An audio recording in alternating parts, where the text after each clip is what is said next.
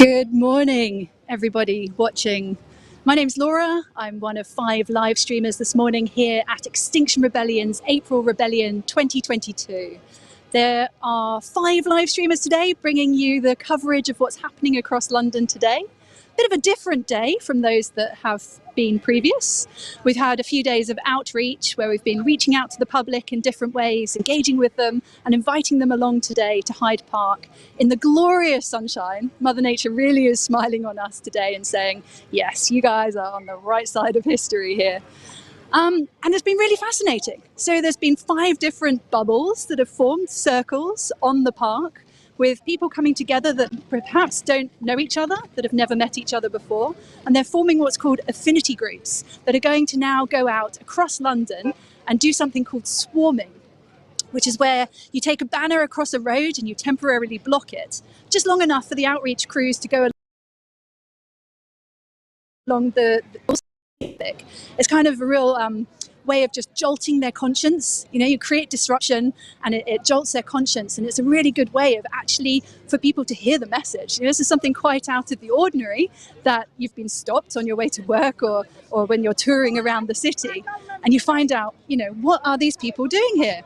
So it's going to be a bit of a magical mystery tour today. Well, I'm not exactly sure where we're going. It's going to be a lot of fun. It's just temporary disruption that's caused, blocking roads momentarily to get the really important messages across. And I couldn't have more confidence stood here talking to you today about our demands, because they are the same as the United Nations and the International Energy Agency, that say that there must be no new oil or gas licenses from now. And actually they were saying that already last year. So we're already running late on this. The latest IPCC report, the world's leading scientists that put together this report, it's so stark, it's so dire. The wording and the communication has actually matched that of Extinction Rebellion. You know, we used to speak and say, you know, this is an existential threat, this is catastrophic, we're heading towards an unlivable world. And people were saying, hey, you can't say that, you extremists. But we feel vindicated thanks to the United Nations Secretary General Antonio Guterres saying sometimes climate activists are depicted as dangerous radicals, but the truly dangerous radicals are the governments and the fossil fuel companies that are still pushing for fossil fuel investments at this point in time. That it's moral and economic madness. The majority of the oil and gas reserves that currently exist are going to become stranded assets. So to invest in more of this stuff at this point in time, as the UK are planning in their latest UK energy strategy, it's madness, beyond madness. It's so questionable. You have to think, what on earth are they thinking? They've got their own pledges. They've created their targets for net zero by 2050. And they're breaking them. They're asking for a climate change pass so that they don't have to meet their own targets that are actually not adequate enough for the crisis that we face. They need to be stronger than they are. So today actually marks the 3-year anniversary of that original April Rebellion that really broke the communication window of the climate crisis when XR took over London back then. The positive effect of that rebellion was that Parliament declared a climate and ecological emergency, and then Theresa May put out that net zero by 2050 target. Still now, 3 years later, the government are still acting against their word, directly contradicting themselves. You know, they couldn't really be painting themselves in a badder light than they are right now. I think most ordinary people can see that it does not make sense to invest in more oil and gas licenses at this time. If you don't understand why, I can explain very quickly and easily. It's that, you know, they're saying that it will increase our energy security. It will help with the cost of living crisis. It won't do that, because these are companies. They are not charities. They're not national companies. They sell their energy, their oil and gas, on the international energy markets. The price is set by the global markets, not by the companies. And already at this point in time, 80% of the oil that the UK companies extract is sold overseas. So it's not going to help with the cost of living crisis. And then the time frame. So the emergency is now. The war in Ukraine is now. And For a new oil and gas well to be built, it takes 10, 25 years. You know, this is an emergency. We need an emergency strategy right now. So it's perverse not to go for renewables when they're quicker, cheaper, and healthier. So we're on the move now, which is quite exciting. I don't know where we're going, but if you follow us, we're going to go swarming across London. There are 5 different groups with 5 different live streamers that are going to bring the action to you today. This is potentially going to be our first swarm here at this traffic lights. We wait for the lights to go green, walk across it with a banner, block the traffic for a few moments, and speak out. Extinction! Extinction! Extinction! Would you like to say a few words about why you're here and what's happening? It's understandable. It's really understandable to feel those nerves. Yeah. Is it your first time swarming? For about 2 years since pre-COVID. Yeah. I'll let you settle. Would you like to say a few words about why you're here and what's happening? Certainly. Great. So, I'm not sure where my camera person is. Okay, maybe it doesn't matter. I've lost my crew. So there's okay. So do you want to just tell us your name and why you're here and what's happening? Hi, I'm Francis, and I'm here today because the climate crisis is real and it's extremely urgent. We have a very short period of time by which we need to rapidly scale down CO2 emissions. Otherwise, it's going to lead to, massive climate damage, essentially. And I'm very concerned about my future and the future of my children, essentially. So I'm here because I feel like we're not doing enough as a population, and it's largely because governments are not doing enough. We can do as many individual commitments as we want, but unless governments take real and meaningful action now, it's not going to be enough. And that's why I'm here, because I'm trying to lobby for governments around the world, including the UK government, to take more action. Thank you so much for being here and for finding the courage to step out on the road in front of this traffic that's all quite angry, hooting their horns. But in this moment, it really hopefully will prick their conscience and get through to them what the crisis is all about. Indeed, indeed. So yeah, I mean, the reason why I think Extinction Rebellion is going to create the most real and meaningful impact is because what we've seen in the past is that disruption is what creates change in a population, essentially. So I've been a part of many climate marches before, but that barely had any impact on either what news outlets were projecting or what governments actually ended up doing. But what we end up seeing is that things like the civil rights movement and the suffragist movement are clear signs of how we need to really create some disruptions to create dilemmas for authorities, essentially. And that's why I feel that I have no other choice, essentially, but to be here. I don't want to be here on the streets. I would prefer to be having a beer in a pub somewhere with my mates, but I feel like we've left it too late. We have no other choice, so that's why I'm here. Thank you so much. Okay, I think we're going to see what's going on in another part of London shortly. The traffic not very happy here, letting it be known that they do not approve of what's going on here. I wonder if we have leaflets.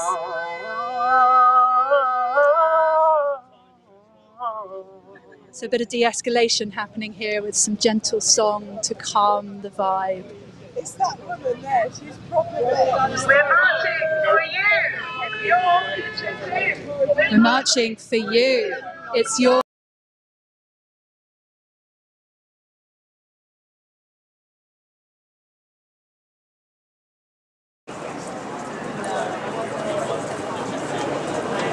So in case you're just joining us, welcome to day 7 of the April Rebellion. This is Extinction Rebellion out in the streets of London to make our protests loud and clear against government inaction on climate change. And Laura has just told you loads about why we should be out on the streets right now.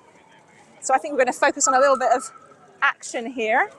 And I'm going to show you a little bit of the scene. We've got a group here of about, I would say, 40 plus rebels who are going to do something called swarming, which means that we're going to walk along.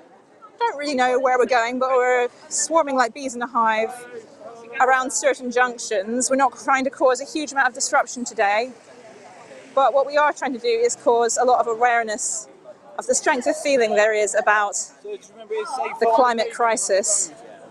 Amongst all different sectors of society, we've got a really diverse group of people doing the swarming with us today.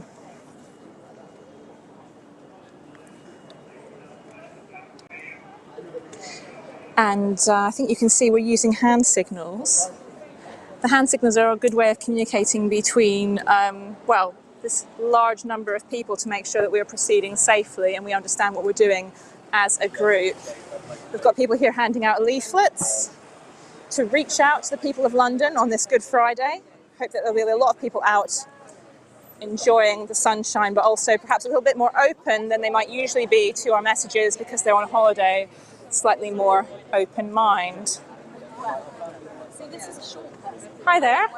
Would you like to say anything about the outreach part of what we're doing today on the live stream?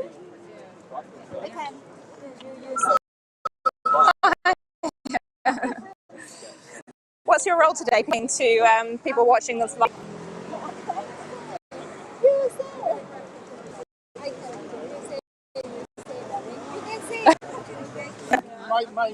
My girlfriend is not native English speaker, so okay.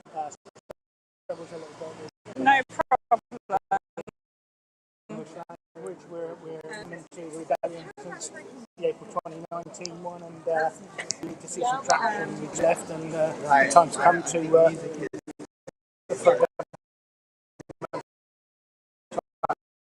start doing something about it. We're going to lose. According to David King, wiped away in 28 years' time. We've 8 years to act. So what we do urgent matters now, and that's why I've got grandchildren, and my girlfriend comes from northeast Thailand. They're suffering right now with massive droughts. The Mekong River is down, the level of it is lower than half what it should be, so the volume it was massively less than it should be. That's not all because of the drought.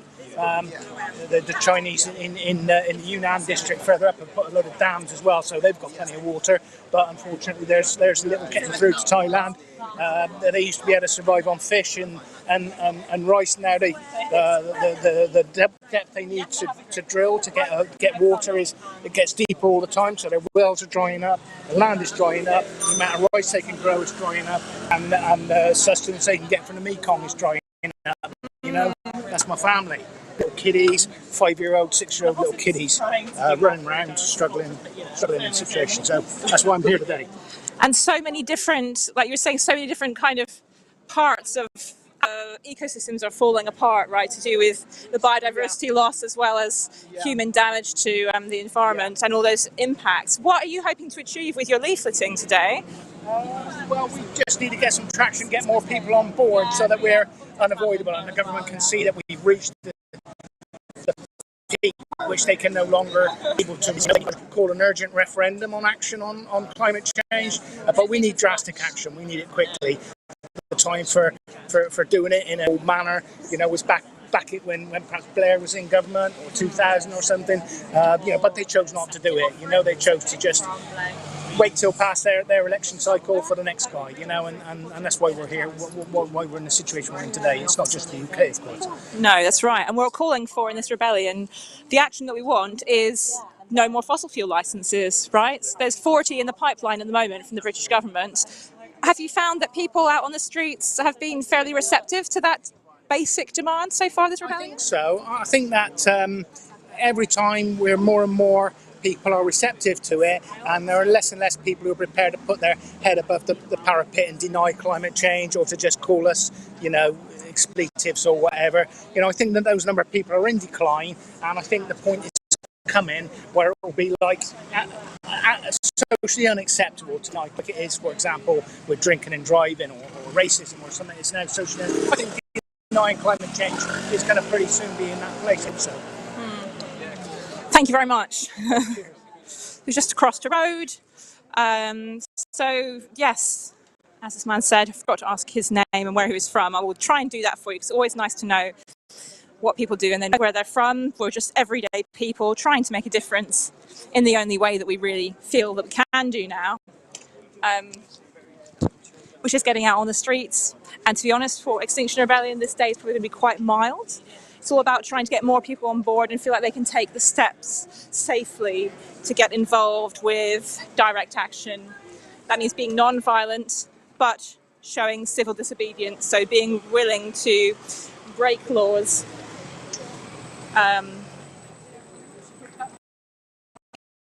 peacefully to get our message across.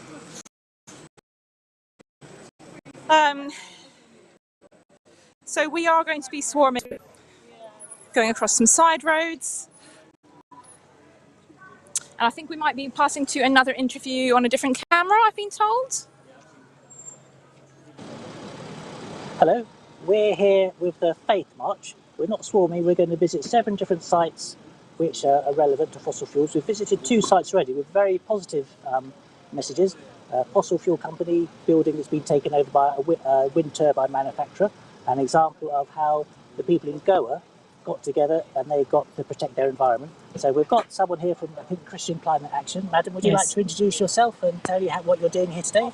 Hello, I'm Kate from Christian Climate Action, Kate Midgley, and I'm here today. You know, today is Good Friday, and it's a very special day for Christians when we remember the death of Jesus. Yeah. So we're having this march today, and we are stopping in 7 locations because we are remembering how people, the poor, especially the poor in the global south, are also crucified as Jesus was, through the policies and the destruction of the land and of the earth. So we are holding those people, especially in the global south and future generations, in our hearts in a spirit of prayer today. That's a really beautiful thing to say, because normally people say, well, why should I do anything?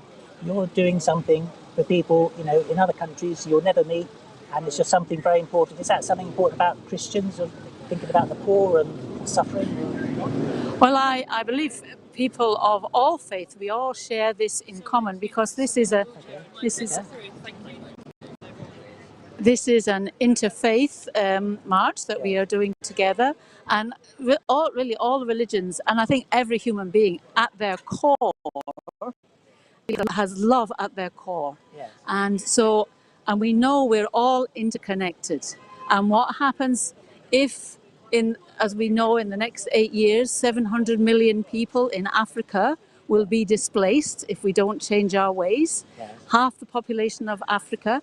That has to affect us. How can we live with peace in our hearts if that is happening? That's just one example. So everything XR does comes from a place of love, doesn't it? And that's the same for the Christians. So there's a pattern there as well. Yeah, indeed. How has your week been? Have you been to many other actions, or?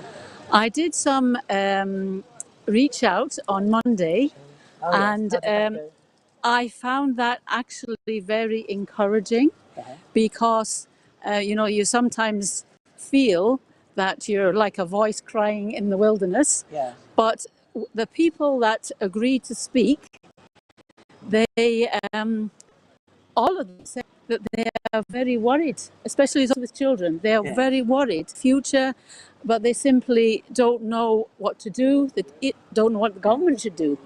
So 3 years ago, today was the first rebellion. It was very exciting. A huge number of members of the public came out. So it sounds like the public are interested or concerned about climate change. Yeah. But are they going to come and join XR and do acts of civil disobedience, do you think? Do you get much interest in that way? Not a terrific amount, but I feel every conversation has a value, and we never know the ripple effects of that conversation we have had. Someone used an example recently that when talking to people, you know, a person could be like a bucket, and we never know at what point, a bucket full of water, and we never know at what point that bucket is going to overflow.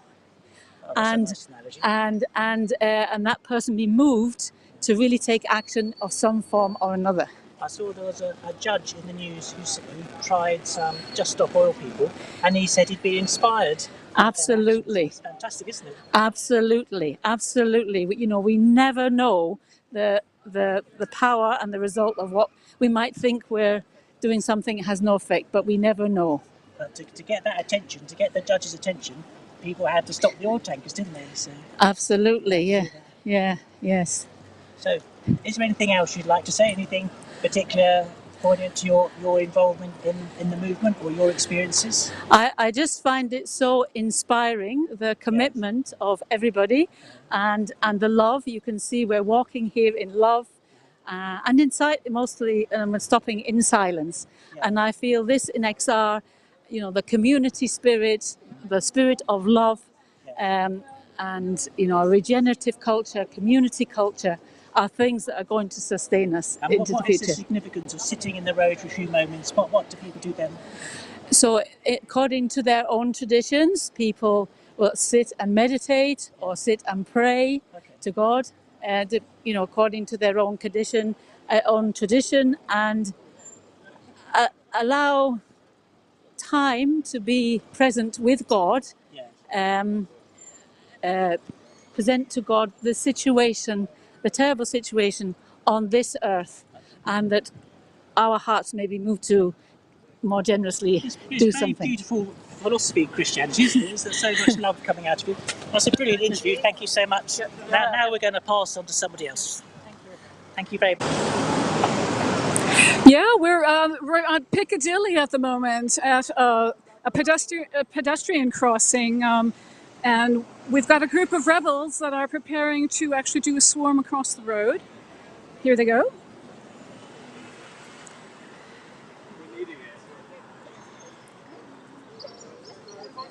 Just going to block the road temporarily just to get the message across before they're on their way again.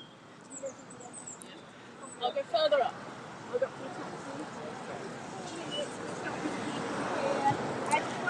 It's very important that we bring out this message of it's happening now, because people are talking a lot, have been talking a lot this week and previously too about the effect that climate change is going to have on their children and their grandchildren. But in fact, we know from all the scientific reports that have just been released that it is indeed happening now. The effects are being felt not so much in Britain perhaps, but in the global south, for instance. People are being displaced from their homelands. We're going to have plenty of refugees coming to this country in the coming decade if we don't act now. And with the state that our refugee program is in, that is really a very, very scary prospect, how we're going to handle such a dire problem. We've got David Attenborough here. We have a very soft spot for David Attenborough in our hearts in XR. I'm not so sure if he's very keen on us, but he's also one of the people who've been very crucial in bringing about the warning about the climate crisis in the last few years. And of course, all of his wonderful nature programs have actually made us much more aware of what we stand to lose. So, as you've heard before in the live stream, we want to see the government stop subsidizing oil extraction, oil and gas extraction, stop any new initiatives, which we know won't actually take any effect until about between 20 and 30 years from now. The government is actually taking the most expensive, the most damaging, the initiatives with the longest timelines, rather than doing the things that are the low-hanging fruit, the really cheap options like renewables, energy efficiency, and insulating our homes. It's just appalling. They're doing exactly the opposite of what they should be. I've come to this rebellion this week with loads of anger about this. Why, when the government's new energy strategy has just been released, are we not angry about this complete turnabout by the government, the way they want to approach the problem. It does feel a long time though. Yes, someone just said.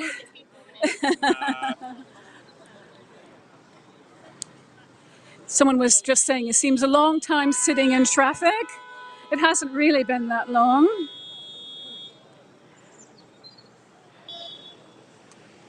Peaceful, non-violent, direct action.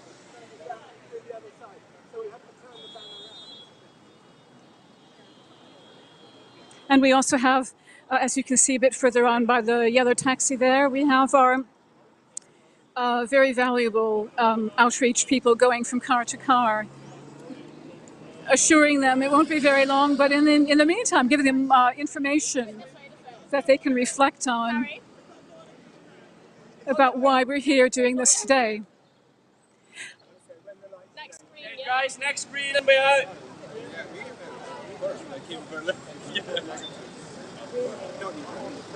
Maybe we should press the button. Oh, we have. I think we should come off one screen. Yeah, next screen and we're out. Does lots of beeps? Does David say go or does David say stop? Thank you. We depend on the natural world for every mouthful. Oh, he said something, but I couldn't hear it all because we're actually moving off the road and we're actually going to go to the other side and we're going to disrupt traffic on the other side of this traffic island.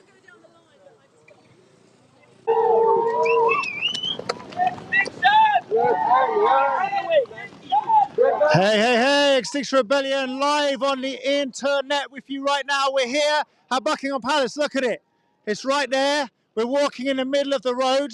I think that's because it's kind of closed. But we're here today taking action against our government's ridiculous inaction on a climate and nature emergency.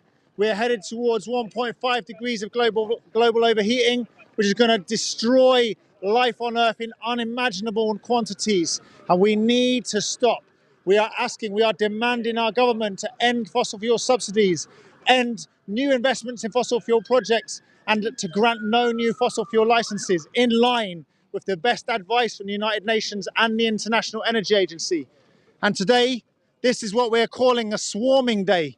And it seems to me we're amongst a group of rebels, fairly small group, around about 30 or 40 people, and we're cruising along. And what this is, one of our principles and values is decentralization and autonomy. You can go on the internet, look on our website, Extinction Rebellion, rebellion.earth, I think it's called. And we've got our principal values there. And we are saying here today what we're doing. We've got our groups that are acting basically autonomously.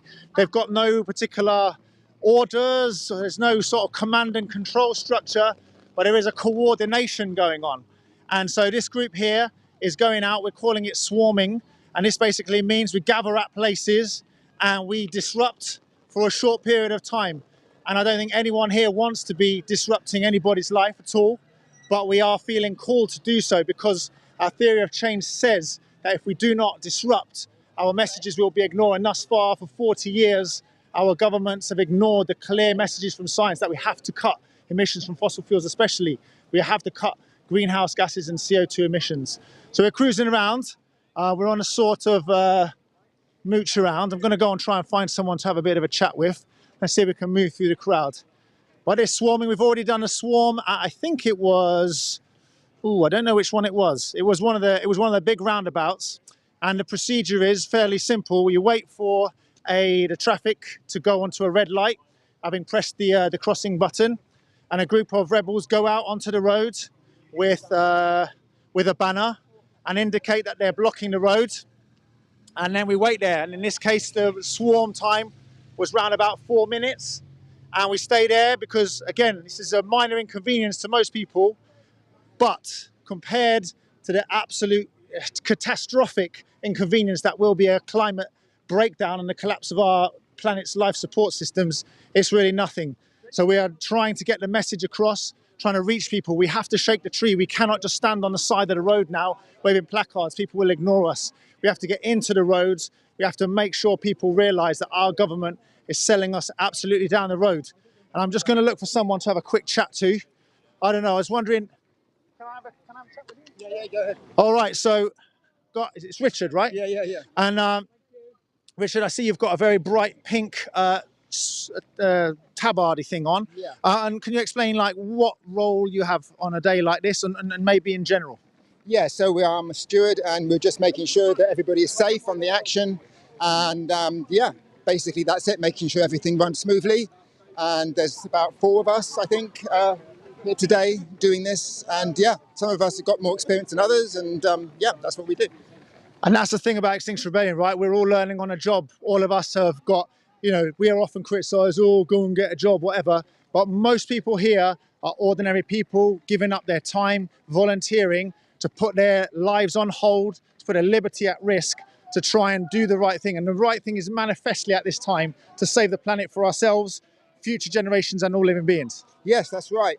We are all volunteers and we're all, as you say, learning and reflecting on what we do, which is a really important part of XR. And yeah, and exactly, we have a duty, I think, to disrupt, because it's the only option we have left. It's the only recourse that the powerless have against the powerful. And yeah, it's not something that we want to be doing, disruption, but it's something that it's our last recourse. It's all we can do. Yeah.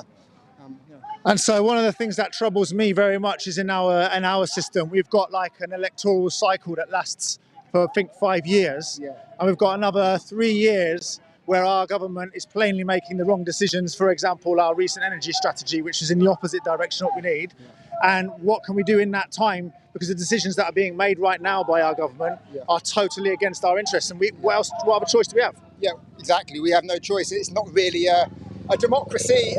It's a representative democracy. Once the government gets in power, they can pretty much do what they like. And we're exercising our democratic right to protest, really. And if we can get enough people on the streets, if we can get something in the region of 2 million people on the streets over the next couple of years, then you know, change can happen. Definitely, change can happen. All right, man. Thank you very much. Appreciate your work. I know you're working hard out there. Okay. And we are all here as rebels to try and make sure that we have our voices heard, because there is not one single person out there, whether you support us or don't support us, I do not believe there's one single person out there that wants our planet to die and not work for everybody. So we are out here to say, look, this is manifestly a sensible thing to do. And anyone who's catching the news, watching the news, seeing the floods and the fires, you know, don't ignore. This is a call to action. We are now in historic times where people now can decide whether or not our planet lives or dies, whether our civilization continues or dies. And people do often say, you know, it's a matter of like, we change on our own terms or everything is swept away, because at this point in time, everything is going to get destroyed if we're not to, perhaps. I'm wondering, would you know? No, that's all right. We're all sorts of people. I'm going to head towards the front here. Just going to run along. Here we go. Hello. Would you mind having a quick chat for us, huh? Sure. All right, let's just cruise across slightly. Let's not go in the cycle lane though, because we don't want to mess any cyclists up. Blue lights! All right, here's an example. Everybody watching. When we see any vehicle under blue lights, we let them by. We're coordinated and we quickly moved out of the way. So this is an abject myth perpetuated by the enemies in the press. And let's be honest, our press is run by 4 billionaires. The printed press is run by 4 billionaires who have no interest in stopping this climate emergency. Anyway, back to where I was. Do apologise. What was your name? Hedgehog. Hedgehog. All right, Hedgehog. It's lovely and it's a lovely day, right? And you'd prefer probably just to be lying in the park here.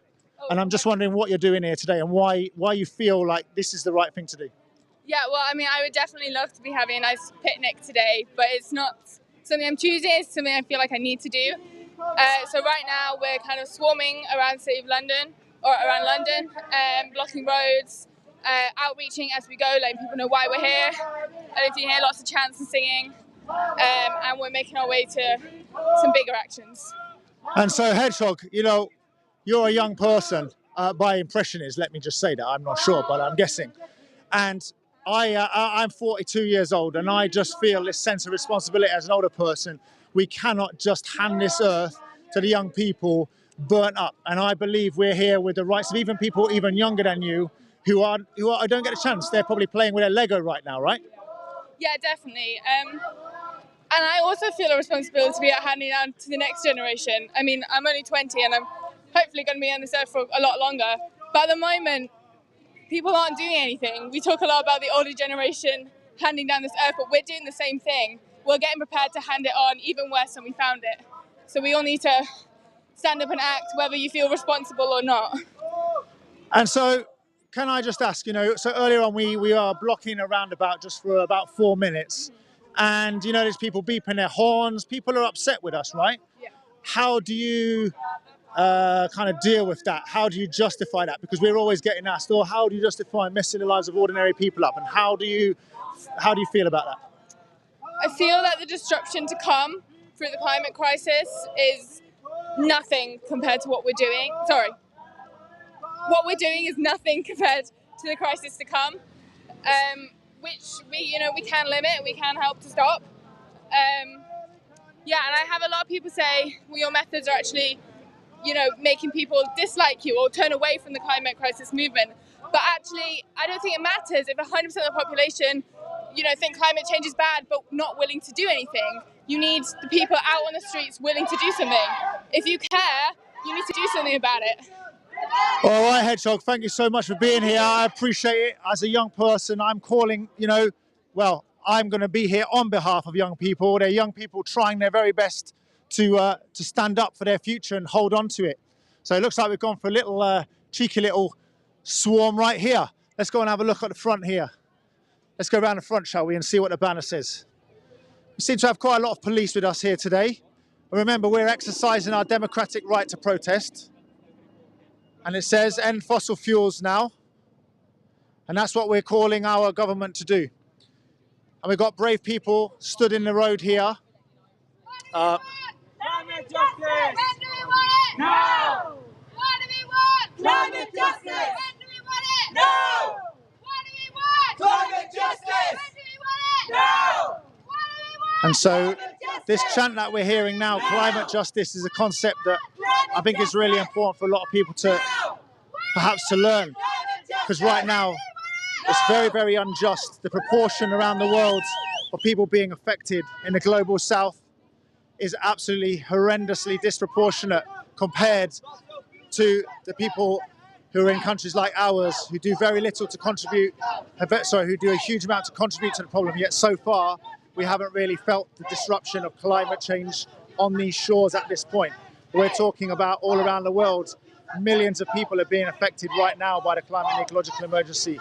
And climate justice is about recognizing the fact that this issue is, we've got a responsibility to get involved and take our fair share.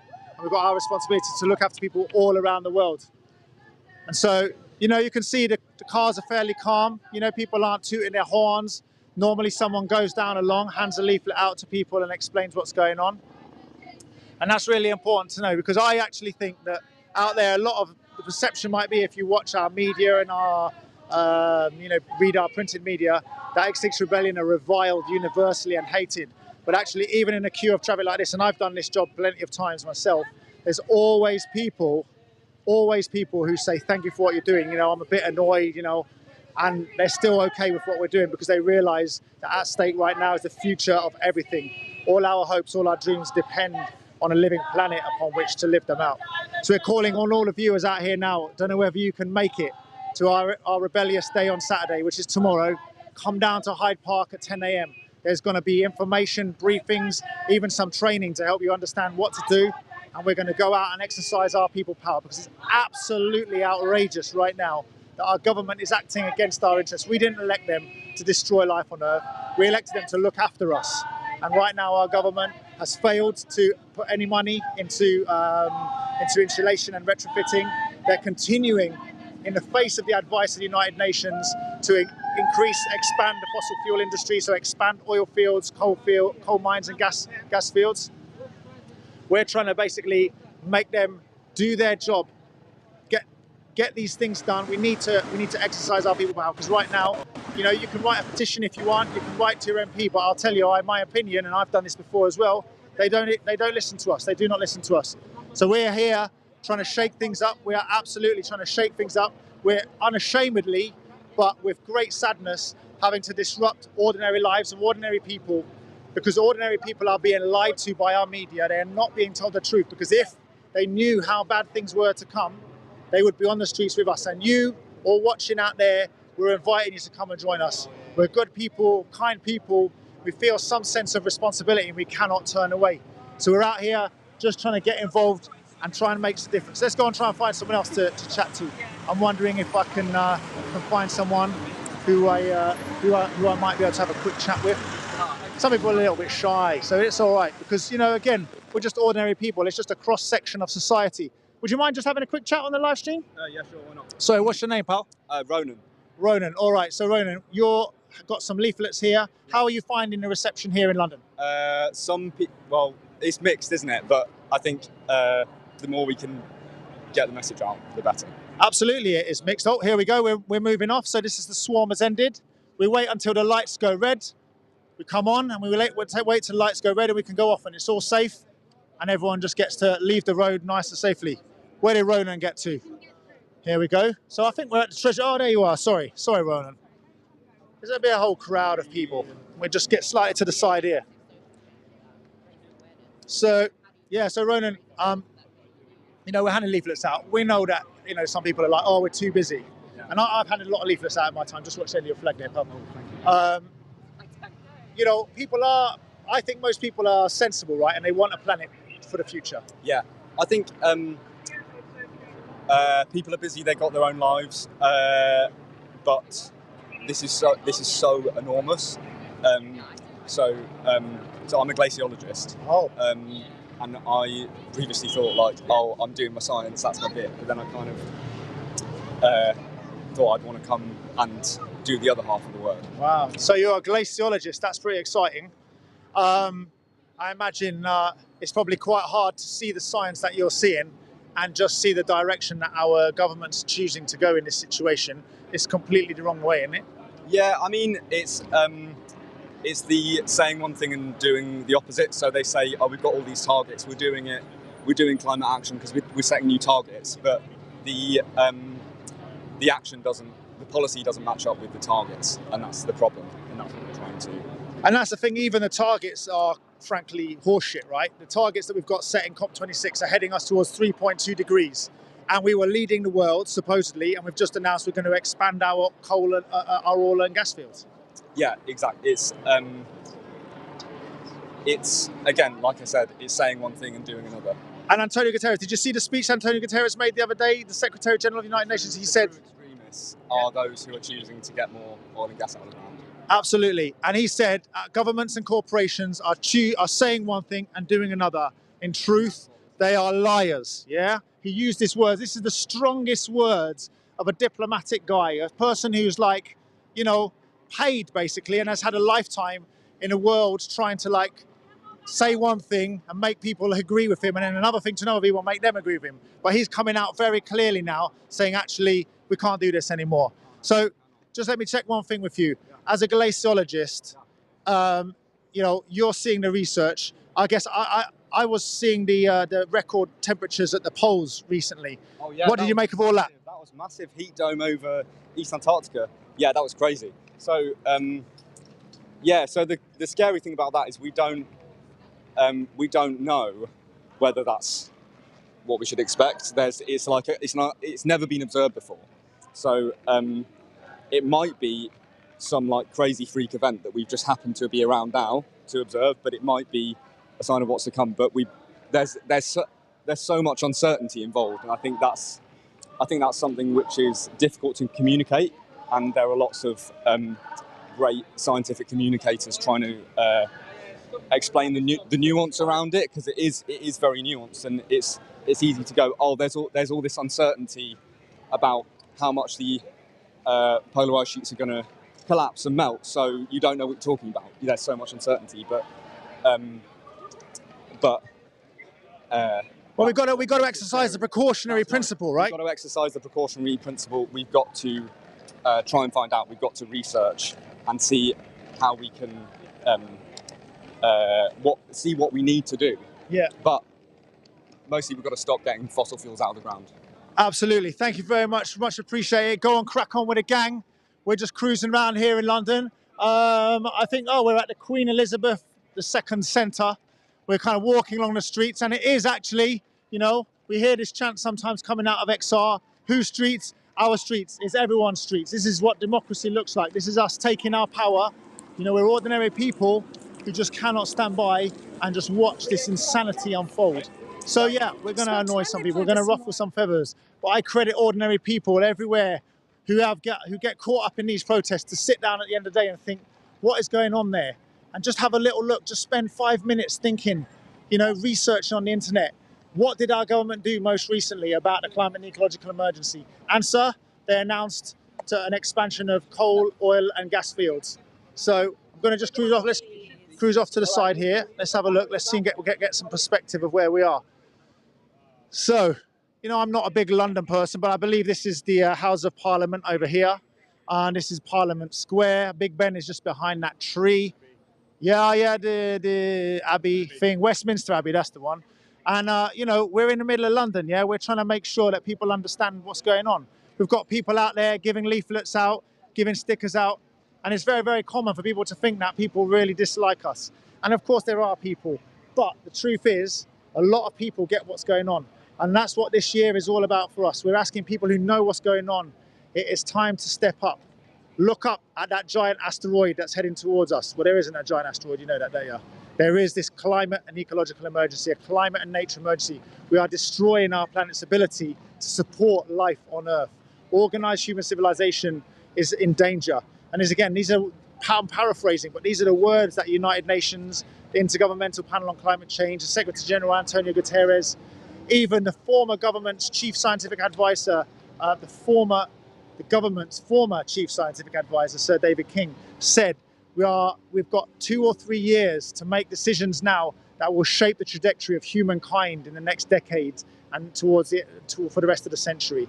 So that's why we're here. We haven't got time to hang around. We haven't got time just to be here, standing politely on the side.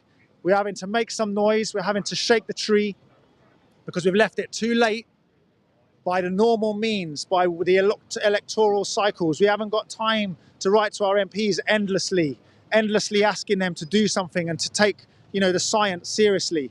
It's absolutely crazy right now. So we are here. It looks like we're about to get ready for another swarm. I'm not sure. Oh, we're heading off down here. And this is interesting. So just to come back again, if you've just joined us, I was talking earlier on about how Extinction Rebellion is based on this principle of autonomy and decentralization. We have 10 principles and values, and I urge anyone to go and have a look at them. But today, this is an autonomous group, basically off out. There's no leaders. We don't believe in bosses because we see that our bosses are easily corrupted. Power corrupts. We are trying to spread power, trying to enable people, support people to take action. And this is what we're doing here today. So here we go. We've got another swarm going on. So the banners come out.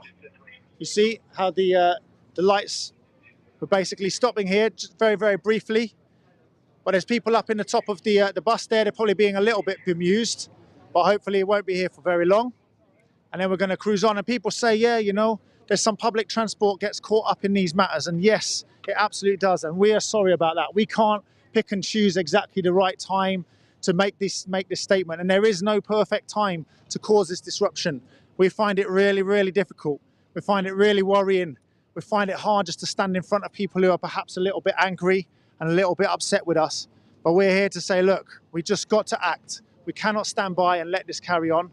We've got to act. We've got to shake things up. We've got to make a statement. We've got to make our government listen. So this swarm is going to continue. I'm wondering, do you mind coming and have a quick, very little chat? So I'm sure you've got your eyes on what's going on, but how do you feel stood here? Is it complicated in your mind? It's not easy to do. It's challenging. People are angry, but it's what we need to do at the moment. How many more reports do we need to wait for that are telling us we've got a narrowing window? It's not a narrowing window over anything trivial. It's to secure a livable future. Anybody who lets that sink in sees what we're facing, the kind of proportionality of it. So it's difficult to do this. I don't do it lightly. But traditional means aren't working. We've known about this, I say 1990, but like way even before that, people have known. We've had 26 COPs. I've written to MPs. I've signed petitions. I've made monthly donations to people like Friends of the Earth, and we're where we are with a rapidly narrowing window to a livable future. Just the wording from the Secretary General of the United Nations recently as well. It's absolutely stark, and it barely had cut through. I wonder how many people that are walking past are aware that he's talked in such stark terms of saying that, basically we're being deceived, the truth's not being told. So I'm here so I can look the next generation in the eye. It's crazy times. Thank you very much. I just want to say one thing that I think I'm just going to ask you one more question. One of my things that I like about XR is we're supporting each other, right? This isn't easy just to do this, but we've got people here and we take our time and look after people. Definitely. There's a real feel of togetherness and solidarity there. People I've not met, I've connected with, and you feel comfortable. I feel comfortable in people's company and you feel looked out for. All right, thank you so much. And this is the thing, so some of you may not have any friends who are out there who know about this climate emergency, and they may say, oh, that's a load of nonsense. You might just be sitting there amongst your group, your social group, your community, your sports group, I don't know, have this gnawing feeling inside, watching the news, seeing that it's all going wrong. It's not headed in the right direction. And if you've got that feeling and you feel a little bit lonely, come and join us. We're asking ordinary people to step up. We're asking people to stand on that principle, to search deep inside, find some courage. It isn't easy, I've got to be honest with you, but it is the right thing to do. That is the thing, we have to do the right thing right now. History is calling us. Those future generations, those little kids who we see around, who cannot see what's going on, who don't get to vote on what's going on, we're standing up for them because I'm sure that they would not want our planet to be burned up for them. So I'm going to hand over now, say thank you very much for watching, and I'll see you a little bit later. So I'm here today, just leaving Hyde Park. We're just about to do some swarming. I'm here with a rebel who has an interesting banner that says mass crop failure incoming. Would you like to explain a bit more about your banner? And well, the fact that there are now reports out explaining that there will be mass crop failure likely, 50% likely within the next 20 years is terrifying to me. And the fact that there's not being nearly enough done about it. So that's kind of why I wanted to highlight this in my sign, because I think it's good to get that kind of information out there. Yeah, it's so important. I think people don't realise that climate change is affecting the food that we eat, and we take food for granted, and we don't make that connection between going to the supermarket and where it's grown. Yeah, exactly. And I think so many people, they see this as a climate issue that affects, wildlife and our planet, but not even connecting it to ourselves when we're such a huge part of that. And obviously, once the planet's declining, we're declining. So yes, that's true. And how's the rebellion been for you so far? This is actually my first day here. But yeah, great. I've been to a few protests before, and it's just a great energy. Everyone's out spreading information. Yeah, it's a good time. Great, thank you. Thanks.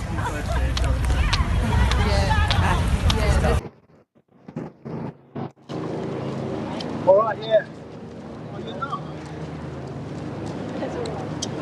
No, man, I'm like, it's up and down, isn't it? Sometimes feeling good. Okay. Right, we're still on the Faith March. We're still on the Faith March. We've visited Barclays since you saw us last time, where they invested £4 billion on fossil fuels last year. And also we stopped at our oil tanker business.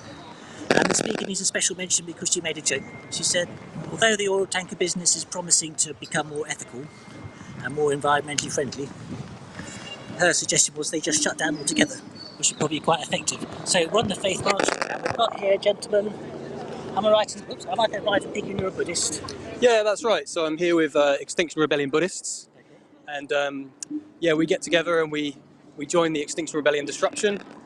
We try to meditate and sit with whatever's coming up for us, basically. Our focus is mostly to try and not necessarily to dwell on anger and injustice that any individuals or organisations might be responsible for, but really to feel sort of love and appreciation for the planet, what we stand to lose, and really just hold all the suffering that is in the world right now at the hands of the climate crisis in our hearts as much as possible. really in the hope that sort of the people in power, the people who have a position of responsibility, find their wisdom, find their compassion to use their role and actually bring about real change. I know I had a chat with a lady earlier who was a Christian. Love is at the centre of Christianity and Exile. You mentioned their love for the environment. Is there any sort of formal... Well, we're sitting... Is there any formal Buddhist principles about love? Well, absolutely. I mean, as a Buddhist, I live in vows, so it's like a promise to myself and to my faith. And the first one of those is never to kill, but to save and protect life at every opportunity. And the more I learn about the climate crisis and what's happening and how the dire situation we're in, the more I appreciate that I actually can't keep that promise without taking action. You know, I don't want to be complicit in the harm and the killing that is actually happening around the world. You know, animals burning alive in forest fires, you know, people don't have enough to eat. And that's happening now. And, you know, experts are saying in eight years, by 2030, you know, the food's going to start running out, and you know that's going to start hitting people in this country, not just in the global south. And so, there's a huge amount of suffering that's going on now, and it's not getting any better. So that's in your faith. It's not just about believing certain things; it's actually living those values. Absolutely, it's a way of life, and Buddhism, you know, is very, very broad. It's a way of life. It's a psychology. It's a philosophy. It's a religion. You know, and people practice it for any number of those benefits that enriches your life, you know, and it is a way of enriching your life and basically living in a way that is non-harmful with other people, with animals, and with the environment around us. So it's very conducive to the Extinction Rebellion movement. Exactly, yeah, there's a lot of crossover. Have you been to many other actions this week? Yeah, unfortunately I couldn't get all the time off work, but I came along on Saturday for the march, and yeah. Is there any, what memories will you take home with you? What are the key memories from this rebellion? From this rebellion, I think I've actually been struck by how really sort of connected I've felt with everyone and the sort of kindness that everyone's been showing. Even the police have been taking a step back and I don't know what to make of that just yet, but you know, even amongst between the police and rebels, there's been quite a lot of mutual respect. I felt that anyway, and there is a general sense that we're all in this together, you know, and yeah, I just feel that the government isn't currently doing enough, and that's why I'm here today. And some people say the war in Ukraine, we have to drill more oil. What do you think about those sort of ideas, suggestions that people make? It's just so short-sighted. I mean, the war in Ukraine, you know, we have the opportunity, and it's a similar opportunity that happened with the global pandemic. You know, we have an opportunity to change tact and really address some of the issues that you know the planet is facing at the moment with the fossil fuel industry, and it's an opportunity to move towards renewables. And I think you know, we really need to take that opportunity.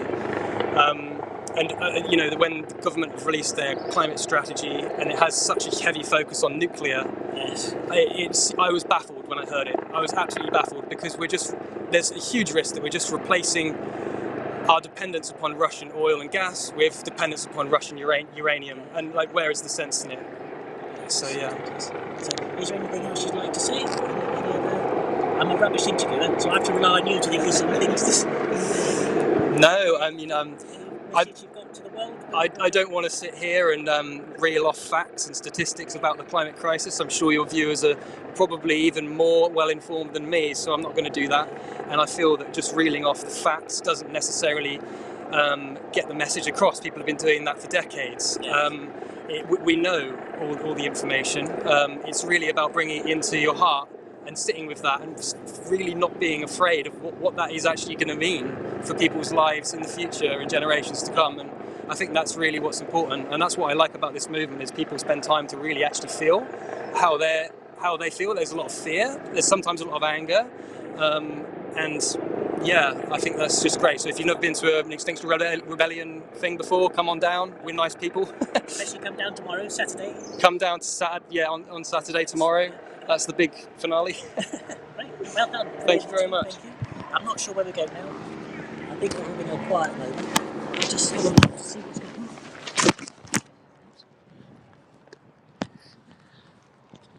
It looks like we are being quiet. I'll just move out of the way a bit so we can see what's going on. I think this is the BP headquarters. We were here on the first day of the rebellion. So everyone knows where the Shell building is. Not everyone knows where the BP building is. And it's at St James Square, in case you're interested.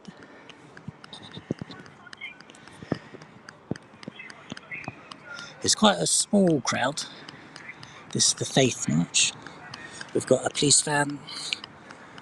Police officers just standing around watching. They've been following us around, helping to make sure the cars don't drive into us. Every time we come, we're going to 7 sites on the Faith March. Every time we get there, somebody gives a talk about why we're here. And then all the people of different faiths, they sit down in the row together and have a few moments of quiet and contemplation and get their thoughts straight. It's quite a nice way to protest, isn't it? We've got the stewards here. There is one man who's a Pantheon. We must try and interview him. And also I think there's some Jews here some as well, so I need to find those so we make sure we've got everyone covered. It's a beautiful day. It's the 7th day of the rebellion. Everyone's a bit tired, we're all a bit deaf from the drumming. If I had my way, the government would have banned this sort of thing years ago. But anyway, so we're all sitting here in the sun, all together. The stewards are watching on. Someone kneeling there, I can see.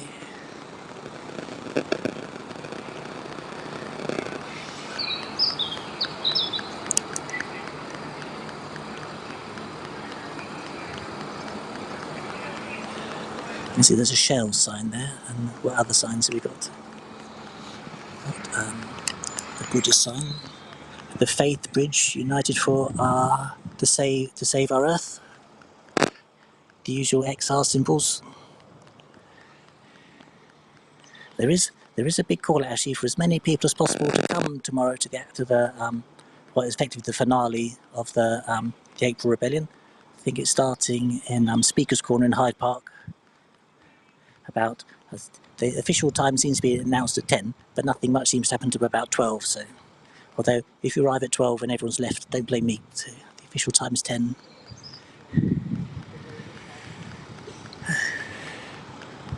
It's quite quiet. Policeman just turning a single car around there. We've been through some quite nice streets. This is quite a nice part of London. One man, an almost Range Rover, stopped, had to let us pass. He was smiling. He took a leaflet. He chatted quite happily with the outreach person. There was an ambulance. We all stood out of the way for the ambulance, although in the end it went down a different way. And in fact, we were shouting ambulance and getting out of the way before the police realised there was an ambulance there. So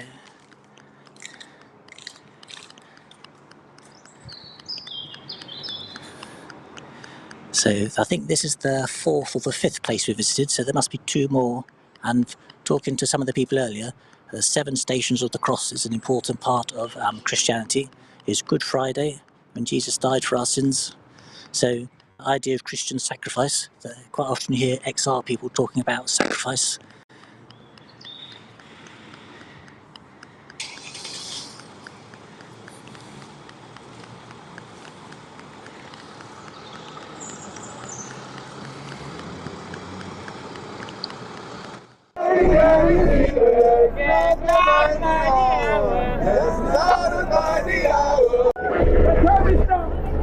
The judgment of God is at hand. The judgment of God is at hand. God is going to judge all of us. God is going to judge all of us. Hey, all right, how's it going? We're here in London somewhere. I think this is called Victoria Garden. The House of Parliament behind us. Look at it. Looks nice, doesn't it? All blue skies and clouds behind it, but in fact the people in there are doing us a great injustice. They know that we are in a climate and ecological emergency, yet they're allowing continued extraction of fossil fuels under our watch, under our time, right? We have given them our votes. You may have voted for them, you may not have voted for them, but at the moment, you don't have any choice in what's going on. And our government, in the most recent strategy, announced the energy strategy, decided to sell us all out, sell us all down the pan. And the most recent strategy that they announced is basically a complete and utter failure. At this point in the emergency, at this point in the crisis, we needed leadership from our government, and it did two things that are absolutely contrary. Well, it did do one thing and didn't do another. They're absolutely contrary to what we need right now. The first was to announce absolutely no new. Sorry, my apologies. Let's go back. Let's start again. They announced a whole new round of fossil fuel projects to expand fossil fuels, and at this point in time, that is what Secretary General Antonio Guterres described as moral and economic madness. Yeah, he said expanding fossil fuels at this time is moral and economic madness, and it says moral and economic. It makes no sense economically because you cannot have an economy on a planet that is collapsing because people cannot feed and have enough water for themselves. So economies don't work when our planet is overheated beyond 1.5 degrees. Our economies will not be able to adapt. And the 1.5 degree limit, let's remember, isn't just a little bit of global overheating. That is the average all around the world. In the central landmass, in the continents around the world, in the middles of these big land masses, temperatures could be much higher even at 1.5 degrees. It could be up to 3 or 4 degrees higher. And as soon as you start to get that, you start to get very, very unpleasant conditions for human beings to live. And this means the food that they're growing for themselves, and for a lot of us, a lot of our food is grown in these places in the tropics around the world. If those places start to become uninhabitable and also unable to grow food, we're all in big trouble. And this is one of the things that's being warned about. You can Google it, look up multi-breadbasket failure. And this is a phenomenon where around the world, the big places where we are growing most of our grain and those staples that we all need, if those places suffer droughts and are overheated and people can't actually live there because it's too hot, those crops fail. And when you get that happening in multiple places, you get prices rising, you get all sorts of problems. You get displacement, you get tensions built up, you get existing tensions being exploited by governments, you get all sorts of horrible things start to happen. And these things will affect us more later on in the game, there's no doubt. In the UK, we're very lucky. We've got a certain amount of wealth to be able to expand and adapt our lives to make sure we can get by. But that's not going to be enough. We've already seen what happens. You know, do you remember just a few years ago, we've had horrific floods here in the UK? You know, these sorts of floods have become more and more often. And in fact, the Environment Agency in the UK said it's a matter of adapt or die right now. We must adapt. And so the real thing here is these people behind us in the House of Parliament, they either don't know what's going on, in which case they're negligent, or they know what's going on and they're not doing the right thing. And that is, for me, immoral. Yeah, knowing that there is harm being done and that harm will be done, untold harm, is absolutely contrary to any sort of sense of being a good person that I hold. As a, you know, and I'm not blowing my own trumpet, yeah, I've made mistakes in my life. I've been a bad person here and there. I've done things that I'm not proud of. And of course, you know, there's issues around, you know, do I have a car? Do I eat meat? Do I fly? All these things. I myself take as many steps as I can to limit my impact on the planet. But those things are not enough if our government continues to allow these fossil fuel companies to expand. Yeah, we can do all those amazing and good things that we can do to reduce our impact. But frankly, if our government does not rein these fossil fuel companies in, if it does not bring them to heel, they are going to drive us all off a cliff. And they're making absolutely massive profits right now. People are asking, why do this in the middle of a cost of living crisis? This cost of living crisis has been created by these fossil fuel companies. They have bid up their prices. They have created a price panic, and they're absolutely raking it in right now. And they are making so much money, and they are sort of suggesting, you know, that it's ordinary people have just got to basically decide whether or not they're going to heat their houses or eat. And to be honest, it's completely wrong. I just can't stand by and let it happen. And our government lets them do this. Our government has got the power. We've seen during the COVID pandemic that people, you know, were prepared to change their lives for the safety of all other people. And that's what we need right now. We're asking for people's assemblies. Here we go. We're crossing the road, it looks like. Yeah, we're asking for a people's assembly. So a people's assembly. Oh, we can just cross the road, isn't it? We're allowed to do that. That's cool. Makes it quite easy. we're asking for a people's assembly, and a people's assembly is a really cool upgrade to democracy. And right now our democracy is called a representative democracy. Isn't really working for most of us. Our first past the post electoral system basically gives power to a group of people who we're not really sure if they really are interested in us. We see in the House of Parliament people, hey, let's have a little wave, hello, look, there you go, he's giving us a thumbs up, he knows what's going on. And that's the thing here, you know, our House of Parliament is built on this, it's called an oppositional style, right? You see the Labour and Conservatives and the SNP and the Liberal Democrats shouting around at each other. What we need to be doing together is working together to create the most amazing, wide-ranging plan that has ever been attempted in the history of humanity, yeah? And so what we need, what we're saying, and our demand, we're not experts in, you know, renewable electricity, onshore, offshore, nuclear, this, that, and the other, wave energy, tidal energy. What we're saying is we want ordinary people, just like in a jury, to be selected at random from all around the country, be put into a room, and then when they get into that room, they get the advice from the scientists and the experts in all various fields that have real insight and real understanding of this situation. And then what happens is they deliberate. So it's called deliberative democracy. Deliberative democracy is where people work together. And because this random selection of people from across the country would be basically a more representative sample, we probably only have a couple of really rich people in there. We probably have a few very, very poor people in there. Probably have quite a few just poor people. We'd have quite a few perhaps people with disabilities. We have different people representing different categories of all different social categories that you could wish to name.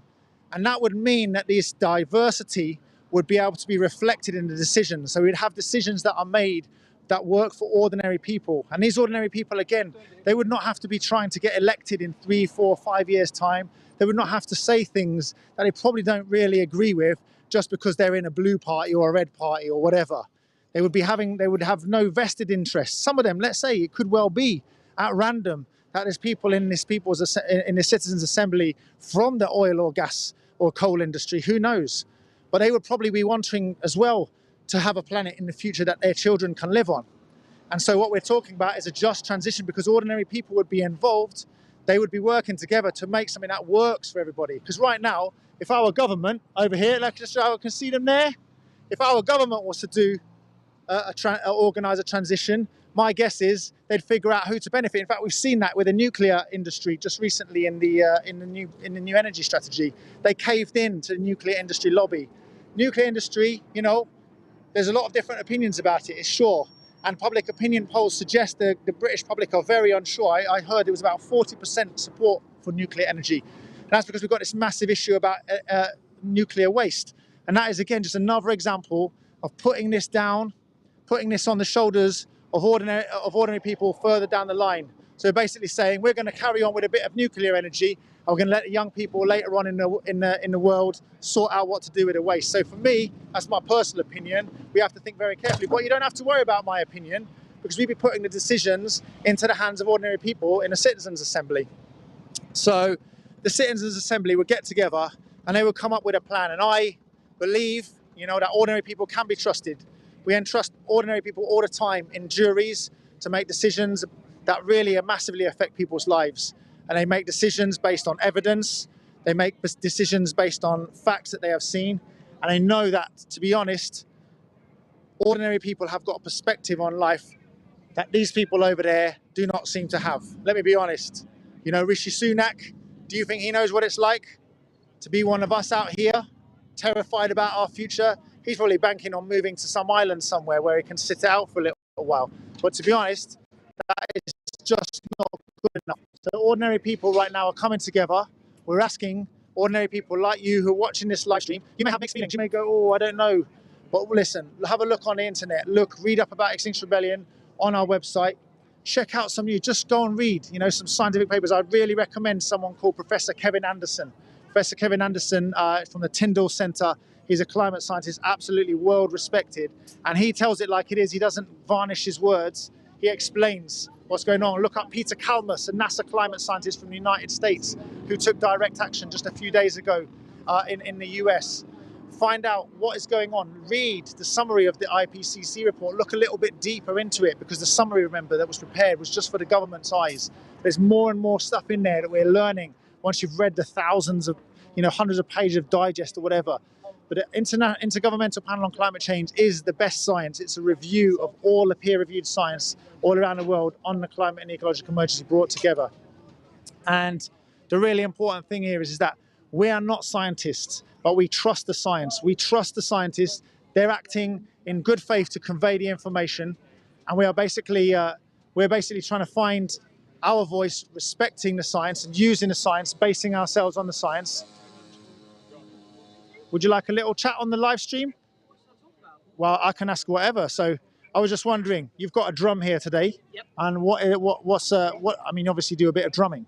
Yeah, I do. So XR have a samba band. We're not really a samba band. We're more like a samba fusion band. We don't play traditional Brazilian samba, but we bring the noise to XR actions, and we can bring the energy, or sometimes when things get a little bit hairy, we can chill things out, and everybody enjoys a dance, right? Yeah, they do indeed. So look, it's a nice sunny day. I've talked to people. We could all be just at home in our gardens, perhaps with a cold beer. What day is it? Yeah, it's Friday. I'm losing track because we've been here all week. We've got a serious message. But, people want to, just be out living normal lives. I want to just be at home. I want our government to do what I think is their job, is to protect us. And they're not. And we're called now to be here, right?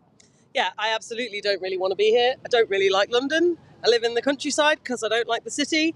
But I don't feel like I have any choice. I feel like this is the most effective thing I can be doing, is doing direct action. So that's what I'm doing. I would much rather be home at Easter weekend, exactly, chilling in the garden with a glass of wine. But sadly, our government isn't doing their jobs, and they're not listening to the people. The vast majority of people want action on climate change, and the government isn't doing it.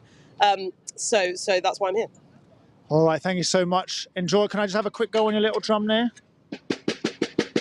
That's about my skills. You've just heard them there on the internet. Thank you very much.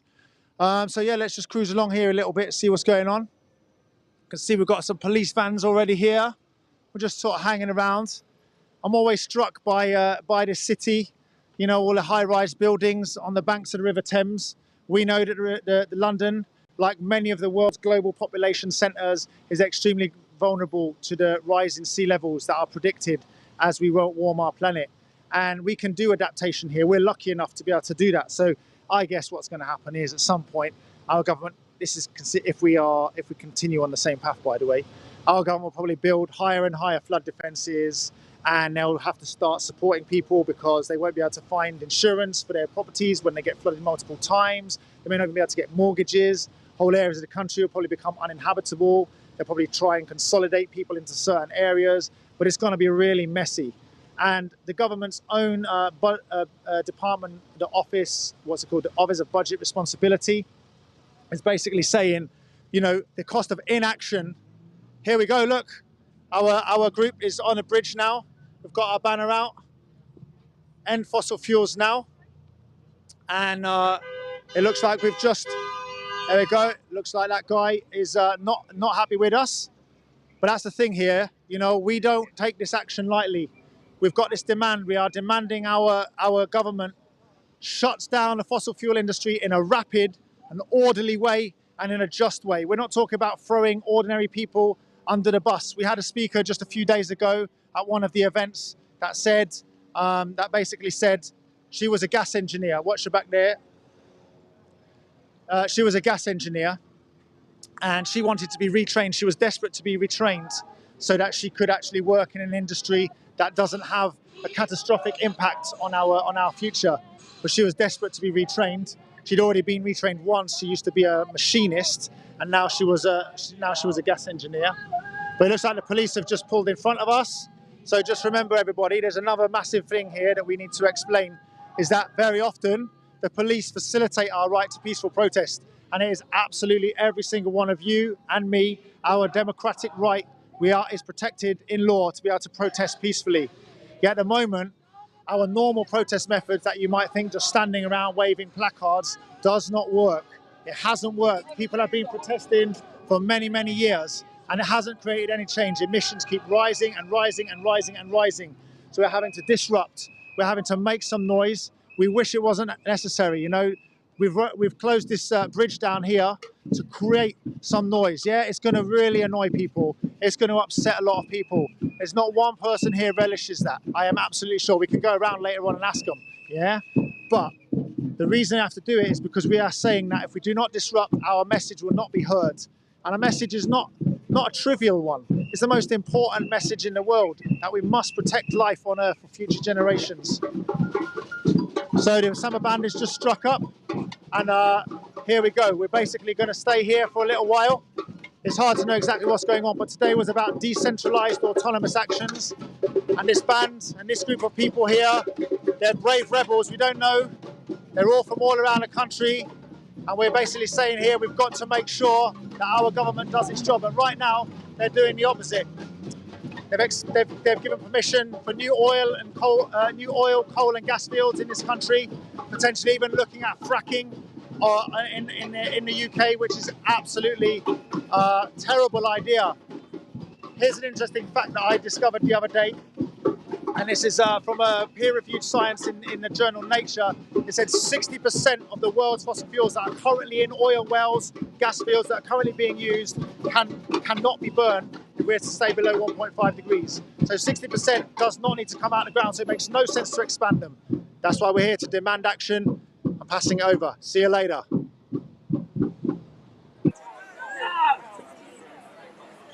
Now it is. Yeah.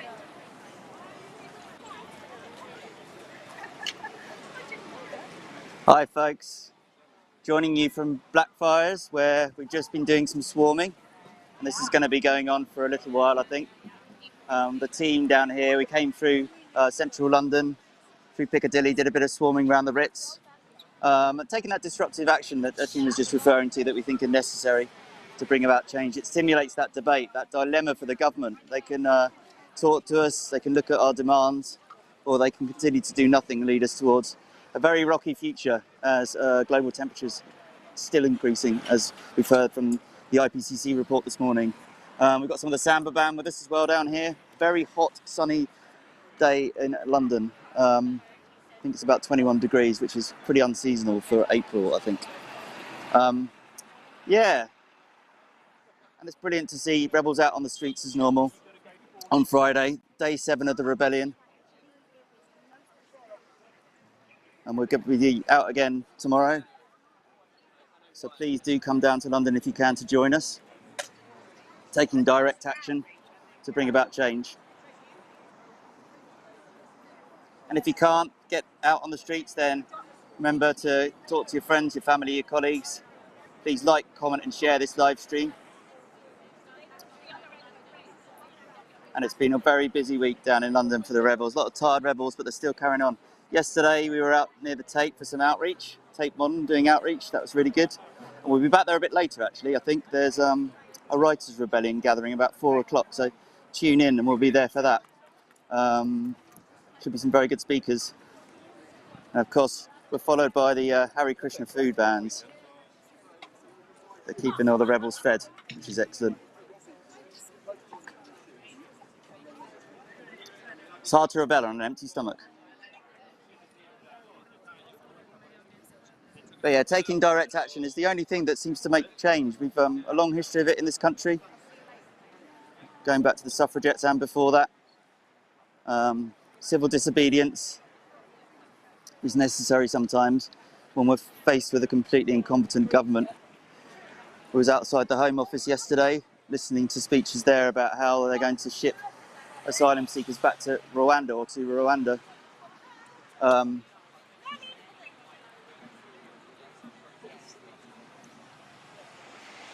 And just the catalogue of mistakes and errors that the government makes. But I think right now, actually, the action's going to continue here at Blackfriars, but we're going to go over to Westminster Bridge now and see what's going on there. Awesome, you're joining me here on Westminster Bridge. We've just blocked it with a couple of banners after practicing swarming across London. These people, ordinary people, concerned citizens who have come out today to London, learnt the art of swarming, blocking a road momentarily. We've had an amazing song carrier, there's been singing, there's been chanting, there's now drumming. The atmosphere is quite something special here. We've got Big Ben in the background. This could not be a more critical time in the history of humanity. We're not celebrating, we're commiserating 3 years since the rebellion that took place, the forced declaration.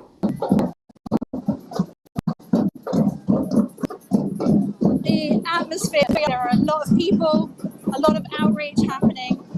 People are learning why it is that we are here today, and it couldn't be more important.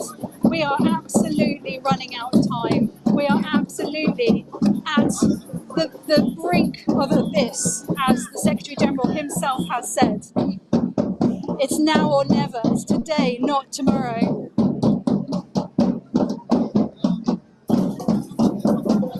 Samba band always makes for an uplifting experience on a day. So really important. If you've not got anything planned tomorrow, or if you do have something planned tomorrow, cancel it. Come down and join us 10 a.m. in Hyde Park. We have got to show en masses that we, the people, want change. That we want a renewables revolution. A retro revolution. I'm right behind you. Transformation. The changes that we improve the living standards just completely reverse that the government in the right time. The UN Secretary General saying that we are not the radical extremists, that it is in fact the government that are pushing for new fossil fuels at this time that are the dangerous radicals.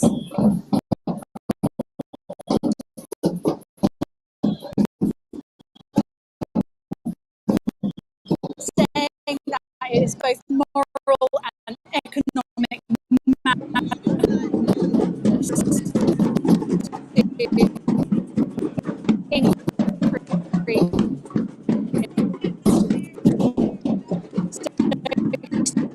Extinction Rebellion.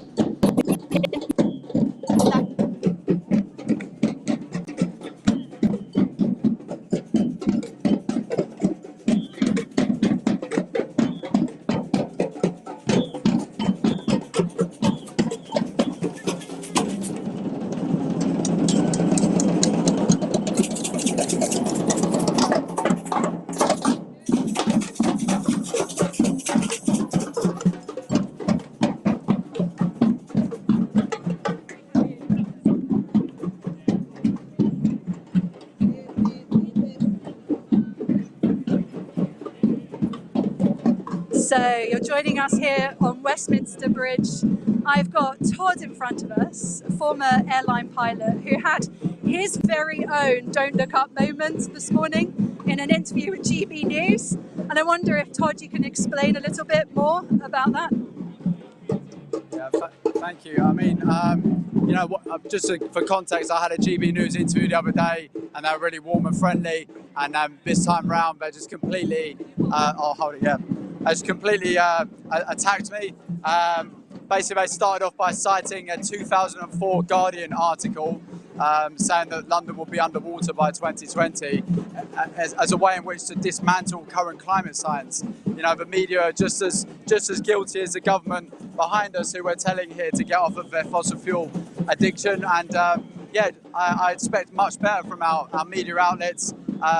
Just completely attacked me, didn't allow me to get a word in edgeways, and I actually used the asteroid analogy, and you know, I was just there to talk about a livable future. You know, all life on Earth is under threat, and yeah, they just tried to, as they do, attack the individual, make it out as if it's my opinion, and you know, we have to demand better of our media. So you know, that's why it's so important to have live streams like this. Please do like and share and make sure that the true message gets out, because ultimately everyone will be out on the streets if they really knew that there was, you know, a metaphorical asteroid on its way. We need rapid emissions reductions across all sectors now to secure a livable future. So yeah, GB News, if you're watching, you know, don't be a fossil fuel fool. You know, you need to do better than that. Accurate reporting and you know, like the presenters did before, just give me a chance to actually say what we need to say and get this stark scientific message out there.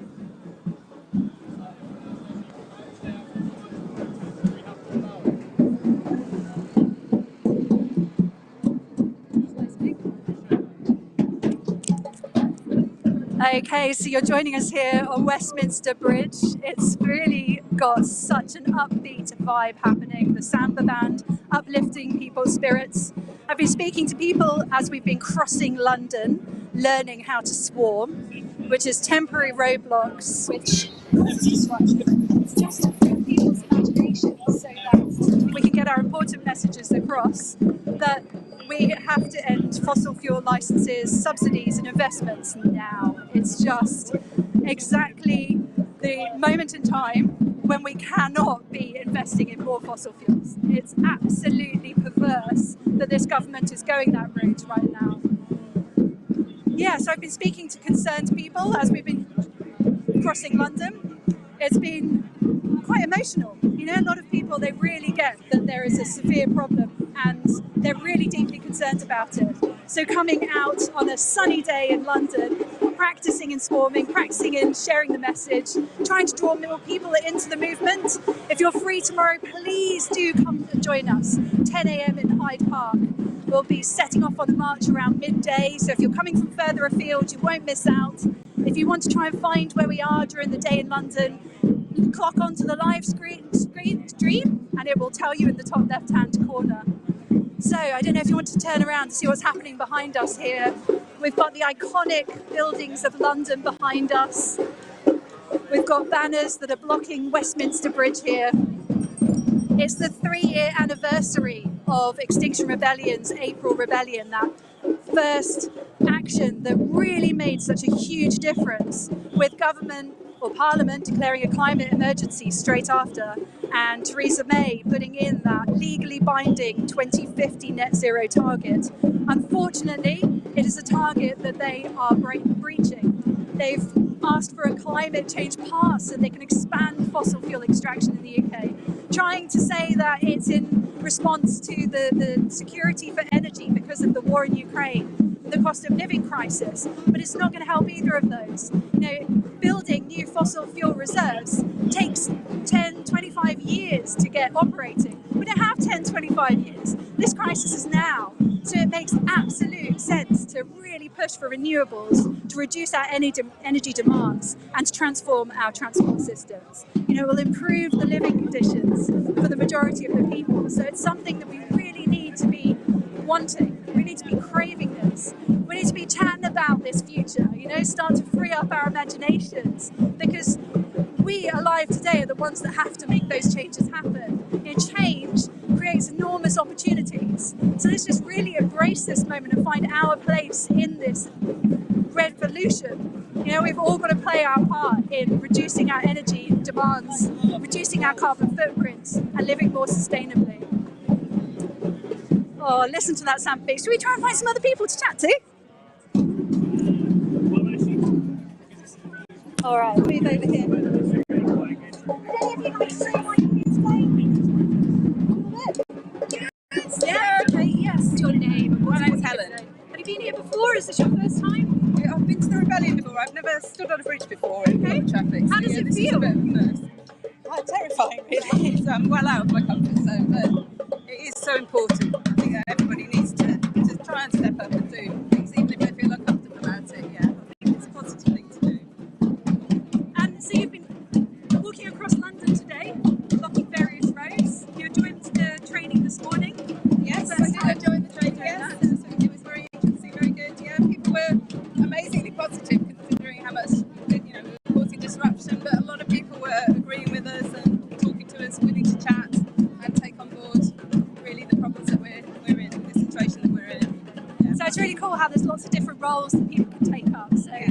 got the wellbeing people, you've got the de-escalators, you've got the banner holders, the outreach crew, the stewards. So there's a whole team of people working together. Absolutely, there's so many different ways to make a contribution. You know, to try and rid the disastrous way that we're going at the moment, because we really are heading for disaster. Yeah. What is it that moves you to take action like this? Really, it's that. So about 30 years ago, I studied environmental science, and we were talking about the climate crisis and global warming at that time. And at that time, I sort of took on individual responsibility, or tried to, and drove less, and changed my diet, and all these little things. But eventually, you realise that it takes forever for the sort of the whole population, the whole government to take it on seriously, and that without sort of really sort of speaking out, nothing is going to change. We have to get a whole system change. It's not enough for us. All the people here probably have all been becoming vegetarians and cycling everywhere and things like that, as much as they possibly can for a long, long time. And finally, we're driven to really try and do something positive.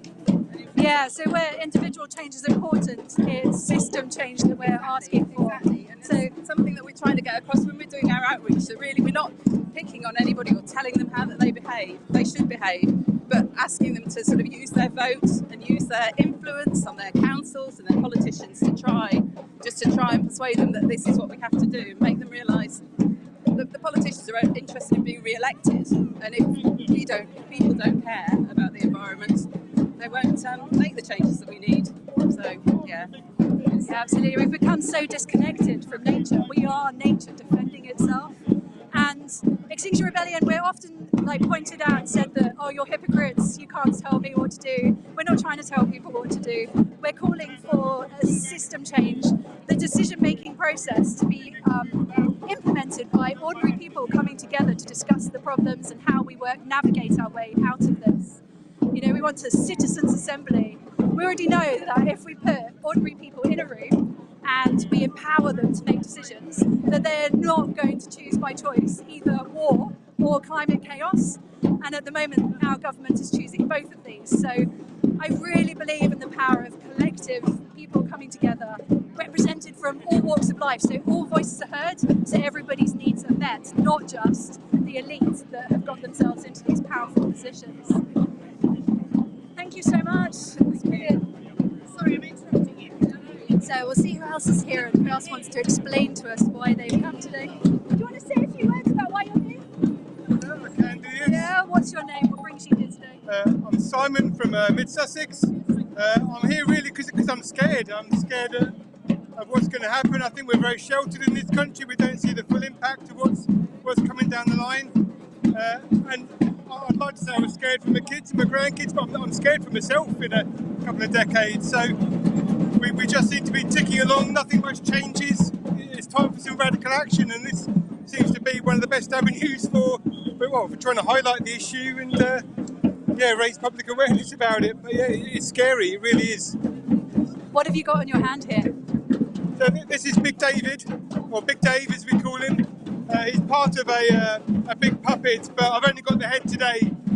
But yeah, a lot of people think it's Boris, so I have to spend a lot of time correcting people. Why have you chosen this?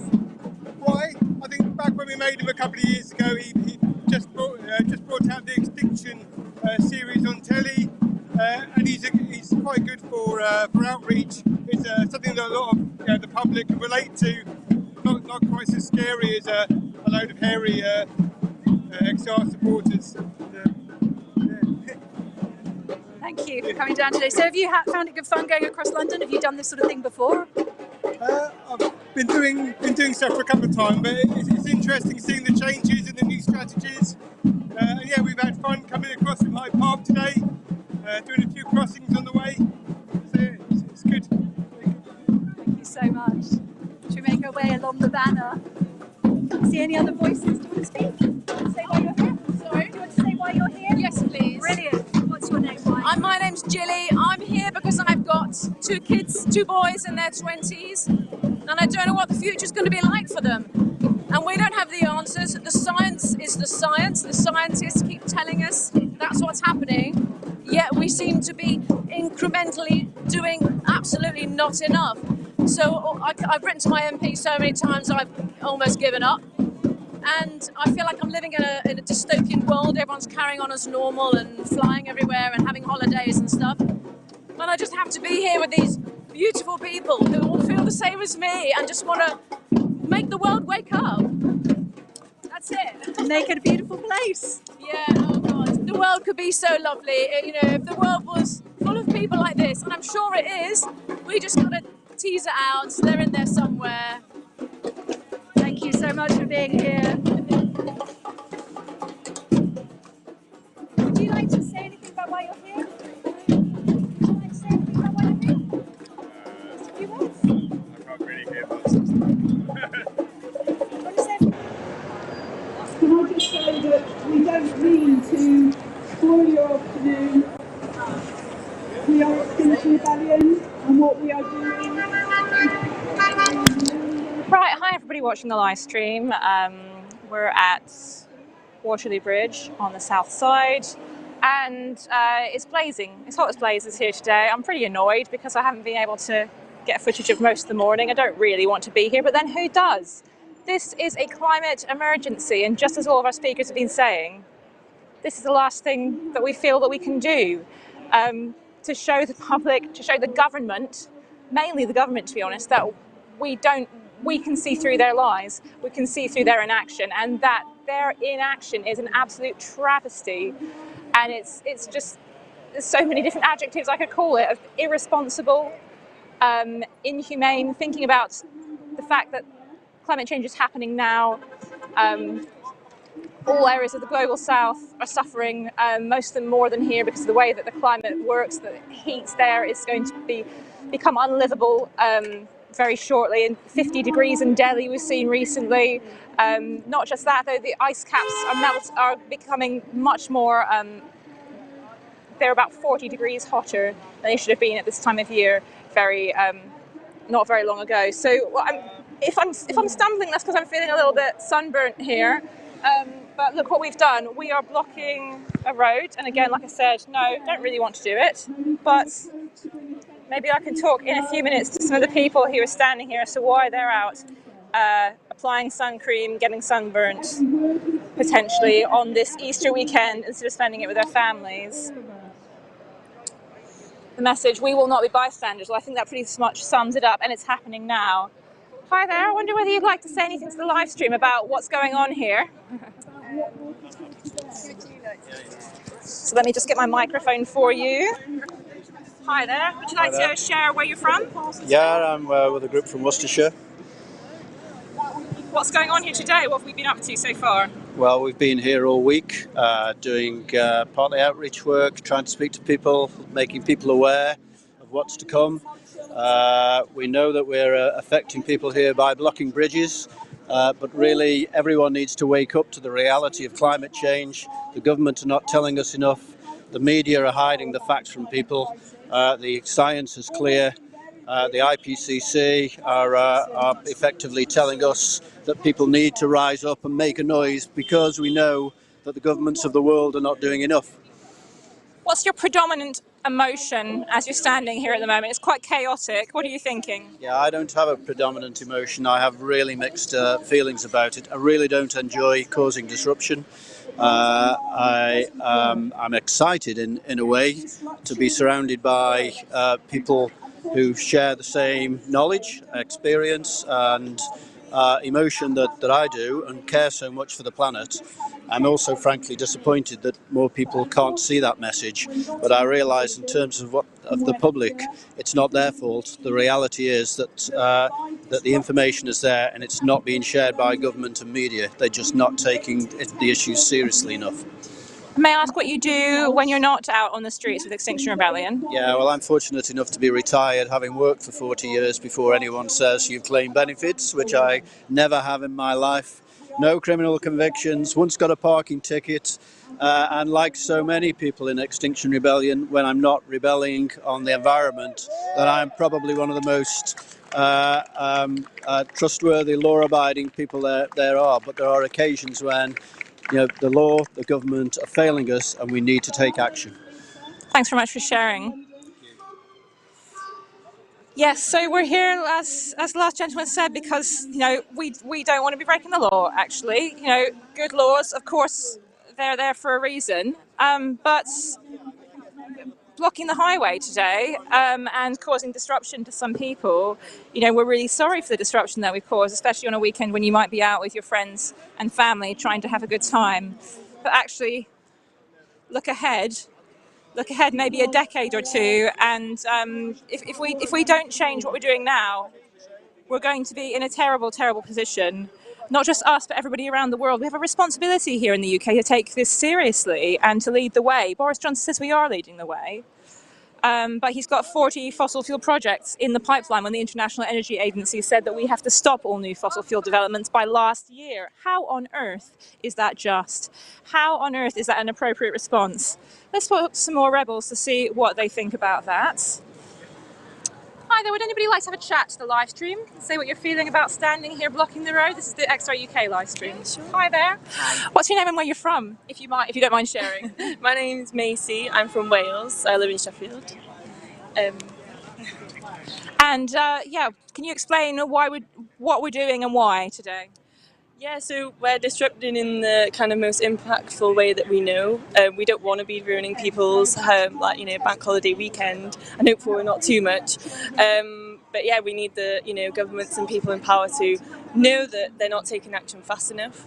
And yeah, I'm here today because I want to have a family when I'm older, and I wouldn't be able to look at my future kids in their eyes if I hadn't done everything I could. So yeah. As a young person, what was your journey like have you found out about the climate crisis quite recently, or is this a long time struggle for you? I probably found out about the climate crisis in 2018, and then started in 2018, and then so it's just been just over 3 years probably, because I came for the April Rebellion, and that absolutely changed my life. I was really down. I felt like there was no point in me living because I felt like I had a negative impact on the planet, whatever I chose to do, because the choices out there are not easy. They're expensive. The most environmentally, kind of positive choices are just not accessible. And I needed to have a bigger impact. So finding XR really kind of took me out of that depression and made me feel like I could do something, which is changed my life really.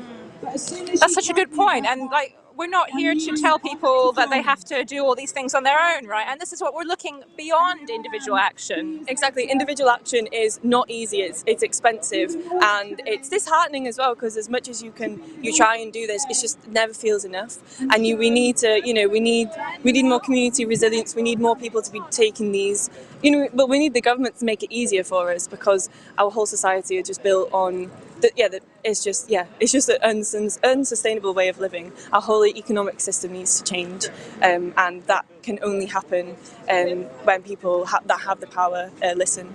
So, thank you very much. Is there anything else you'd like to say? Any message for people watching who might be tempted to come out onto the streets to join us? Well, I was really hesitant.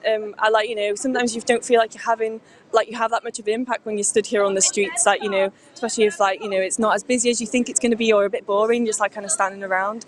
But actually, when I'm here now talking to people, seeing all the different types of people who are actually really trying to make a difference, it's really just makes me happy. I'm probably the happiest I've been in the last year or so. It's just so heartwarming to see all these other people who are in the same boat as you. You feel so alone when you go through this kind of climate despair. And I definitely would recommend everyone coming, even if it's just for the day. I'm here just for the day today, because I think there's always a comfortable way for you to get involved. So I would definitely recommend everyone come. Thanks for that, and just the idea that you're not alone and coming in to take action is a really important one, I think. Yeah, thanks for your time. Yeah, enjoy the rest of your day here. You too. If we can talk about enjoyment when we're blocking a bridge, but there is, as you said, a certain amount of satisfaction in knowing that you're standing up for your principles. Exactly. So yeah. Thanks very much. So just to give you a sort of 360 view, maybe, we are here at I can't remember what the junction's called actually, but we're just near Waterloo Station. Got the IMAX cinema there, very iconic building, sort of on the South Bank, and another iconic kind of structure here, Waterloo Bridge, right near the National Theatre, South Bank Centre, sort of cultural heart of London, I suppose. And now Extinction Rebellion are here as well. I think this is one of 4 bridges being blocked currently, going across the River Thames.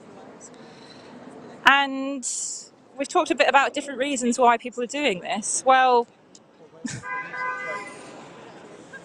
it's so difficult to sum up in one word, really, or one phrase. It's just, we are sick and tired. I think there's a lot of anger here, actually. There's a lot of anger that, let me just turn this around, that the government are not taking this climate crisis seriously, and they're not putting in place those measures that could have allowed us many decades ago, in fact, to have transitioned in a much more gentle and a much more considered way, which wasn't putting in the pipeline, if you pardon the pun, this capacity for collapse of our economic systems. They're now using excuses for the public to try and defray responsibility by saying that, oh, we've got a war in Ukraine. This means that we can't, we can't possibly stop buying oil from petro-states. Boris Johnson's gone over to Saudi Arabia to try and find oil to replace some of that which we would have got from Russia, but have now said we won't anymore. Other countries, and we're here in the UK protesting because that's where we are. In fact, we have huge carbon footprints around the world which aren't counted as our own. So we have a lot to answer for here, but there are other countries in Europe which are going to be more affected by this fuel crisis and this cost of living crisis as a result of the war in Ukraine. However, there's been a lot of research, and I'm sorry that I can't remember the exact sources for this, but there's been a lot of research, I think actually from the government's own climate committee, don't hold me to that one, I've got a lot of facts I'm trying to hold in my head here though, that have said that in fact these claims that net zero is unaffordable is just absolute rot. It's absolute rubbish. We are not going to be able to get energy quickly enough from from nuclear plants which take decades to bring into action. We're not going to be able to get energy quickly enough from new oil and gas reserves put into production in the North Sea.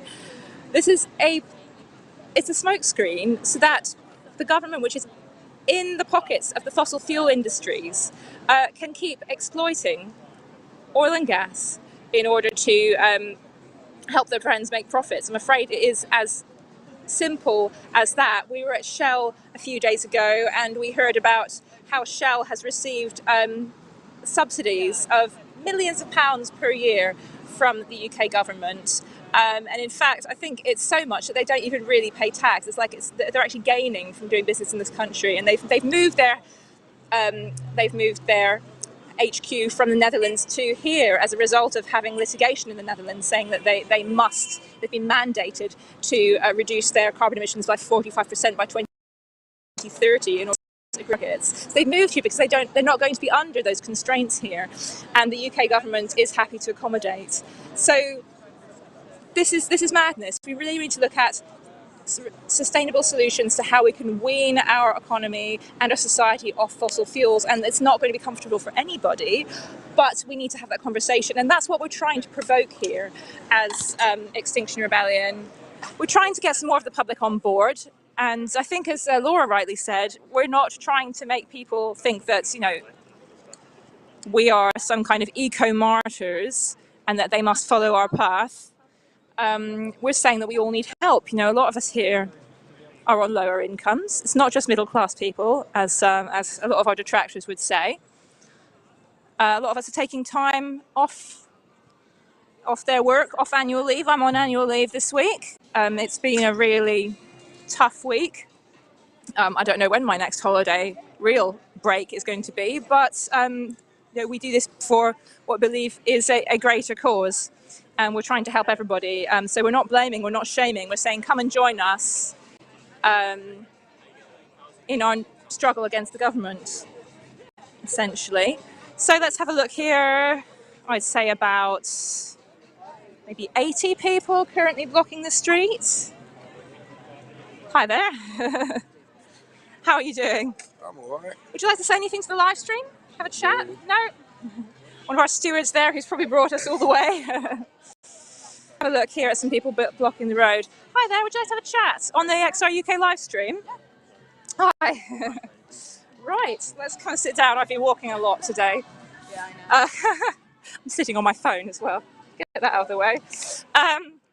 Right, hi there. Would you like to introduce yourself to the live stream and say a bit about why you're here? Yeah, my name's Esme. Yeah, sure. Is that okay? Yeah, that's great. My name's Esme. I live in London. I'm originally from Oxford.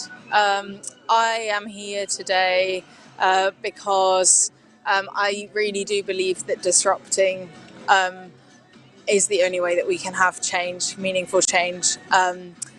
I don't think that people really will listen to petitions anymore and peaceful marches.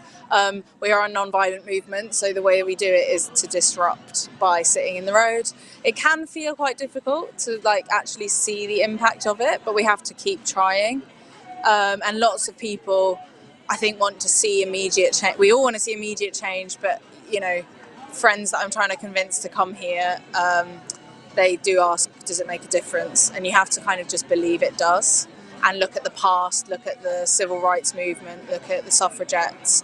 They were so unpopular and they disrupted, and that was what got the change eventually. And now we take it for granted that was a part of history. Yeah, right? totally. Yeah, and also this week has been just eye-opening. I've been involved with XR for about 2.5 years now, but it's been eye-opening to actually realise just how urgent this is. We have 3 to 4 years to change the course of humanity, and this means what we're seeing in Ukraine now, the violence and what happens when there's war and crises, that is coming for all of us with societal collapse that will happen, majority of the world being uninhabitable. We can't actually, I don't think we let ourselves compute just how bad that actually will be. And it's already happening to people in the global south. So yeah, please come and join us and act now. We really don't have that much time. Yeah. Thanks very much. It's all right. Anybody else like a word? Yeah? Okay, I'm turn around here. I'm enjoying sitting down for this. Yeah. So I'm happy to have another interview. Dave, if you wouldn't mind holding that. Sure, thanks. Hi, so would you like to introduce yourself? Hi, I'm Theo. I'm from London. I live in East London now, and I'm here because of the urgency of the energy crisis that we are facing, and the absolute need to move to cleaner forms of energy as soon as possible. We have ignored for too long the effects that natural gas and oil and coal have had on the climate, and we are at a real juncture now where investment needs to be made in renewable sources of energy, and there is political will to change certain things when we see the situation with Russia, and to stop using Russian energy sources, and that same political will needs to be there for all fossil fuels and for all oil and natural gas and coal, because we've shown that it is possible if there is sufficient investment, and I'm here today to make our voices heard for that.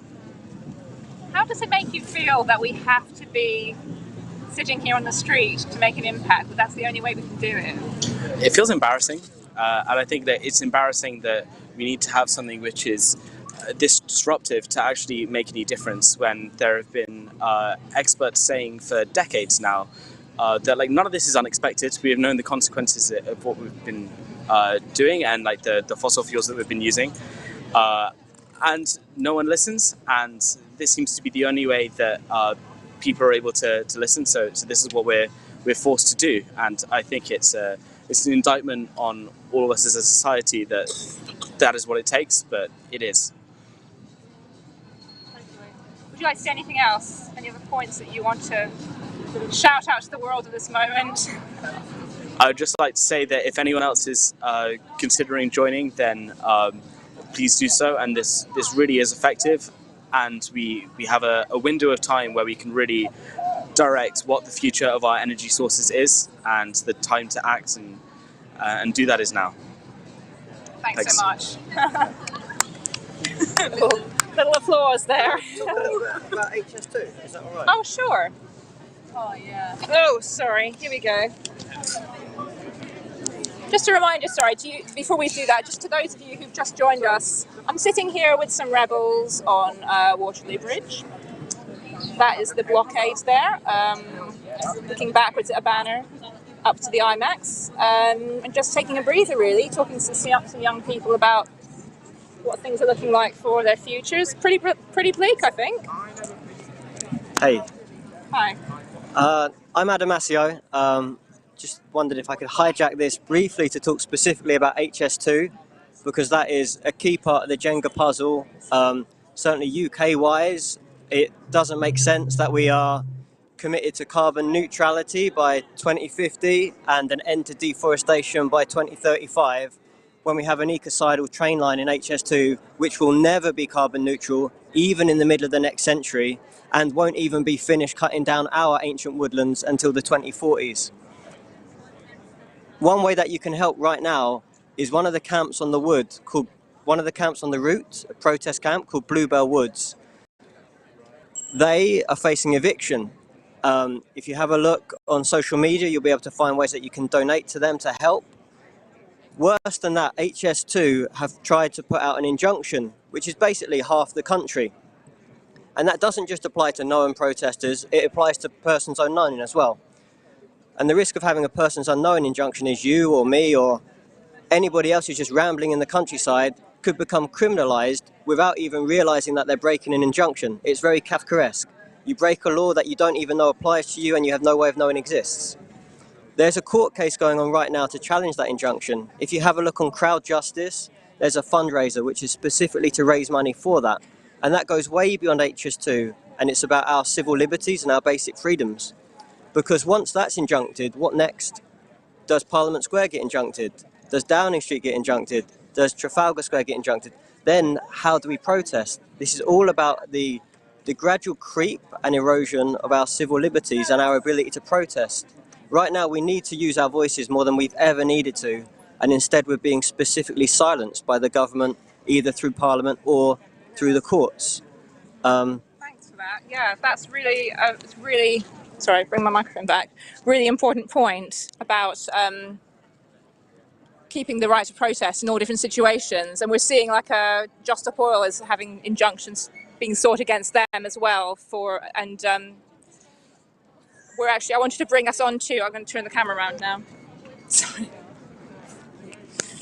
Yeah, we're also looking at curbs on rights to protest. I think I'm going to introduce actually some clips that we saw earlier at Charing Cross Police Station, because Emma Smart, who's a scientist who's been rebelling with Scientists for XR, she carried out some civil disobedience at BEIS, which is the Department for Business, Energy and Industrial Strategy, with a lot of other scientists. Earlier this week, on Wednesday, I believe, they were fly posting scientific reports to the Glass there about how bad global warming is going to be. The thing being calling on Kwasi Kwarteng to really heed the International Energy Agency's reports and many others as well. And all of there were many scientists that were arrested as part of that action, but they were all released after 24 hours. Emma Smart was not.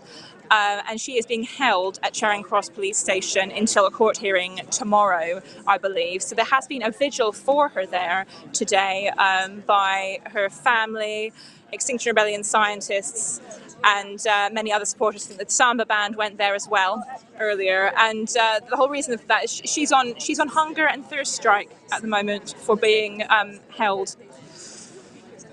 And it's a really scary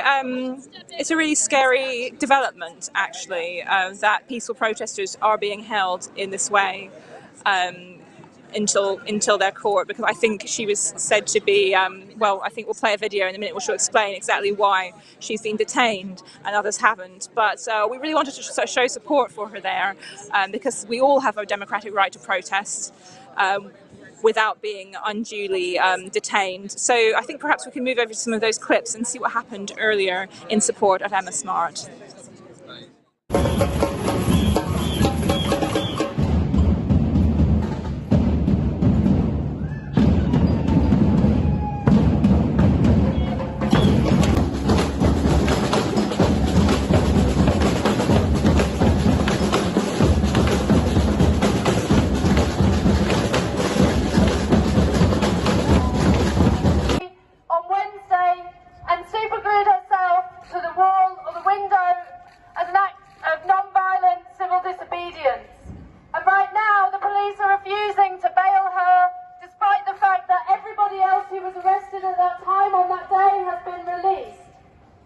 she's taken a voluntary hunger strike, and we're all very concerned for her well-being, but we also understand why she feels that she needs to take this kind of action at this time, because we are so very nearly out of time.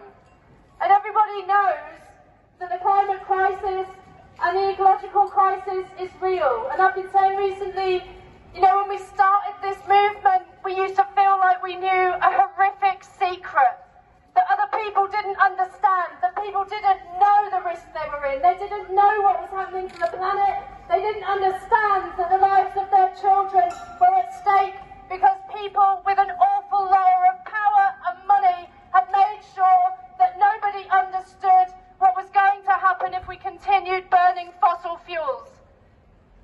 And so now, with our heartbreak, we have to confront the fact that despite the fact that it seems that everybody knows, very little has changed.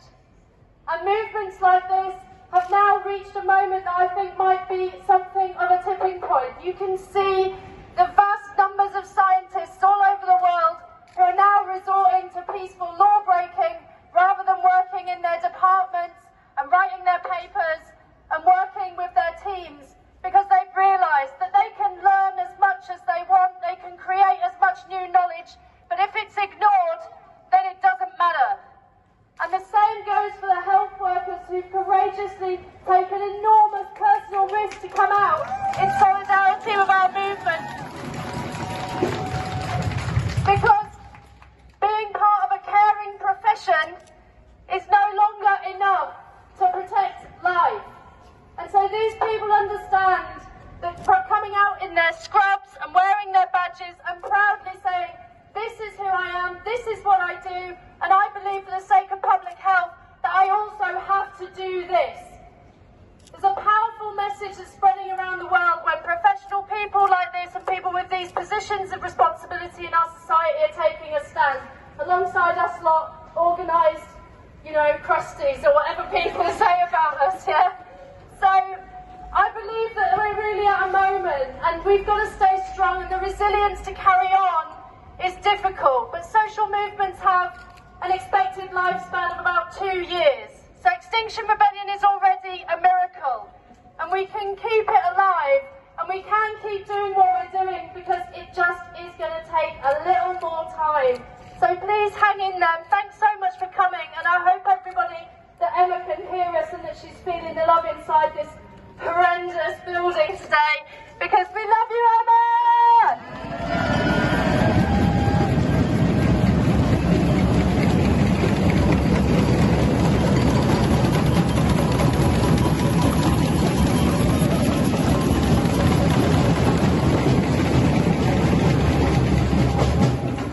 Okay, so get yourself some sun cream and some water, and we're going to play for Emma in 5 minutes. I'm here today outside Charing Cross Police Station, where my wife Emma Smart from Exile Scientists is currently being held. She's in custody. She's been in there for over 40 hours now, and she will be held in custody until she appears in court, most likely at the earliest tomorrow. She's being held in custody because they claim that she's a serial custody breaker, and that if they let her out, that she's likely to go out and commit more crime. This is quite an unusual move by the police. This is typically for dangerous criminals who are potentially a threat to society, who've committed violent crimes, rather than a peaceful, non-violent protesting scientist who's committed quite minor criminal damage. So it's quite an unusual move. It's not particularly very just.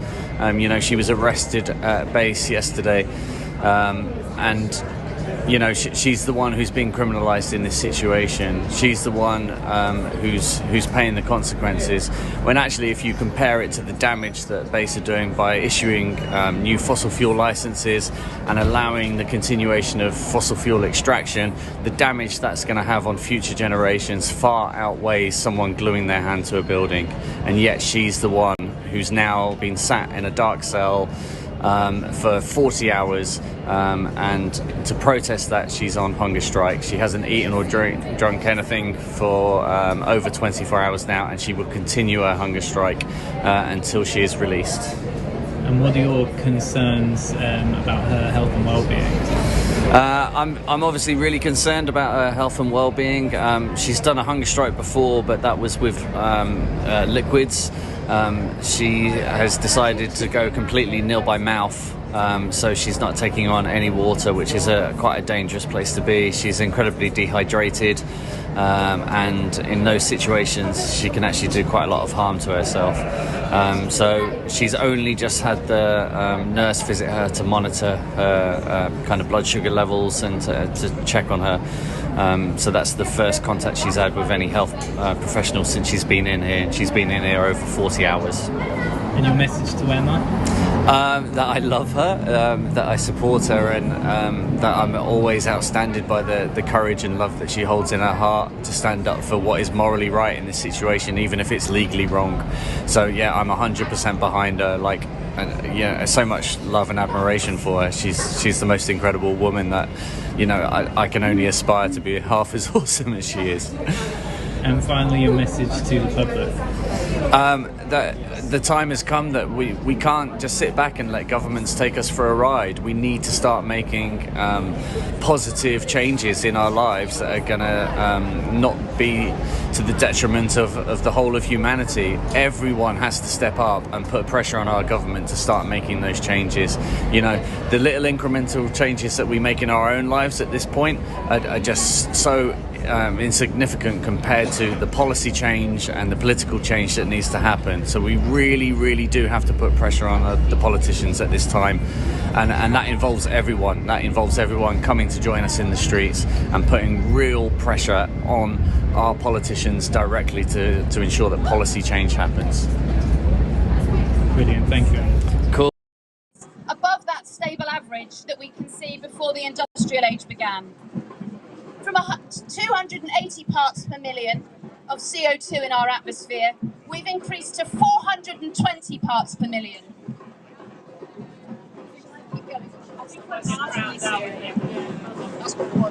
I understand the rage of passers-by here today. I understand it from the drivers who've not been able to take their intended route, and from the people who've not been able to get to work or to their social appointments on time. That I feel that rage as well. I feel that rage when the IPCC says we have got to leave fossil fuels in the ground. And 2 days later, our government announces that it will be drilling for more oil and gas in the North Sea. Your rage is my rage.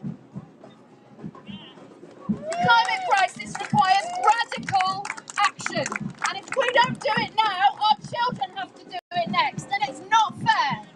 Everything we don't do now, they've got to do later. And I won't stand by and let that happen.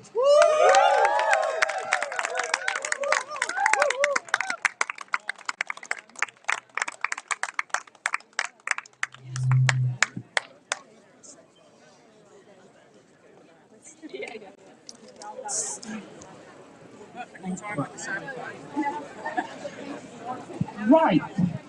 Mic check. Mic check. Mic check. Mic check. So, I am from XR Youth Cambridge. And I am very disappointed with the police and everything, not taking accountability for the actions they do, go around thinking they're the hard men, when really they're just not. They're just people that don't know about the accountability and consent process. All they do is go around emotionally traumatizing people to get money, and that is everything they just want, just money. They don't care about other people's feelings, they don't care about anyone else apart from themselves. And what I find is,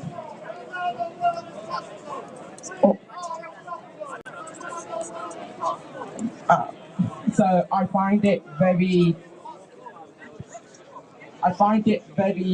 ironic that the police think they can go around causing pain to people, talking to people, and thinking they own the land when they don't own the land. The government owns them, because they wouldn't be here if... I'm just going to move away from that speech for a minute, because I think there's a development here that I should probably tell you about. So we've just been hearing people speaking at the mic, and while that was happening, quite a large samba band came across Waterloo Bridge. And so we've now been, our numbers have gone up by about, well, a factor of 2, I think. And at the same time, we've had many police coming to talk to people on the line. And just a reminder to you that we are on the southern side of Waterloo Bridge, near to the IMAX cinema, which has become quite iconic.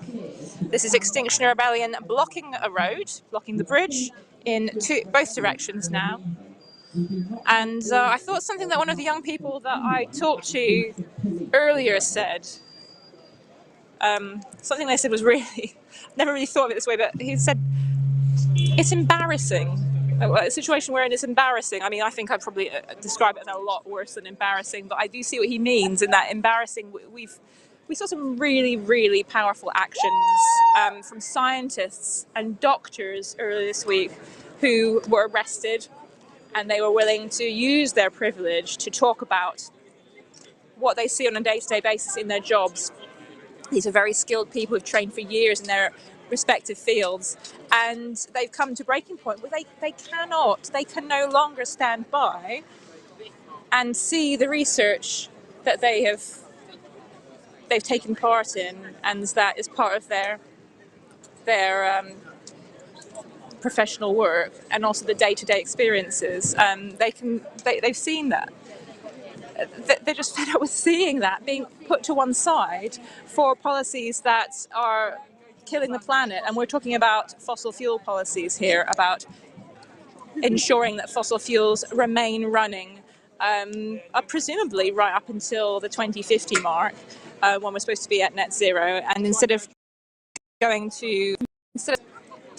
having renewable technologies come in and help us transition away, using things like carbon capture and storage, which are essentially based on the old school of oil and gas. I was speaking to an expert quite some months ago who was saying that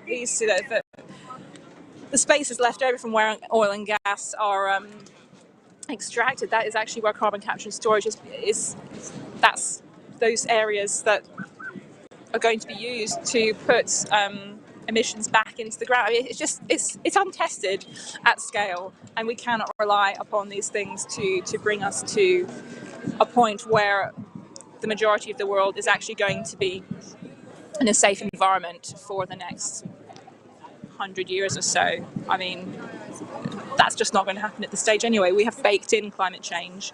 We're currently at 1.2 degrees of warming. 1.5 is apparently the safe limit. That's not very much at all. I think we're currently on track for 3.6 degrees of warming by the end of the century. I can't remember that exactly, but you know, things are bleak, and it is embarrassing that we're not listening to the science. We're not listening to people who have the expertise and people who have the there is so much knowledge, there's so much innovation out there which is not being funded by the government and not being heeded by the government, and that is just so categorically wrong. We're listening to the same old guard, the fossil fuel industries and the financial industries, and the media is just going along with it. So it's really, we're not in a good place, and I've just seen that we're actually moving the banners on. So I'm going to see whether we can I'm just going to have to do a manoeuvre here. Get rid of my monopod. One moment, please.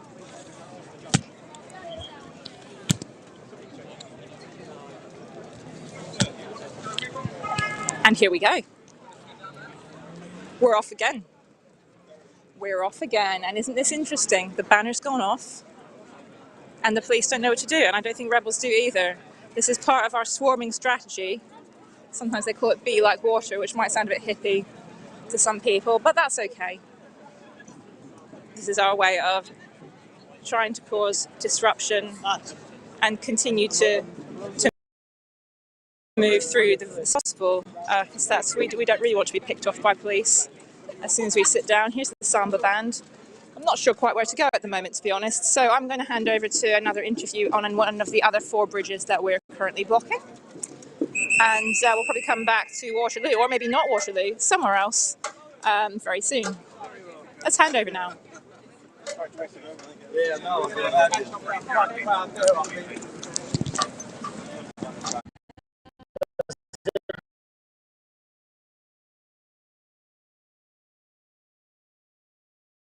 Hey! All right, we're back on Lambeth Bridge. We're cruising across. I don't know. Let's have a look around. You can see Extinction Rebellion. We've been holding this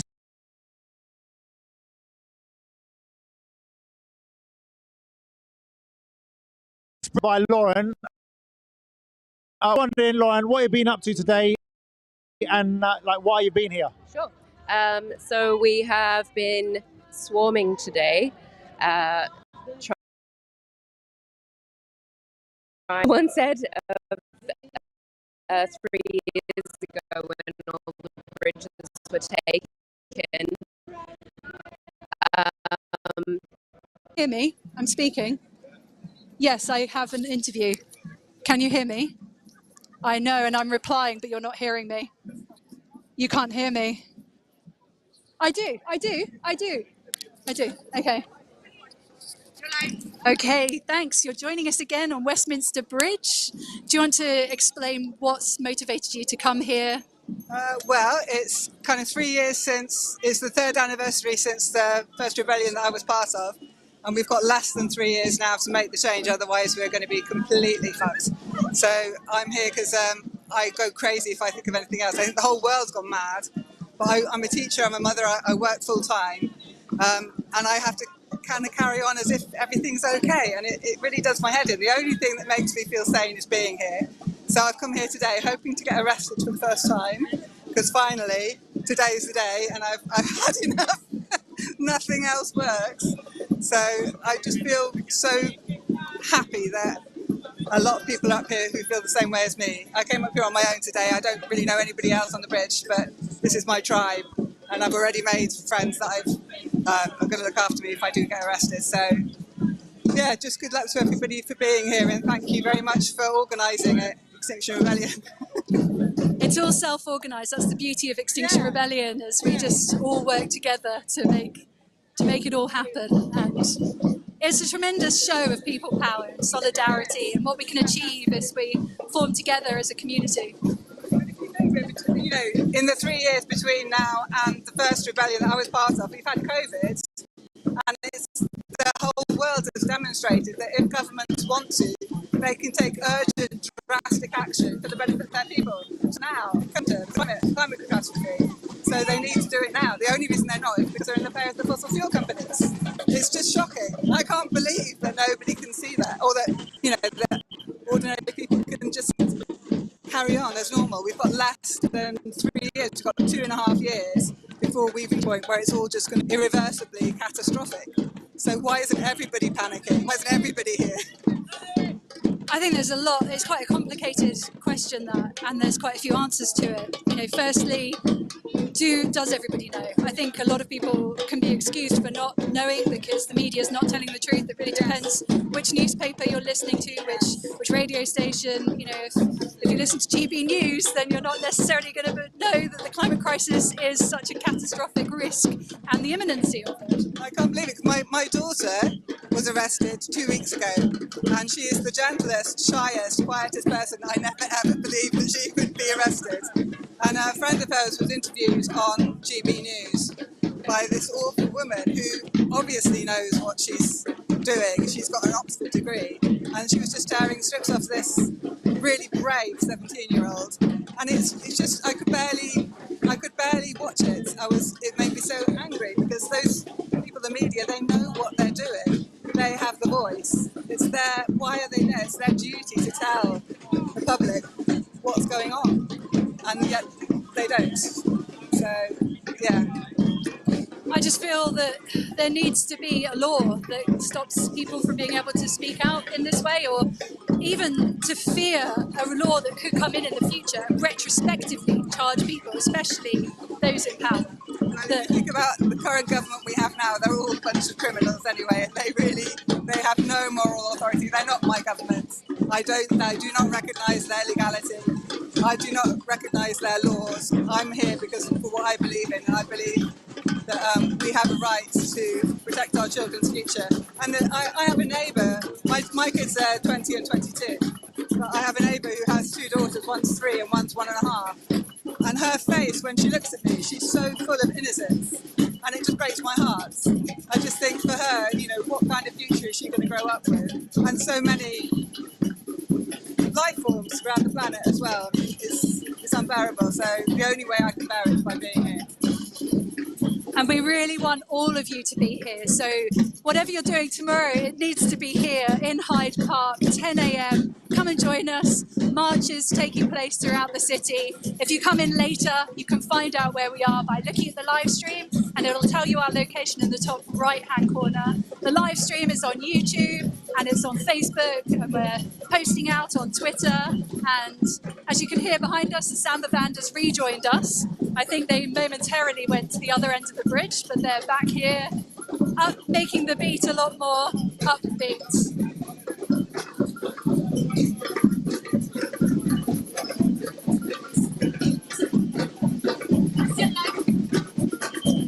So you're joining us here on Westminster Bridge. If you're just tuning in, this is Extinction Rebellion's day 7 of rebelling. We've got 2 more days to go. Do come and join us tomorrow, Hyde Park, 10 a.m, and then marching through the city. We have a very simple demand at this rebellion, and it is the same demand as the United Nations and the International Energy Agency, and that is for no new fossil fuel licenses, subsidies, or investments.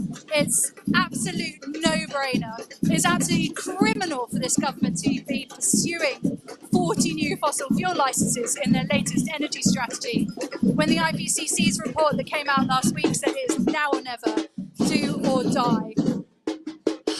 What is it going to take? So the president of Ukraine, he said, as a quote, "If we cannot end the age of fossil fuels in the face of civilian slaughter and the destruction of our planet, what will it take?" The United Nations Secretary General says what it will take is an enormous uprising. People coming en masse, grassroots movement that is so big it cannot be ignored. You've got the NASA scientist Peter Kalmus saying the same thing. It's more than 1 billion climate activists. And we shouldn't call ourselves activists. We are just ordinary, concerned citizens that are taking time off work on our studies to be here to show our government that we must act. We want action right now from them, that they need to use their power for good. And it sounds kind of make-believe almost, but we need them to save life on Earth. And it is as simple as that. I've interviewed 8-year-old kids that know all about the problem, know all about the solutions. It's simple. We've got to stop fossil fuels now. So you're joining us here on Westminster Bridge. The sun is still shining. It's a beautiful day. People are mingling around, talking about the crisis, sharing their concerns, sharing how they feel about being here today. And you see the police are actually smiley and happy on the sidelines here. We're actually very nice, friendly people. Do come down and speak to us. This whole week has been really about outreach, about speaking to the public and trying to draw more people to join us, because that is what it's going to take. It's like now or never, do or die. This is the last chance to save humanity, and what it needs is everybody coming together to force this government to do the right thing. Should we find another interview? Let's wander around and speak to someone. Should we just move forward and...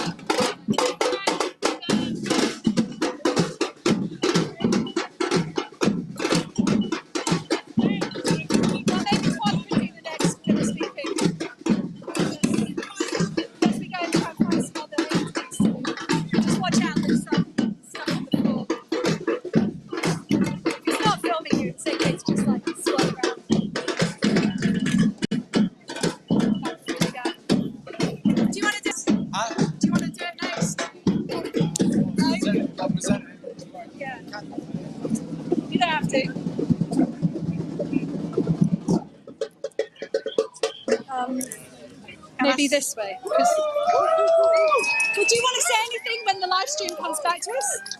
Yeah? Okay, so if you just stand back and it sort of shows him that we're ready. Ask me a question. Oh, I'm live. Okay. Yeah. Who are you? What brings you down here? You're wearing a white coat. What does that mean? That means I'm a de-escalator. So in the case where we need to inform drivers, for example, that we're going to be at a roadblock for a matter of minutes or maybe even hours, I need to basically make sure that they respect our wishes and that they don't get too annoyed at everyone else.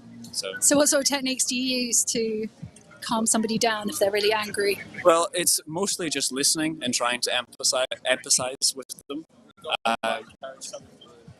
Oh, okay. So I might need to move slightly. Yes. So it's making sure voices are heard and that they can.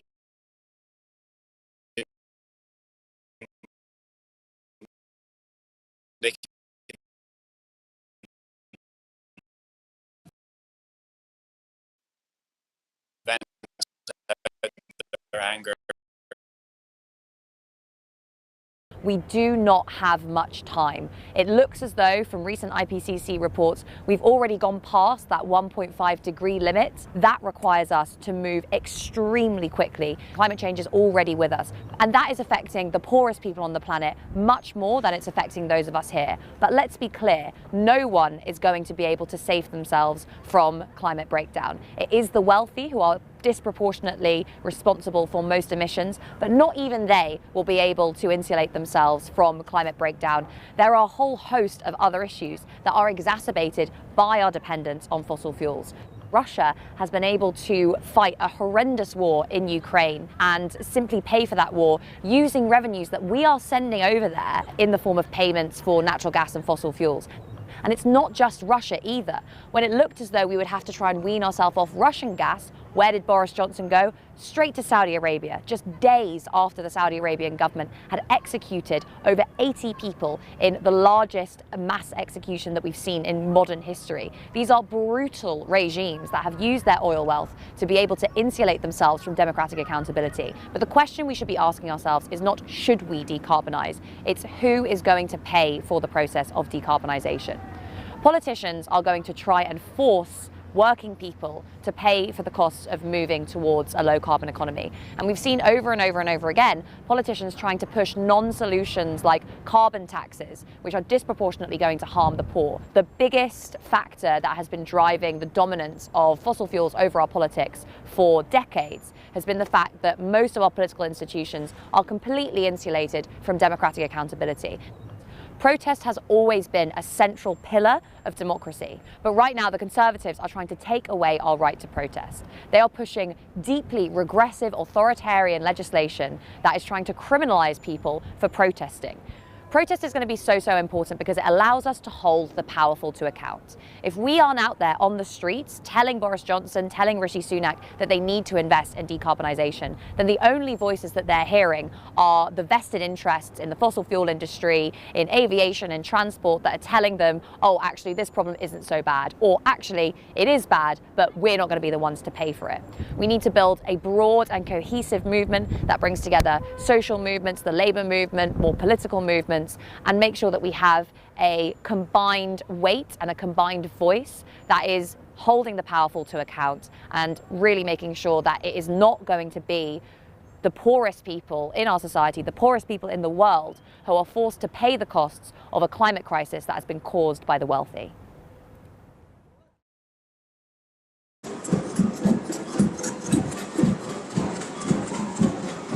Well, hi.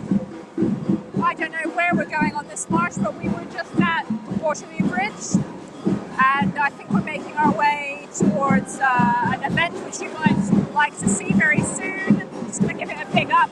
Writers Rebel, along with some other poetry collectors that I can't recall at this moment in time, are going to be doing a spoken word performance in the South at the Tate Modern very shortly, which I'm lucky to tune into right here on the live stream.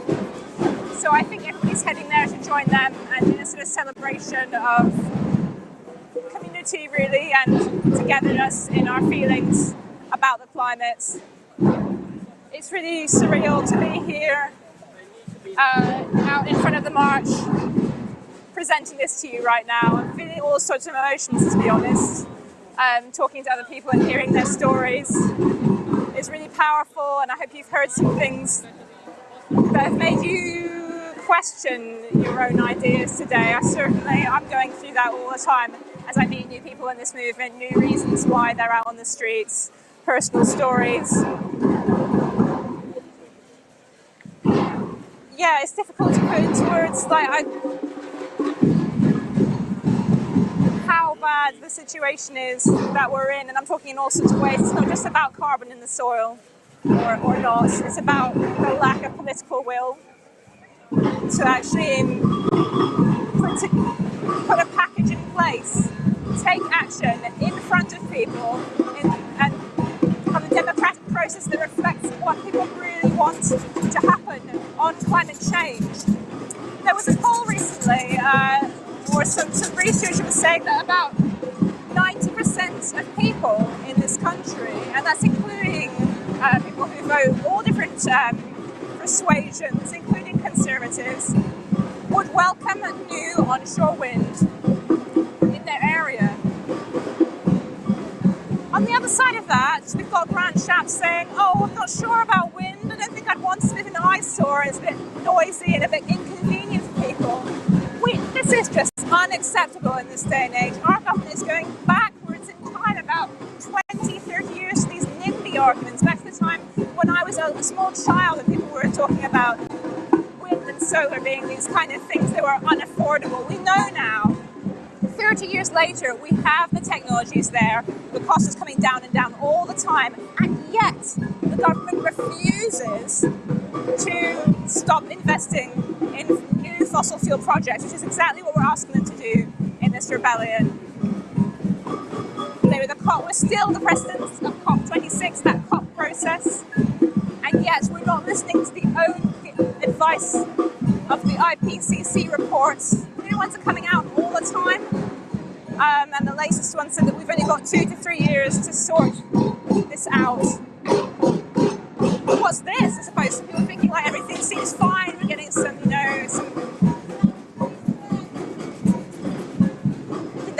we're seeing wildfires, we're seeing heat waves, we're seeing droughts, we're seeing, I don't know, storms, temperatures being very different from usual. It's not really hitting us here, we can just invent our way out of it. Unfortunately, research is not saying that we can invent our way out of it now. We have kicked the can down the road for way too long, and now we have global warming baked in, to use a term that I think our government enjoys, baked in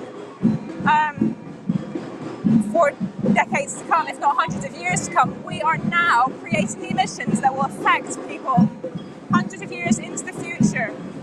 And that's just such an irresponsible thing to do, and it fills me with anger and sadness that we actually feel that is all right to pollute the planet so that future generations won't be able to live and enjoy the standard of living that we've created for ourselves, to make them move to a situation in life where they can't fulfill their basic needs, to feel that other parts of the world, people living in other parts of the world, don't have as much right to us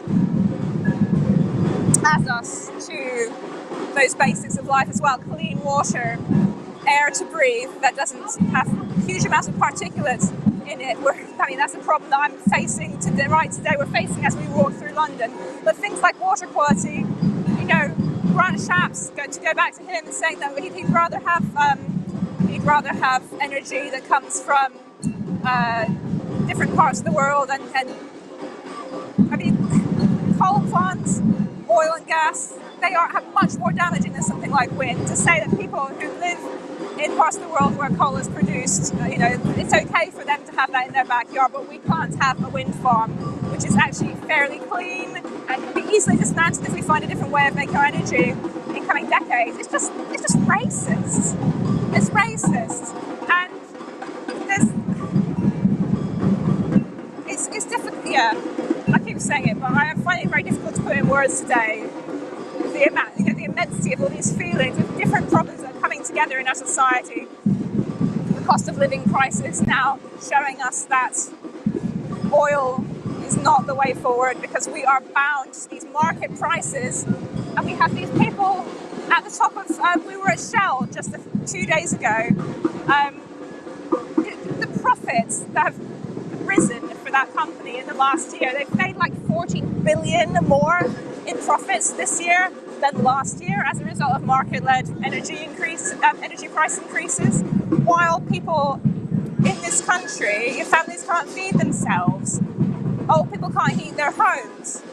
What on earth are we letting the market do to us? We need to find a new way to redistribute wealth so that everybody has a way of living in this climate crisis as it unfolds, without not having to become even more vulnerable than they already are.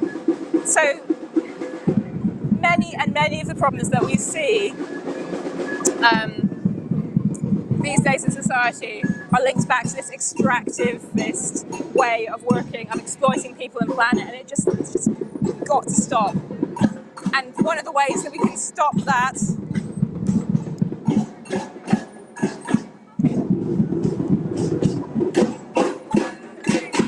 sorry, I'm just busting in here to document this. People trying to come through our banners. We have a democratic right to protest. And people who are going to get in the way and try and bump us off. We have a lot of people this week saying that, protesters, well, what will we do? The speed bump or something is absolutely abhorrent. Have you no idea of something bad in your life that you might think strongly enough to protest about one day? And that one day you surely will. As climate change comes to bite, none of us want to be doing this. But we say we will not be bystanders. Will you be bystanders watching this live stream? Please share it with some people you know. Please share these interviews. We feel it's so important to do these live streams to bring to you some of the human stories about why people are out here doing this. In the media, there's so much, the right-wing media especially, so much vileness against people who are out on the streets fighting for their rights. And saying that we don't have jobs, we don't wash, we're smelly, we have some kind of we're paid, we're paid by greater forces to come out here and protest to make disruption for people. I'd like to say something actually. I'd like to say how people in government think about all these people with second jobs that we found out about just a few months ago, in Patterson, and when that scandal unfolded, we see how many people who are supposed to be our democratically elected representatives and people working in government and in policy actually have conflicts of interest with private businesses. These people in power are paid off by private interests to do their bidding. It's not us. We are on the right side of history. We're trying to stand up for all of humanity. We're trying to stand up for all of non-human life on Earth. And we're not blaming you, we're not shaming you, but please think about how you might be able to take action with us, or not with us, in your own way.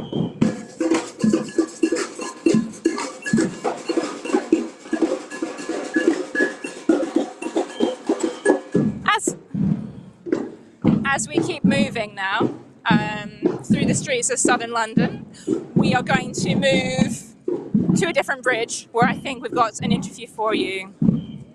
Thanks for watching from...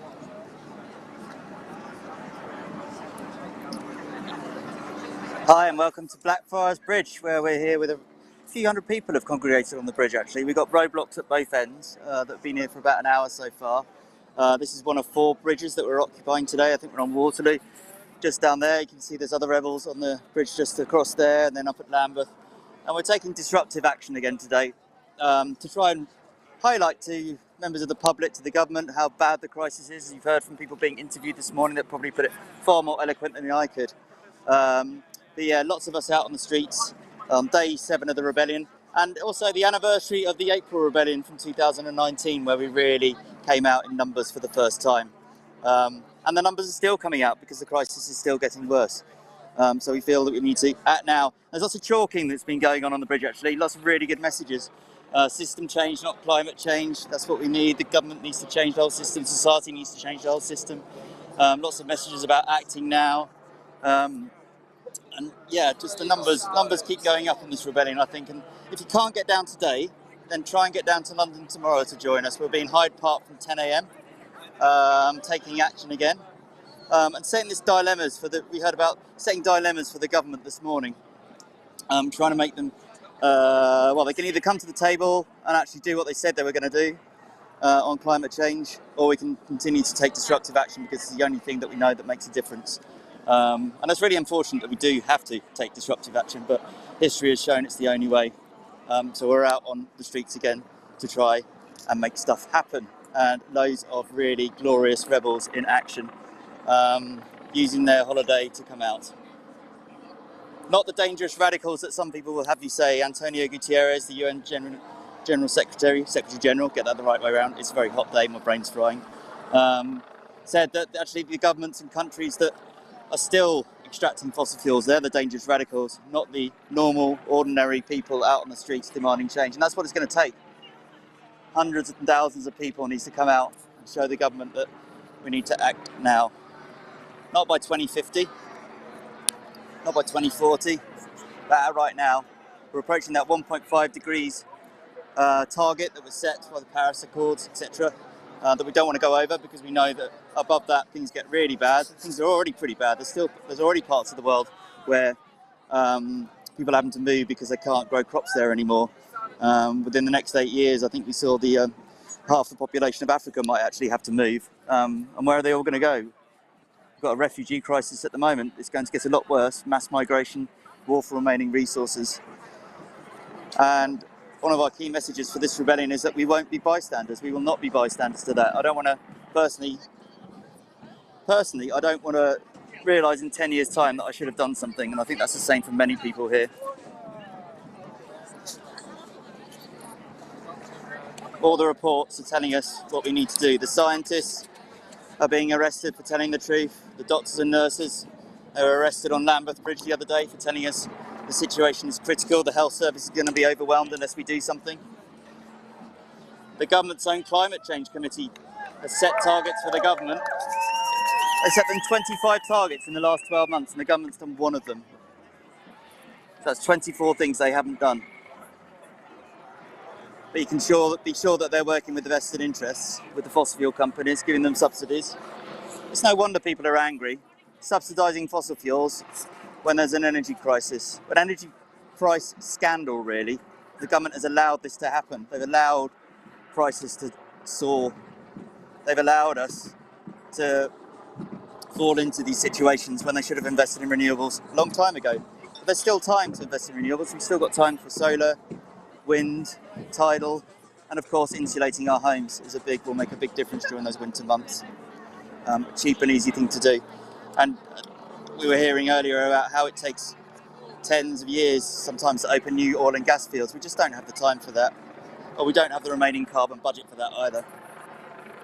So we're out on, if you're just joining us, we're out on Blackfriars Bridge in some numbers. There's roadblocks at each end, the south and the north. The Samba band has been along as well to keep the rhythm of the rebellion going as it always does. And quite a lot of police around as well now. But at the moment they're just standing by the sides, facilitating the process. They haven't asked us to move, I don't think, yet, which is good. And we'll be here for a while yet, I think. We started off with a bit of swarming first thing in the morning, assembling in Hyde Park as we usually do. With a bit of swarming through the city, causing some disruption, causing those dilemma arguments. Nobody really wants to be heard from loads of interviews this morning, how nobody really wants to be here. They would far rather be doing other things, whether that's in their garden, down the pub with friends on a bank holiday weekend, with family. But because of the government's inaction, we're forced to be out here. And it's tiring, it's hot, it's dirty. And it's thirsty today. Actually, a really nice thing that happened earlier was a member of the public, a cyclist, I think he was a cycle courier, just pulled up at one of the barricades at the front of the bridge and dropped off like 10 bottles of cold water for the rebels, and then just said thank you and moved on. You know, there's a lot of support on the streets especially cyclists, for what we're doing here today. I know it makes some people angry and upset about what's happening, especially with the fuel shortages in parts of the country. And that's not a good thing if you need to get to jobs, if you need to get to hospital appointments, etc.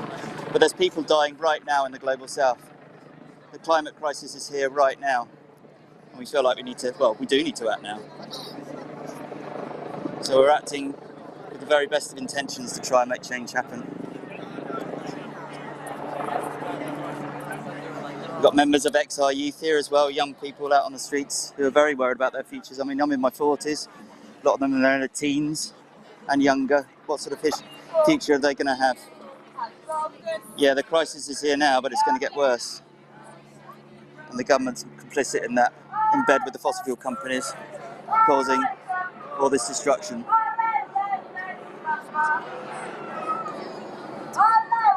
We might find if we can try and find somebody if we can talk to. Let's have a wander over here. Hi, would anyone like to say anything for the XR UK live stream? Any words about why you're here? Any words? Would you like to say anything for the XR UK live stream today? I know you're a regular. You can find other people if you want. I'm always happy. Yeah, just give us a little bit of a rundown of what's going on the bridge. I think I'm right in saying we've had five bridges at least for some of the time. I heard there were 4, yeah. 4 bridges, yeah. okay. It's a nice, a nice good vibe, isn't it? Yeah, good vibe, sort of reminders of 2019. Were you here in April 2019? Yeah, very much so. And, I think this is, to some extent, it's a sort of rebuilding rebellion. Obviously, we're not quite at the scale we were back then, but it's great to see this kind of action happening. I think it should be more and more clear for everyone to see that just leaving business as usual to itself is utterly catastrophic. Our immediate demand is incredibly simple and an absolute no-brainer. When the International Energy Agency, commissioned by the UK government to inform the COP negotiations, concludes there can be no new fossil fuels if we're serious about 1.5. Absolutely, yeah. For us as a so-called climate leader to be licensing new fossil fuels at this point, and for the US to be doing similar, is horrific, because it licenses every single other government in the world to do it. Actually, you might be able to answer a question for me, because the government do say that we're fossil fuel leaders, don't they? And they do say that our emissions are going down and down. But are they actually accounting those emissions properly? No, they're still not at all. So they claim our emissions have gone down to 50% or whatever it is, and actually it's a few percent, but nowhere near the speed at which they need to go down, given that there is no meaningful budget left for 1.5 at all. And we live in a slightly surreal world where, as activists, on the one hand, we want to kind of endorse the IPCC, which is calling for radical change from where we are now, huge 3 times faster speeding to renewables than we have at the moment. But they're saying 45% by 2030, and meanwhile the graph in the latest IPCC report on the bit that's looking at what they call global dimming, so the amount of in the atmosphere, the amount of extra warming we've already got accumulated from what we've already done. That's the mid estimate for that is 0.5 degrees, right? So we're at 1.1, 1.2 already. Add 0.5 to that, you're at 1.7. Yeah, 1.5 is blown, really, isn't it? Yeah. But we need to, it's right. We need to fight for every fraction of a degree, don't we? Exactly. And so 45% global reduction in emissions by 2030 would be a spectacular improvement on what we've currently got, but it would still be nowhere near what the science demands we should have already done and should be doing. And emissions are still going up, yeah? Yeah. No, I think I'm right in saying 20% of all the emissions ever since 1850 were in the years 2010 to 2020. It's crazy, isn't it? And as things currently stand, there's going to be more emissions this decade than the last one, So they're just not listening to science. It's a function of economic growth, right? Like, there are more renewables than there ever were, but if you're trying to add 3% to the global economy every single year, then you're running to stand still, Yeah. And for what? So that the small percentage of people at the top can keep consuming more and more, can keep concentrating more and more wealth. Like, we have the capacity to create a world where everybody has a decent, beautiful, breathable life like never before.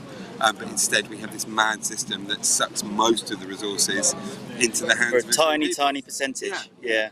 And as people say, the wealth is wasted on the rich. Yeah. Like it's for what? So that they can compete these sort of cockfests with bigger and bigger yachts. It's true. It's true. 60 years ago, it was like, oh, I've got Rolls Royce and a second car, like aren't big and fancy. You know, you don't need to be playing that game with like mega yachts that, you know, the equivalent to the emissions of thousands of people on the other side of the world. Yeah. Nothing to cause the crisis. But it feels like there's a lot of wealth on this bridge, isn't there? Just in terms of human spirit, rebel spirit. That's proper wealth, not money. As this sign behind you says, love in action, right? Like, this is contrary to the impression that the media tries to create, that we're these sort of, you know, resentful, selfish people that just want to mess things up for everyone else. Like, this is a movement of people from all walks of life that have just seen the truth of the science for what it is, and realised that politicians have for years and years said one thing and done another. And I thank Greta Thunberg from the bottom of my heart for coming up with the term blah blah blah, because you could not come up with a more eloquent expression of what's going on. You know? As long as the words they say do not match a reality where fossil fuels are staying in the ground and we're accelerating the transition to renewables, then all of it is rubbish. It's all blah blah blah, isn't it? Totally. And those words that were said at COP26 seem to have been forgotten now, and I don't know if it's worth the paper it's written on, really. Yeah, I mean, the latest two IPCC reports, you've got the Secretary General of the United Nations. I mean, people have watched me previously, I keep repeating this, but it cannot be repeated enough. He said, we have a brief and rapidly closing window on a livable future. Yeah. You know, that is where we are. He's the most senior diplomat on the planet, the voice of common sense and neutrality. That simply is what the scientists are saying, you know. And 1,200 scientists across the world have taken action, different forms of civil disobedience action in country after country in the last week, because the people who've been doing this research that know it categorically have reached a point of absolute desperation. Yeah. Because they're giving these, you know, they're giving all the information to the politicians that they need, and it's just being ignored, because as we all know, when push comes to shove, it's the powerful interest in the banks and the fossil fuel companies that rule the day. Yeah. It's what George Monbiot called the pollution paradox, that it's the industries that are doing the most destructive things, and therefore that are most in danger of being regulated, that pay into the political system. Yeah. You know, so we have a system dominated by the most toxic and destructive industries. So hopeful, a horrible loop of destruction going on. Never. We need to break out of it. But the truth is getting through. Right? Yeah, it is getting through. Climate change is now one of the top concerns in this country, not least because of the work of the likes of Extinction Rebellion and the school strikers and all the other people who've, you know, talked to each other, done their research, had those conversations amongst each other. But we have to get, you know, understanding translated into actual change on the ground. And it's worth stressing also, because we tend to only talk about climate change because, you know, that's what the world talks about most, and obviously it's a huge crisis. This isn't just about climate, it's destroying the soils in the world on which we depend for our food at accelerating speed. There's a massive freshwater crisis already and looming larger and larger that's affecting hundreds of millions across the world. You know, the viability of agricultural livelihoods across the world is just collapsing for millions and millions of the most vulnerable people, because if you can't rely to some extent on the weather happening as it's meant to, you can't grow food. You know, as Roger Hallam has been saying from the beginning of this movement, you know, that's what he experienced in the most sort of, the most basic, obvious way. You know, when his crops just died because they got no water. You know. And you know, Somalia at the moment is facing its 4th year of horrific drought, and you know, hundreds of thousands of children are threatened with death from starvation. You know, people were seeing that in their living rooms every day alongside the Ukraine stuff. They would be just as concerned about that. Yeah. Because when push comes to shove, we all have mirror neurons. We're all wired to care about other people when we see their suffering. You know? That's part of being human, isn't it? Yeah. And obviously the job of this evil information system, the so-called free press, is to try and make sure that people are seeing as little of that as possible. Our job as activists is just to get people to engage with that truth.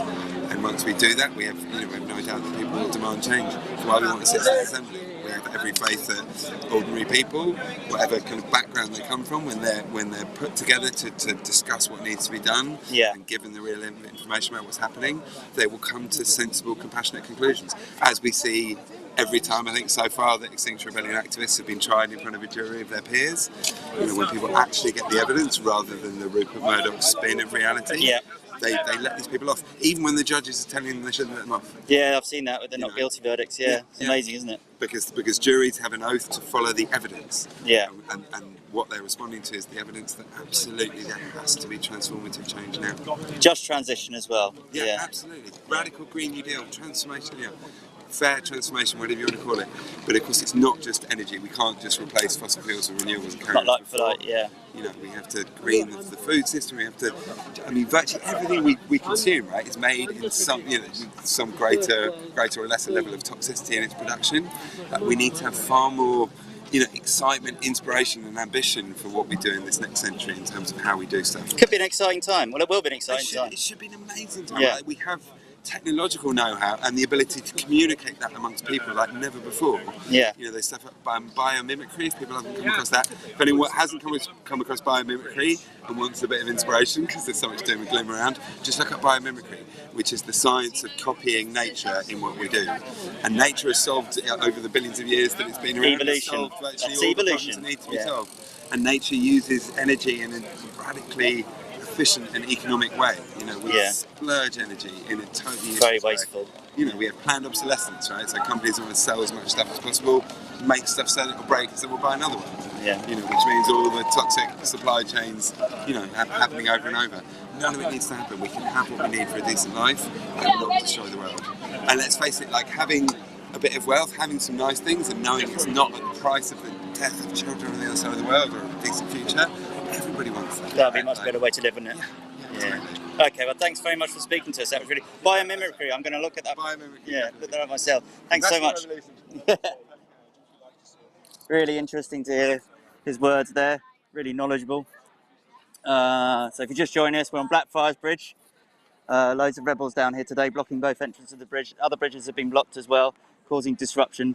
And if you were just listening to that interview, it's because we've got a rapidly closing window of opportunity to act now against the climate crisis, as this rather bright umbrella says, act now, climate crisis. But we've also got the ecological crisis as well, the ecological emergency.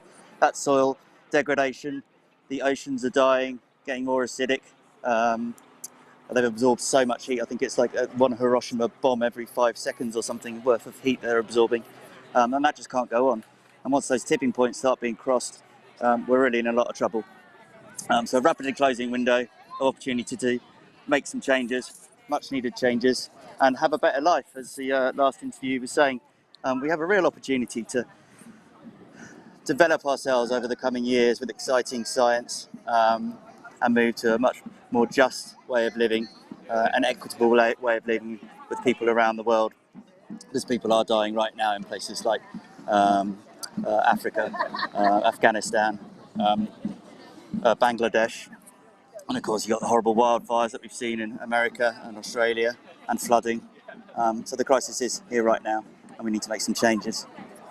So we'll be on Blackfriars Bridge for quite some time, I think. Come down and join us if you can, or get to one of the other bridges. I think there's Lambeth Bridge, Westminster Bridge, Waterloo Bridge, I think are the ones that are all blocked. You might want to check that. There's also Writers' Rebellion happening a bit later, 4 o'clock outside. I think it's the Tate Modern. Get down to that to hear some really interesting speakers. And also, obviously, 10 a.m. in Hyde Park tomorrow. If you can get down to London, please come and join us to get out on the streets, get our message out there and demand change from the government, because we're in the crisis right now. All are welcome, you know. And if you can't make it down to London in person, you can like, comment and share this live stream as well. And have those personal, difficult conversations with your friends, your neighbours, your colleagues, your relatives. Let them know why it's so important that we act now. Yeah, there's a lot of other crises in the world at the moment. We know we've got the war in the Ukraine. We know we've got the price crisis. Inflation's driving food price rises. Some of those food price rises are due to food shortages as well, which the climate crisis is causing. So we know there's a lot of trouble and problems out there, but there's a lot more coming down the line. But with the spirit you see on Rebellion on days like today, with so many conscientious protectors, we could call them, they're trying to protect the environment and the world. How can we fail if we carry on demanding change? Just need the government to listen. You may have seen the IPCC report, or the summary of it that came out a week ago on Monday. And it really made it starkly clear that we need to react right now to changes. Emissions need to peak right now and start going down. And that's a conservative report. It's worth remembering that IPCC report, which is thousands of studies that have come together, loads of scientists have brought this together, is conservative because it's moderated by governments that still have vested interests in the fossil fuel industry. If you actually talk to climate scientists down the pub, or other establishments are available to talk to climate scientists, but they do tend to go to the pub because they need a little bit of relaxation after reading just how bad the science is, and they'll tell you just how bad it is. I'm from Norwich, we've got the Tyndall Centre at the UEA, and they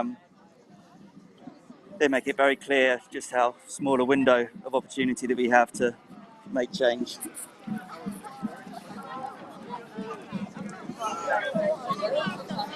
And the UN Secretary General, we've already heard his words several times, this rebellion, talking about the human suffering that the fossil fuel industry is causing.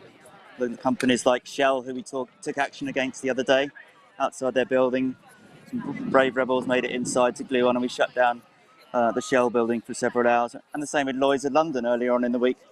Lloyd's of London, massive insurance company, insures 40% of the world's energy projects.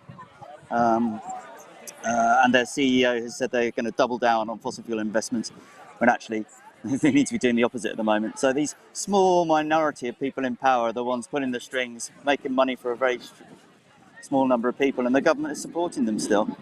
Boris Johnson wants to open up 40 new gas and oil projects because he says that will make us more energy secure. He says that will help solve the price crisis. Well, it won't help solve the price crisis or make us more energy secure, because most of that energy, or most of that oil and gas that is taken out, the oil especially out of the North Sea, is exported. It's not fit for making petrol and diesel, it's used for other stuff, so it won't help us at all in this country. And they're even thinking about putting fracking back on the table. It's just the craziness that's going on with the government. I mean, that's why we need everyone out on the streets. And I think we're very shortly going to be cutting over to Writers' Rebellion, actually, outside the Tate Modern. So what I'll do now, I'll leave you with a view of Blackfriars Bridge, where we are today. 4 bridges taken in London, very busy day of swarming, of civil disobedience, trying to demand change for the government. But we'll cut across to an interview from earlier on in the day, and then we'll be live from Writers' Rebellion outside Tate Modern. Thanks for joining, folks. Love and rage. So I'm joined here at a lovely Lambeth Bridge on a beautiful day by Holly. And Holly, I hear you've been taking action against one of the fossil fuel companies that we are demanding our government reins in. So Holly, just if you share whatever you like, just tell us what you've been up to. Yeah. So I've been taking action against Shell. I was outside their building the other day, and I am doing that because they have caused 2% of all emissions globally, and that's more than most countries. So they are currently getting away with murder, literally. So we need to stop corporations like them and hold them responsible for the emissions they are giving out to the planet. So yeah, this week has been all about holding fossil fuel companies responsible, and we are desperate to see action from these corporations and our government hold up the pledges that we've agreed to, the Paris Agreement. We're not on track with that at the moment at all. The IPCC report, the latest one, we're in code red. We need action now, and we are still failing to do so at the moment. So I'm absolutely desperate, and I'm scared, and we need to see this action happen. Otherwise we'll be facing an unlivable planet, which is disastrous. Yeah, and have you taken action like what you did at Shell before? Is that something that you feel easy? How hard is it for you to do something like that? I found it really difficult, actually. I was shaking like a leaf beforehand. It's the first time I've glued on, and I was terrified leading up to it. It was okay, because I feel like it's the necessary thing that we need to do. Some people say it's extreme and stuff, but it's not extreme when you compare it to the action that needs to happen. It's justified when you think of how extreme the situation is. When we're facing a crisis like on this scale, which isn't being acted on because they're putting profits over the planet, we need to see actions like this happen, unfortunately. And so no, I didn't enjoy it, but I felt like I had to do it. And what did you feel like afterwards? You said you felt like you had to do it. What does it feel like to take peaceful disobedience action, allegedly, on the streets, and against these frankly evil companies. I just hope it can make a change. That's all I want out of this. I just want to make that change happen. So it felt good, it felt powerful to feel like this could do something. I don't know if it will, I don't know if what I did was enough, but I'm just hoping that actions like this need to happen in order to make those changes. So it felt powerful, yeah. And if you had a word to people who are watching this video, what would you like them to do if you could ask them? I think just find a way to take action. Not everyone's comfortable with an arrestable role. That's absolutely fine. We need to find where you sit in the movement, find where you are comfortable and take action in any way you can, because we are desperate. We need the numbers. We need everyone to be aware of the situation. Most people know there's a climate crisis now, so it's about doing what you can and joining bigger groups like this, because individual action isn't enough anymore. So we need to be joining things like Extinction Rebellion in order to see the changes. All right, you heard it. It's an emergency. Join us. We need you.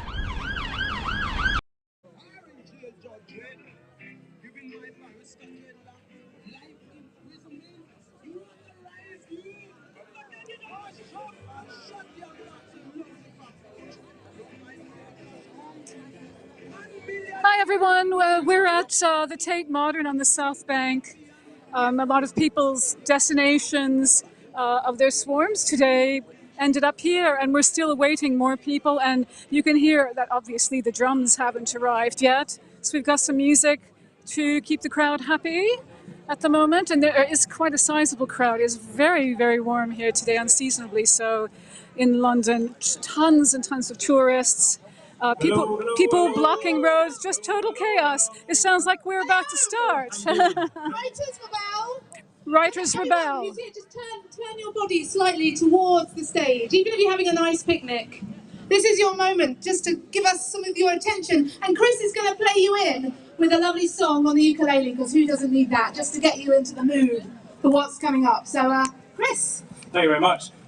So this is the Antidote. We are Writers Rebel. We're here for the next 2 hours with some amazing writers, and each one of them is going to bring a different little bit of writing. We've got poets, we've got novelists, we've got journalists. We're just going to set up this little microphone so I can play a song on the ukulele. So, how you doing? You having a nice day?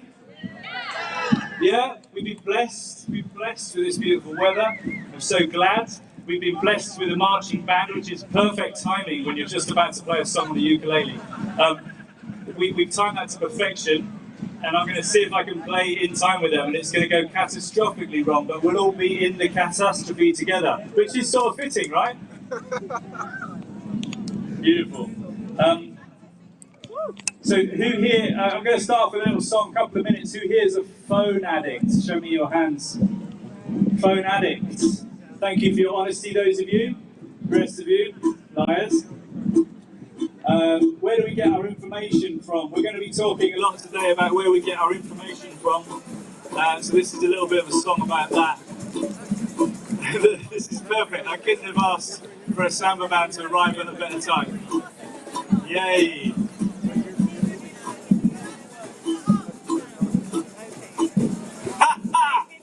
Oh, my musician brain is really... hang on. It's a lot faster now.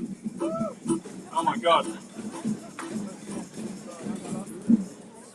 Who's telling me what to do, to see, to say, to know, to breathe, to dream? Who's telling me what to hide, to fight, to fear, to shout, to curse, to scream? Who's telling me what to buy, to wear, to wait, to feel, to pay, to earn? Who's telling me what to love, to hate, to mock, to cheer, to vote, to learn? I can find a reason to believe in anything I see. Every Christian that I are shining light back at me. Mirror, mirror, clickbait, mirror, mirror, up late. Scrolling through the algorithms used to keep a track of me. Plot, twist, narcissists, arsonists and avatars. Scientists, watch that, clip the boys and their guitars. Echo, echo, clap that, echo, echo, black trap. Angry bullet officers, pulling guns, stopping cars. Hitting bent the screen lit, strolling through the park. Standing on the landing while I'm scrolling in the dark. Does anyone else do that? You just got like, you literally clean your teeth, you're in your pajamas, you're halfway to bed, and you go, oh, that's interesting. Well, no, oh, that's awful. I'm going to repost. Hey, someone's done a thing. Look, half an hour later, you're still there. Who's telling me what to do, to see, to say, to know, to breathe, to dream? Who's telling me what to hide, to fight, to fear, to shout, to curse, to scream? Who's telling me what to buy, to wear, to wait, to feel, to pay, to earn? Who's telling me what to love, to hate, to mock, to cheer, to vote, to learn? I can find a reason to believe in anything I fear. Binary dividing me and you to make our vision clear. Mirror, mirror, I'm face. Mirror, mirror, sad face. Those who shout the loudest are the only ones I can hear. Pipelines, scroll lines, anger and apocalypse. Fake news, post-truth, power and apostleships. Echo, echo data, echo generator. Information swirling like a storm amongst the populace. Headbeds, screen lips, strolling through the park. Standing on the landing while I'm scrolling in the dark. Who's telling me what to do, to see, to say, to know, to breathe, to dream? Who's telling me what to hide, to fight, to fear, to shout, to curse, to scream? Who's telling me what to buy, to wear, to wait, to feel, to pay, to earn? Who's telling me what to love, to hate, to mock, to cheer, to vote, to learn? I'm looking for a reason that will justify the dopamine. Find a little fruit amongst the trees or have a tangerine. Switching up the Wi-Fi, give myself a high five, knowing what I'm losing when I'm gazing at my little screen. Talk more, read more, listen to an album, hold, dance more, love more, borrow like a bedroll. Echo, echo, yes please, echo, echo, bless these solitary, momentary, joyful journeys of the soul. Head up, starlit, strolling through the park, standing on the landing, just breathing in the dark. Just take a breath, everyone. This is better. Take another one, it's free. Take another one, big one, into your boots. Yeah! Don't forget to breathe. Who's telling me what? Thank you very much.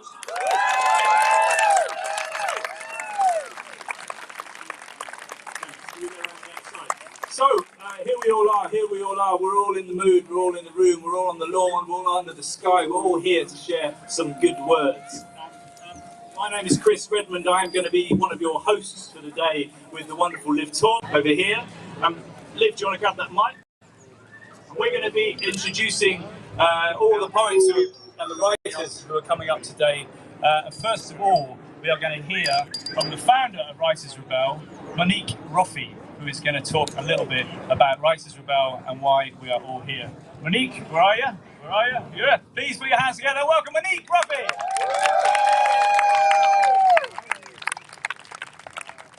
Good afternoon. Hello. Thank you for coming. It's good to see you all. I'm one of the founders. We're a small group and we are part of Extinction Rebellion. And we're here as part of this week of rebelling. You may all be aware that there have been people, scientists, you name it, doctors, all kinds of people, children out rebelling because it's time to stop using fossil fuels. I'm going to read a little bit, but I didn't write the speech. My dear friend Liz Jensen, who is a fellow writer and a rebel, wrote this magnificent speech, so I'm going to have a go. So, we're Writers Rebel. We're the campaign group. Writers Rebel is a campaign group inside Extinction Rebellion.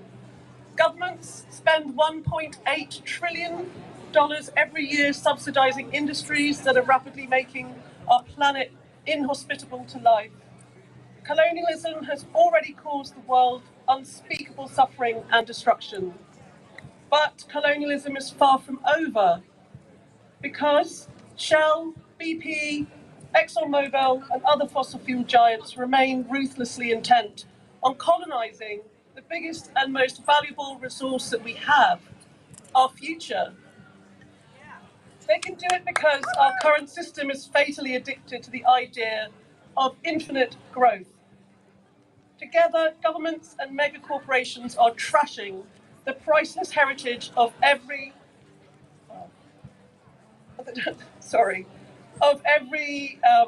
hang on a minute. Together, governments and mega corporations are trashing the priceless heritage of every living being on this planet for the sake of short-term gain.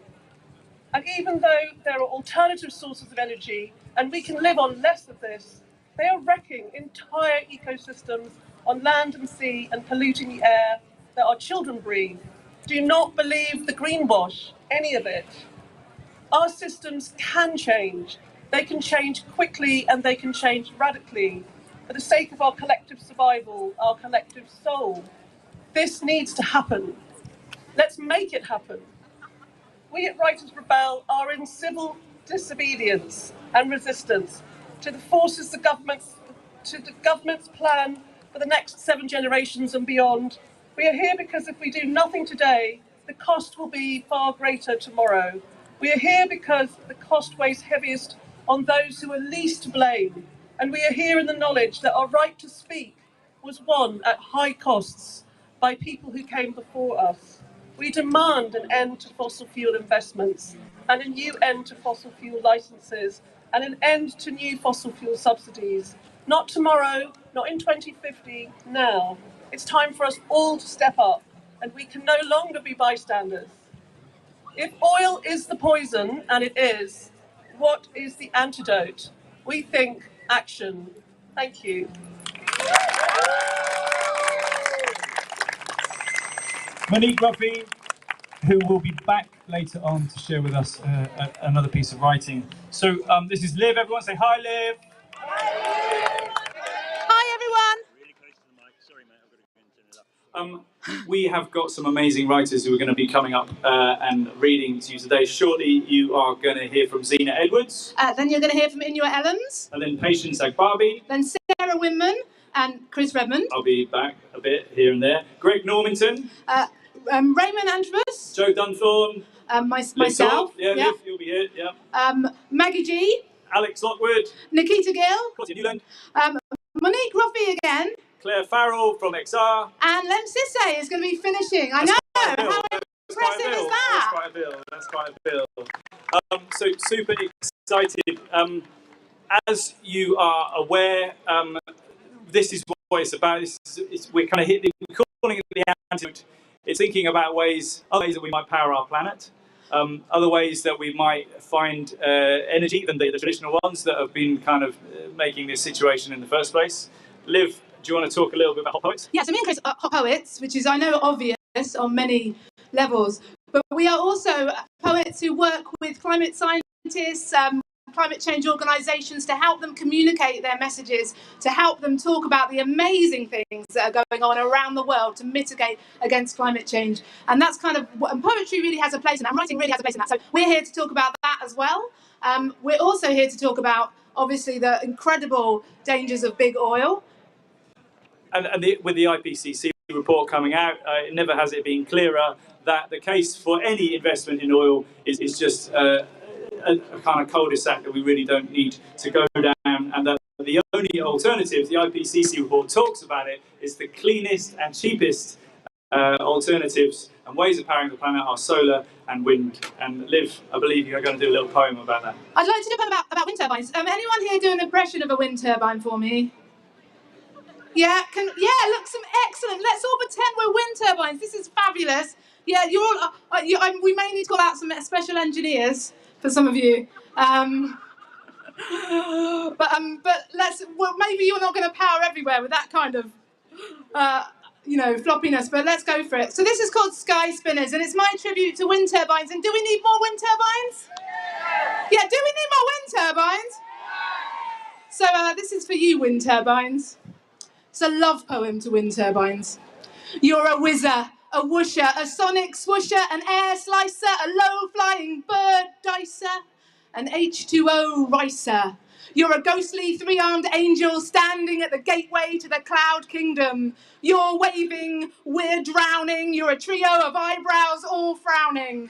You're a kinetic kite sifting light, a robot soldier in the sustainability fight. You're a thin man with a fat plan. You're a small plug in a big dam. You're a vibrating, vertical, battering ram, armed, farmed, and sometimes alarmed. You're a three-headed snake already charmed. You're a flower, power, tower, an eco-wower, weaving electricity streamers for ideological dreamers.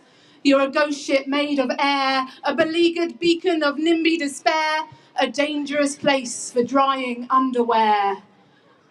You're proof we care. Propellers without planes, the champions of change, both comforting and strange, moving with magnetic grace across the earth's frenetic face. You're a semaphore warning seen from space, sent to save the human race. Like a match is sent to save the dark. Your hope's art. An apple put back in an empty apple cart, a sail on the all-new Noah's Ark, a piece of sellotape in a world clean torn apart. You stop my heart, you start my heart, you stop my heart, you start my heart. Your clock hands on a ticking planet. Lip talk, ladies and gentlemen, lip talk, lip talk. Thank you.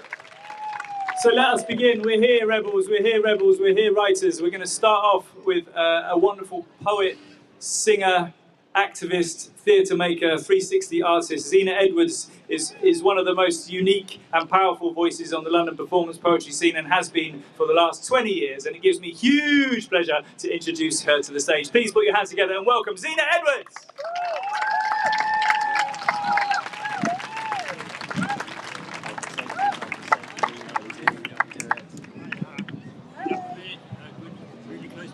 Okay, good afternoon everyone. So, here we are. We stand between the receptive waters of the mother and the phallic representation of the man-made.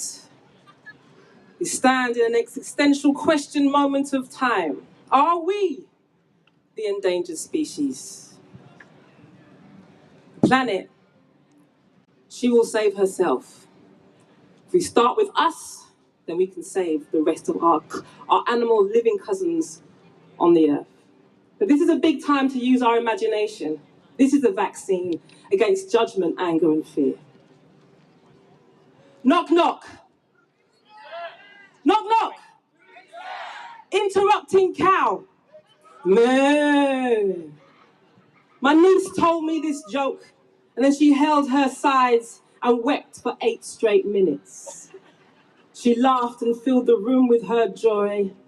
And at first I joined her because she's only 5 and I want her to grow up knowing that she can be confident and secure in her skin and that the quality of Black life matters.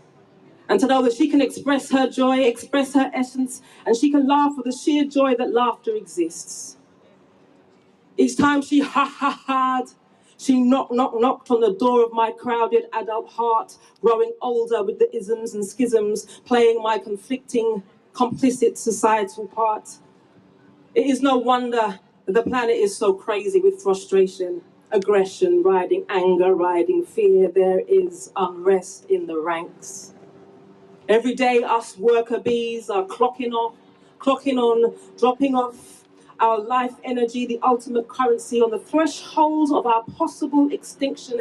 If there was ever such a time as right now for humans to strengthen our bonds of connection, it is now. So are we an endangered species? Do we sing a victim song? We are human and we are artists. All of us are artists right now. We are in the act of creation. Hair is falling out, skin is sloughing off, and it's replacing itself. When we use our imaginations, we can replace whatever we want, whatever part of our bodies, whatever part of our consciousness. We can use our imagination. As I said, it is the vaccine. Replace it with the world that you want to see. Envision the world you want to see and use that imagination, flex it as a muscle. Because we are the endangered species,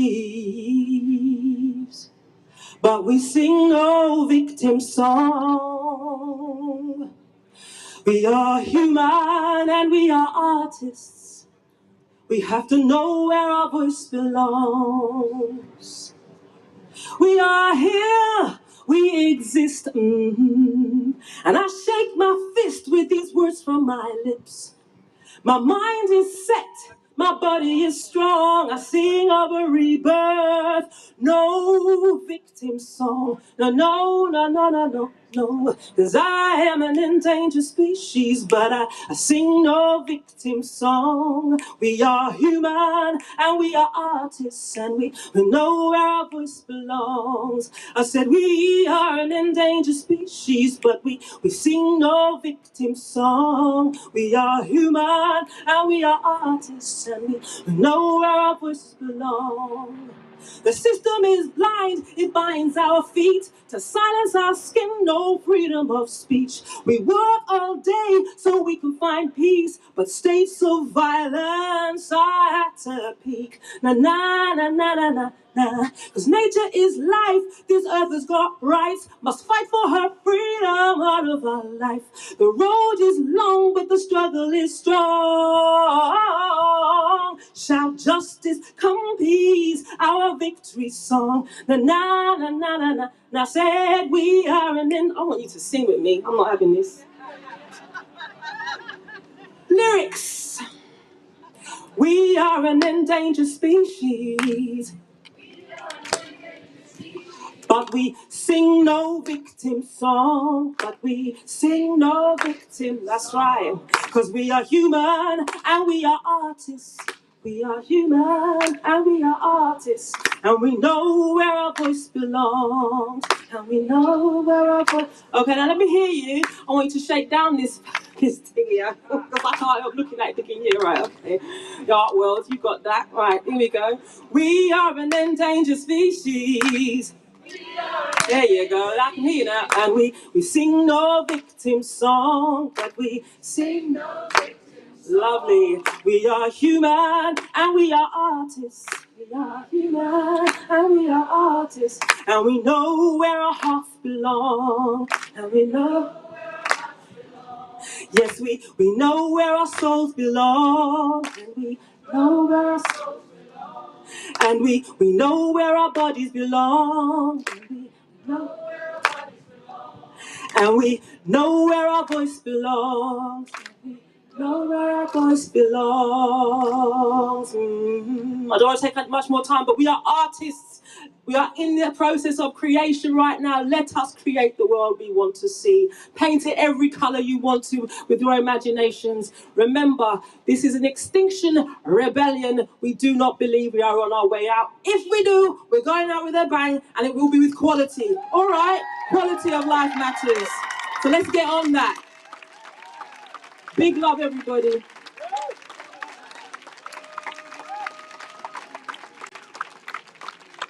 Let's hear it again for Tina Edwards.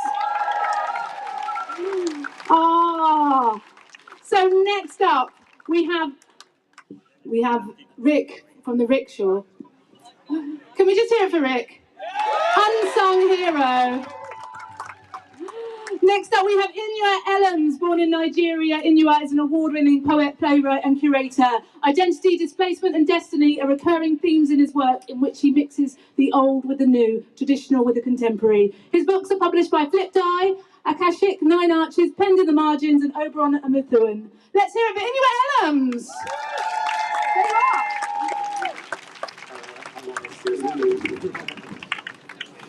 Hi, hello. Are you good? So I'm gonna read two short poems. I tried to imagine what the last tree would look like in a world where we're all gone. And this is, can I use swear words here? Yeah, okay, apologize to the young ones. This is called Fuck Our Future. Apologize, this is it. When our scorching planet ignites the last evacuating airship to cook its soft cargo of human flesh in an expanded fireball, and fragments of its propeller blades thunk inches deep into tree trunks in the straggling forest beneath, what I want to know is which will survive, which strain, which wood grain will hold enfolded like a fingerprint pushed into wet clay, that final day of reckoning, when this blue-ordained world we are corroding a toxic gray begins its self-reclamation, starting with that tree, a lone lieutenant, a desperate sentinel, standing erect through the falling ball of fire, jet fuel and smoldering meat, its face of leaves weighed with dust, his waist of branches noosed in plastic bags, yet standing stubborn in its shaggy majesty amidst the ship's carnage like a righteous middle finger thrust at all humanity, proud in the snarling sky.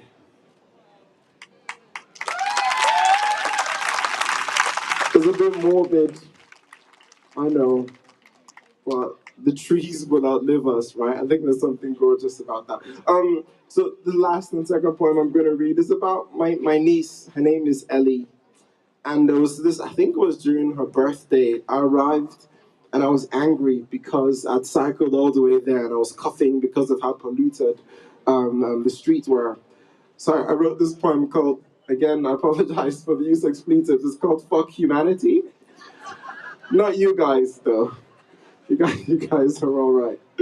But it's just, it's a litany against this. This is it, fuck humanity. Fuck humanity, I want to bellow like a card-carrying champion of the nihilist society. Fuck all the ways even our most earnest, faithful, folded over, humbled, deep down considered attempt at amending our venomous ills undoes itself. Think almond milk and California wildfires. Nitrogen fertilizer and industrial food waste, factory emission limits and the trade in carbon offsets, free market and exploitation, voluntary work and white savior complex, vegan avocado diet and deforestation, phones to connect our lonely spirits and black bodies in coltan mines. Fuck every single attempt. Our best bet is to annihilate our vicious selves. I want to bellow, as Ellie pushes her 3-year-old hand into the calloused cave of mine. Her fingers, frail as elderberry petals, flutters. She calls me down to the careful constellations blooming in the brown universe of her brimming eyes, and all I am folds over, humbled, deep down, reconsidering attempt at amending our venomous ills, even if this undoes me. Thank you. Inwa Elms. Yep. Hello, for those of you just joining us, we are Writers Rebel. We're here for the next couple of hours with amazing writers, all sharing their voices, sharing their work, giving themselves to this moment where we rise up and we say we don't want oil, thank you very much, anymore. We want anything else but all the clean stuff, keep the black stuff in the ground. We have an amazing writer coming up next. Patience Agbabi is a poet and children's novelist. She's performed all over the world and taught creative writing for decades. Her fourth poetry collection, Telling Tales, is a multicultural 21st century retelling of the Canterbury Tales. It was shortlisted for the 2014 Ted Hughes Award. And her debut middle grade novel, The Infinite, a time travel eco-thriller, appeared in 2020 and was shortlisted for several prizes, including the Arthur C. Clarke Award for Best Science Fiction Book of 2021. Please put your hands together and welcome Patience Agbabi.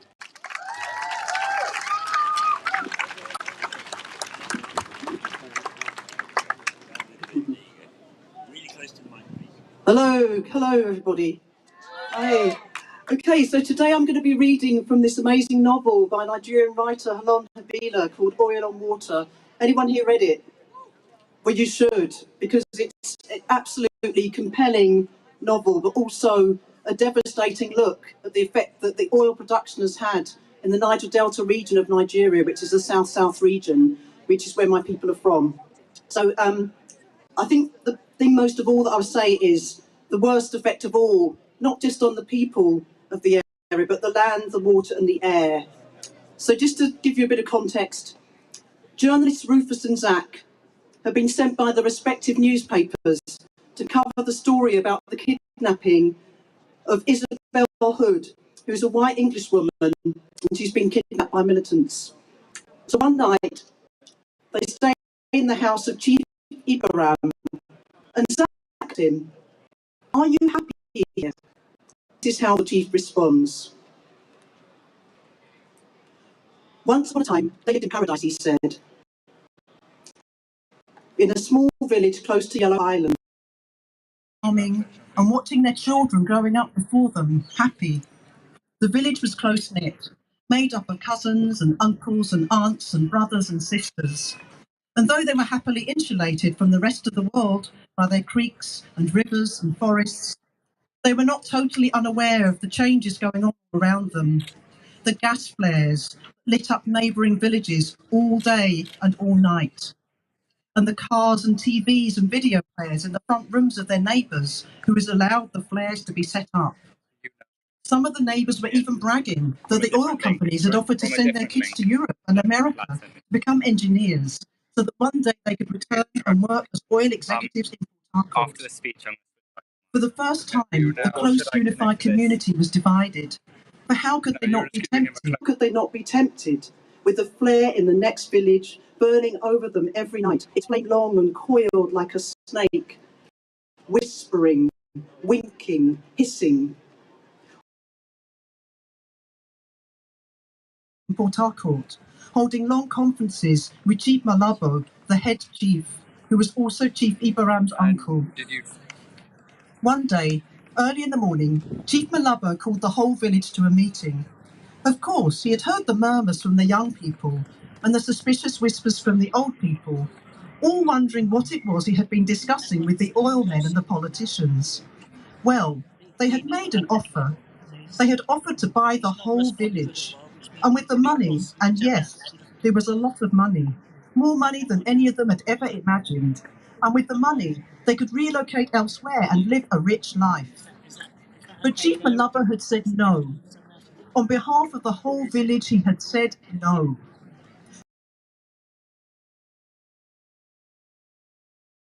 They'd been born here, they'd grown up here, they were happy here.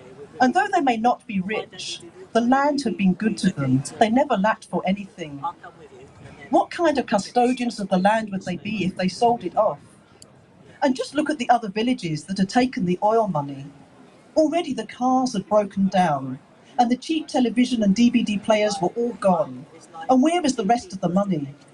Thrown away in Port Harcourt barrooms, or on second wives and funeral parties. And now they were worse off than before. Their rivers were already polluted and useless for fishing, and the land grew only gas flares and pipelines. But the snake in the garden wouldn't rest. It kept on hissing, and the apple only grew larger and more alluring each day. And already far off in the surrounding waters, the oil company boats were patrolling, sometimes openly sending their men to the village to take samples of soil and water. The village decided to keep them away by sending out their own patrols over the surrounding rivers, in canoes, all armed with bows and arrows and clubs and a few guns. But daily, Chief Malabo was feeling the pressure. As a chief, he had no control over the family's decision about what to do with their land. But as a chief, his word carried weight, especially among the elders. But what of the young men who were still grumbling and looking enviously across the water at the other villages? The canoe patrol was something of a desperate measure, and this soon became very clear. It turned out to be the excuse the oil companies and the politicians who worked for them needed to make their next move. One day, the patrol came upon 2 oil workers piling soil samples into a speedboat. There was a brief skirmish, nothing too serious. One of the oil workers escaped with a swollen jaw, the other with a broken arm. But the next day, the soldiers came.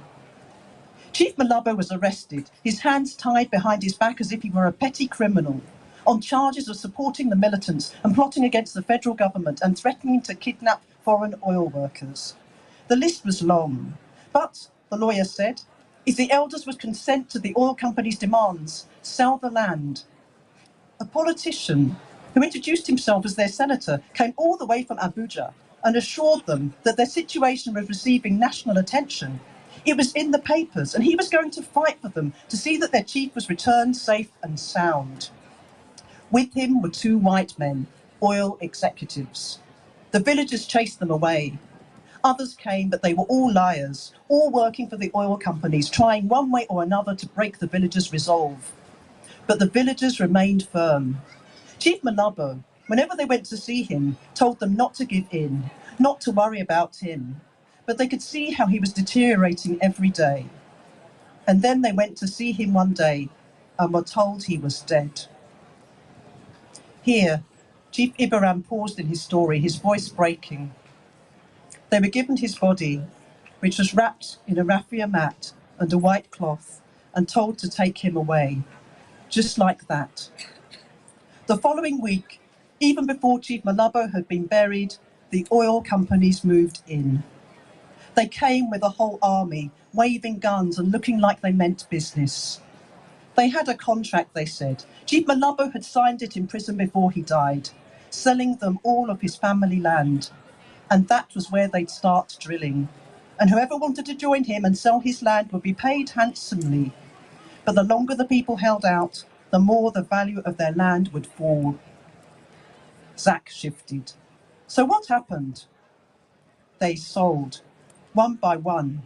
The rigs went up and the gas flares, and the workers came and set up camp in our midst.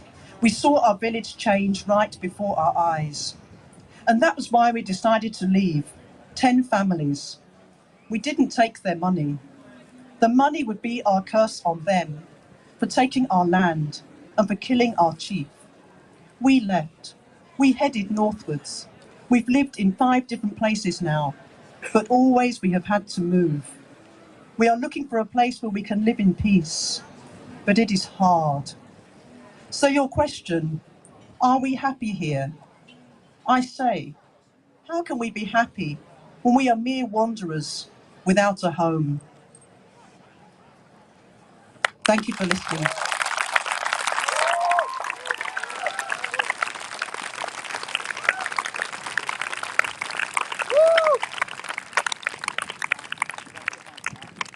Patience and Bobby, let's just give it up.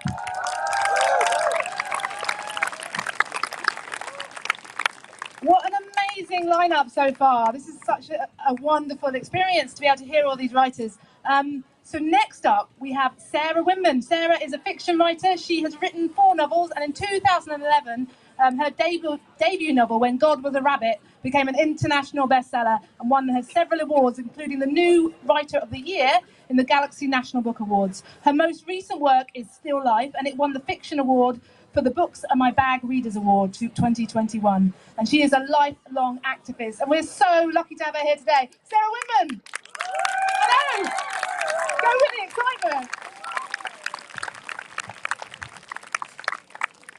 That was a very thrilling introduction. Thank you so much. I'm so pleased to be here and to see everybody here. And it is my pleasure to read a poem by the brilliant and talented Amanda Gorman. And this poem is called Earthrise, and she dedicated it to Al Gore and the Climate Reality Project. Earthrise. On Christmas Eve, 1968, astronaut Bill Anders snapped a photo of the Earth as Apollo 8 orbited the moon. Those 3 guys were surprised to see from their eyes our planet looked like an Earthrise, a blue orb hovering over the moon's grey horizon. With deep oceans and silver skies, it was our world's first glance at itself, our first chance to see a shared reality, a declared stance and a commonality, a glimpse into our planet's mirror. And as threats drew nearer, our own urgency became clearer, as we realized that we hold nothing dearer than this floating body we all call home. We've known that we're caught in the throes of climatic changes. Some say we'll just go away, while some simply pray to survive another day. For it is the obscure, the oppressed, the poor, who, when the disaster is declared done, still suffer more than anyone. Climate change is the single greatest challenge of our time. Of this, you're certainly aware. It's saddening. But I cannot spare you from knowing an inconvenient fact, because it's getting the facts straight that gets us to act and not to wait. So I tell you this, not to scare you, but to prepare you, to dare you to dream a different reality, where despite disparities, we all care to protect this world, this riddled blue marble, this little true marvel, to muster the verve and the nerve to see how we can serve our planet. You don't need to be a politician to make it your mission to conserve, to protect, to preserve that one and only home that is ours. To use your unique power to give next generations the planet they deserve. We are demonstrating and creating, advocating. We heed this inconvenient truth because we need to be anything but lenient with the future of our youth. And while this is a training in sustaining the future of our planet, there is no rehearsal. The time is now, now, now, because the reversal of harm and protection of a future so universal should be anything but controversial. So, Earth, pale blue dot, we will fail you not. Just as we chose to go to the moon, we know it's never too soon to choose hope. We choose to do more than cope with climate change. We choose to end it. We refuse to lose. We do this and more, not because it's very easy or nice, but because it is necessary. Because with every dawn, we carry the weight of the fate of this celestial body orbiting a star. And as heavy as that weight sounded, it doesn't hold us down, but it keeps us grounded, steady, ready. Because an environmental movement of this size is simply another form of an Earthrise. To see it, close your eyes, visualize that all of us in this room and outside of these walls or in the halls, all of us change makers are in a spacecraft floating like a silver raft in space. And we see the face of our planet anew. We relish the view. We witness its round green and brilliant blue, which inspires us to ask deeply, wholly, what can we do? Open your eyes. Know that the future of this wise planet is right in sight, right in all of us. Trust this Earth uprising. All of us bring light to exciting solutions never tried before, for it is our hope that implores us at our uncompromising core to keep rising up for an Earth more than worth fighting for. Thank you.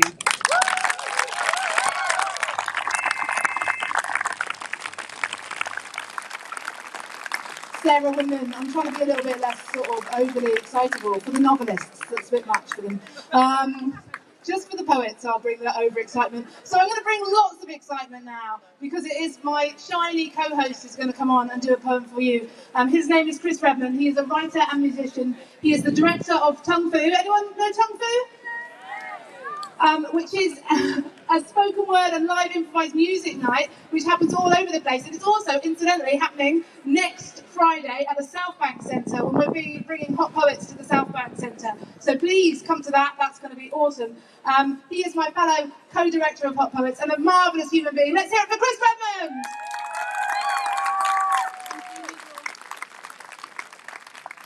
Thanks, Liv. So yeah, we've been working on this project called Hot Poets for the last sort of 10 months, where we commissioned brilliant poets to work with scientists and climate change organisations to research and write about all the kind of hopeful action that is happening to combat climate change. We understand the grief, we understand the despair. We wanted to do something more than that. We wanted to find a hope.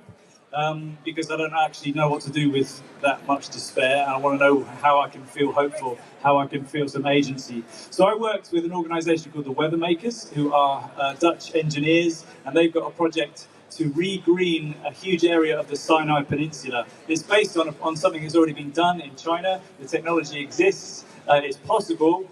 It's just a matter of changing our mindset from one of extractive to one of regenerative. So it's like kind of, doesn't matter. I'll do the poem. I'll stop explaining it. Do the poem. Sometimes you have to think big and small at the same time. A grain of sand on your finger while staring at the beach, a raindrop in a jar. At the northern point of the Sinai Peninsula, connecting Egypt to Asia is a lake called Bardawil. 10,000 years ago, it's tens of meters deep, a bird and fish fest, green mountains blessed with rivers like arteries, plants breathe, winds lift, the seas mist, gift this Eden with all the rain it needs. Life is abundant. Our ancestors do what our ancestors do. They farm, graze, plant crops, cut trees, grow their wealth and families. They take and sow and cut and grow until there aren't enough trees left to catch the wind or shelter from the sun. Rain is slow, soil dries, animals overgraze. Increasingly, it's more heat haze than sea spray. Fewer plants grow, soil washes down hills, fills up the lake. Today, it's 1.5 meters deep. It's too salty and hot for fish. Rivers are dry. Garden is desert. But we know more than those who've come before. We have microscopes. We peer at isotopes and organisms. We study Earth's regulating systems. And some have learned that soil is not necessarily dead. It may just be sleeping. What if we could wake it? There are maverick engineers with magic eyes looking big and small, examining weather patterns, soil composition, the position of the lake. And they think they've found what it takes to reboot this Eden. Sediment, fertilizer, sleeping in salt water. Step 1, wake the lake. Dredge it, flush cool water in, hot water out. Fish will flourish. Plant salt marshes and wetlands. Their roots will activate the soil. Birds will return. Step 2, re-green the land.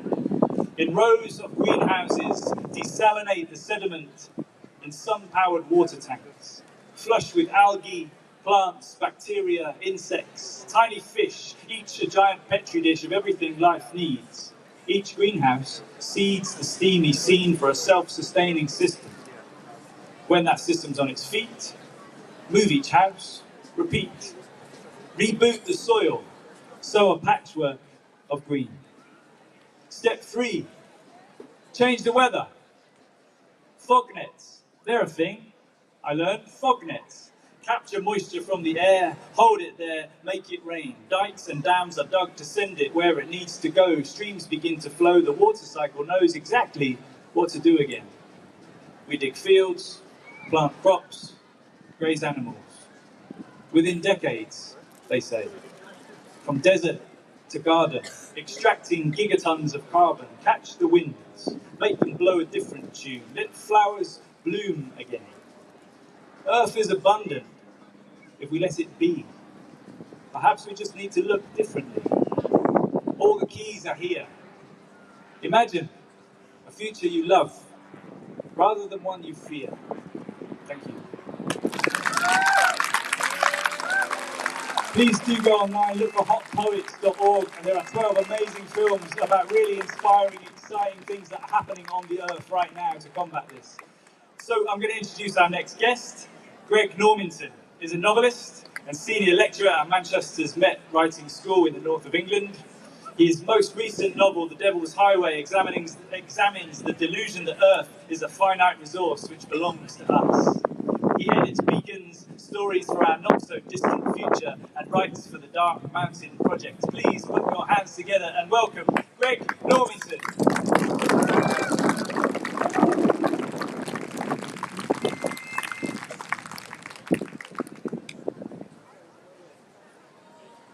Hi everyone. I write fiction, so I'm going to read some poems that I haven't written. Because the poem gets to places the fiction takes a long time to get to. We're in a strange moment, and I'm sure many of us feel it here. Sometimes you find yourself in a state of despair, and sometimes you find yourself in a state of deep, almost transcendent hope when we see what we're capable of and how fast things can and will change if we want them to. And how do we cope on a daily basis, swithering between these extreme emotions? I don't really know, except that I think Well, look, in 2008, I was talking to another writer here just before I came on. 2008, I was one of many, many people, I'm sure some of you were as well, who was involved in the climate camp when they wanted to build a new coal-fired power station plant in Kingsnorth in Kent. And at the time, the UK generated 45% of its electricity from coal. And I thought, they're going to build this coal-fired power station, and a bunch of crusty people who, you know, gather in fields, we're not going to stop them, but we did stop them. They were stopped. And now the UK gets 3% of its electricity from coal. This happens because brilliant engineers and brilliant scientists are coming up with alternative energy sources, and well, the sources they're not coming up with, but the way of harvesting them. This happens, but also because we have a deep longing to hand an inhabitable world to our children, right? This is the most basic of all our instincts. So we have to cling to hope because despair is disabling. And yet, if we don't acknowledge the despair, we're not going to be able to maintain the hope. So I'm going to read two short poems. One a poem of despair and sorrow, and one a poem of hope. So the poem of despair is by the great Polish poet Czesław Miłosz, and he wrote it in 1945 in Warsaw. He was one of the people who'd survived the horrors of the Second World War in Warsaw, the city that suffered perhaps more than any other. And this poem is about the experience of being a survivor, the guilt. And we all feel, I think, I certainly do, a kind of sense of anticipatory grief and anticipatory guilt. That even in the best case scenario, people are suffering now and will suffer, usually the ones who've done least to contribute to the crisis. So this poem is called Dedication by Czesław Miłosz. You, whom I could not save, listen to me. Try to understand this simple speech as I would be ashamed of another. I swear there is in me no wizardry of words. I speak to you with silence, like a cloud or a tree. What strengthened me for you was lethal. You mixed up farewell to an epoch with the beginning of a new one. Inspiration of hatred with lyrical beauty, blind force with accomplished shape. Here is the valley of shallow Polish rivers, and an immense bridge going into white fog. Here is a broken city, and the wind throws screams of gulls on your grave when I am talking with you. What is poetry which does not save nations or people? A connivance with official lies, a song of drunkards whose throats will be cut in a moment, readings for sophomore girls. That I wanted good poetry without knowing it, that I discovered late its salutary aim. In this, and only this, I find salvation. They used to pour on graves millet or poppy seeds to feed the dead who would come disguised as birds. I put this book here for you who once lived, so that you should visit us no more. And now the poem of hope. It's very good,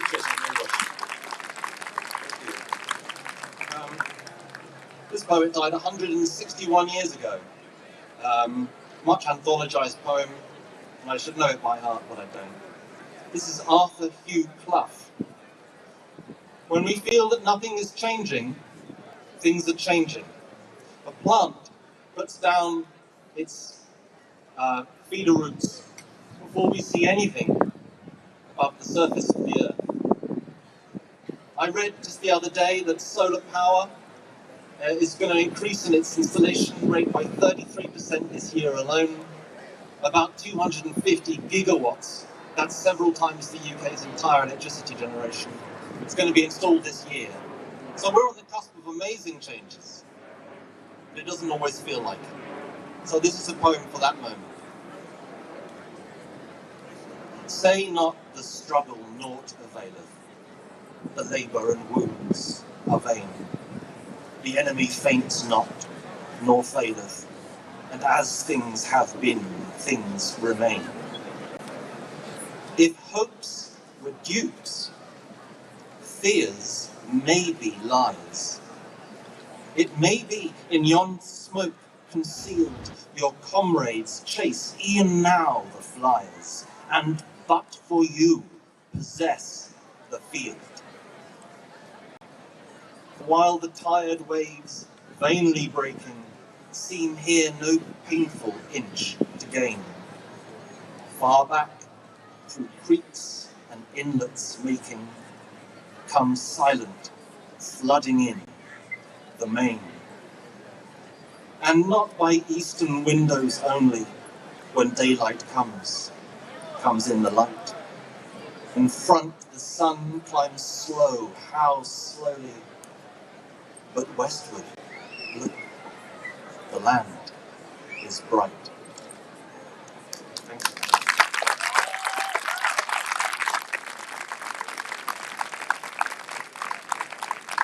you. Ooh. Thanks, Rick. You don't have to give him another round of applause, but it keeps him happy. And I always think that the sound engineer is the most important person on the field. So thank you, Rick, again. It is. Oh, can we just hear it for Greg Normanton? We should have clapped him earlier. Sorry, Rick, you're important, but Greg has just been on. So next up, we have Raymond Antrobus. Raymond, MBE, is a British poet, educator and writer who has been performing poetry since 2007. And in March 2019, he won the Ted Hughes Award for New Work in Poetry. But in May 2019, he became the first poet to win the Rathbones Folio Prize for his collection, The Perseverance. Let's hear it for the amazing Raymond Antrobus. There he is. There he is.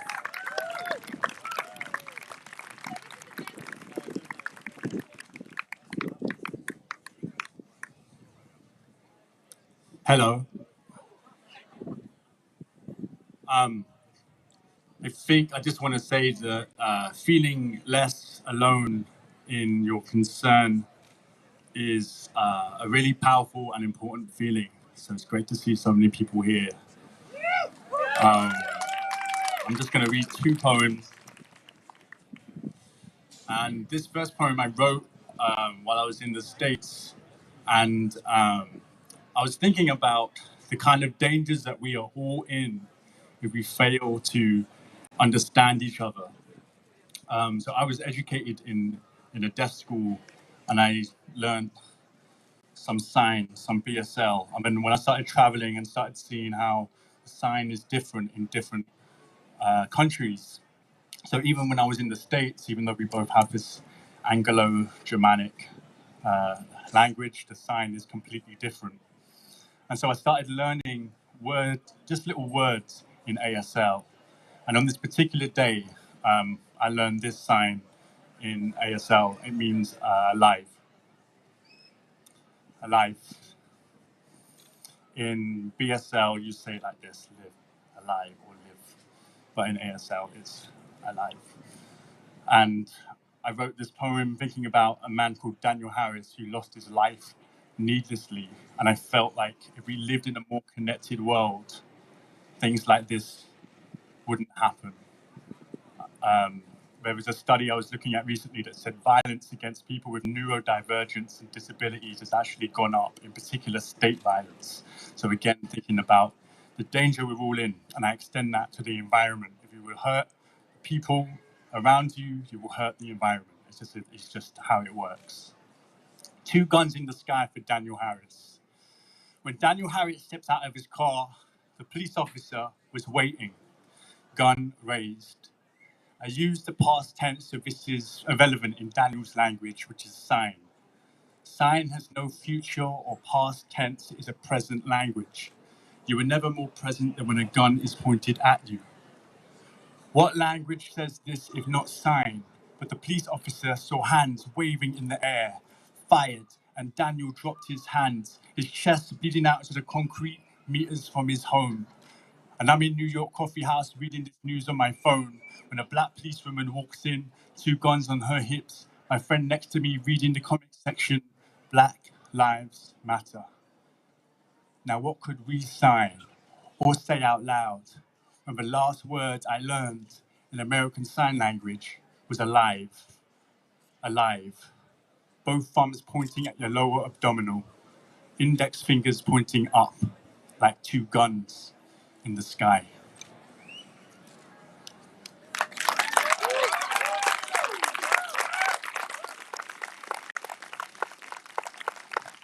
Can I just give a particular shout out to this placard over here? Can you hold up this placard, please? The one addressed to Ray. Please hold it up. Everyone have a look at this placard.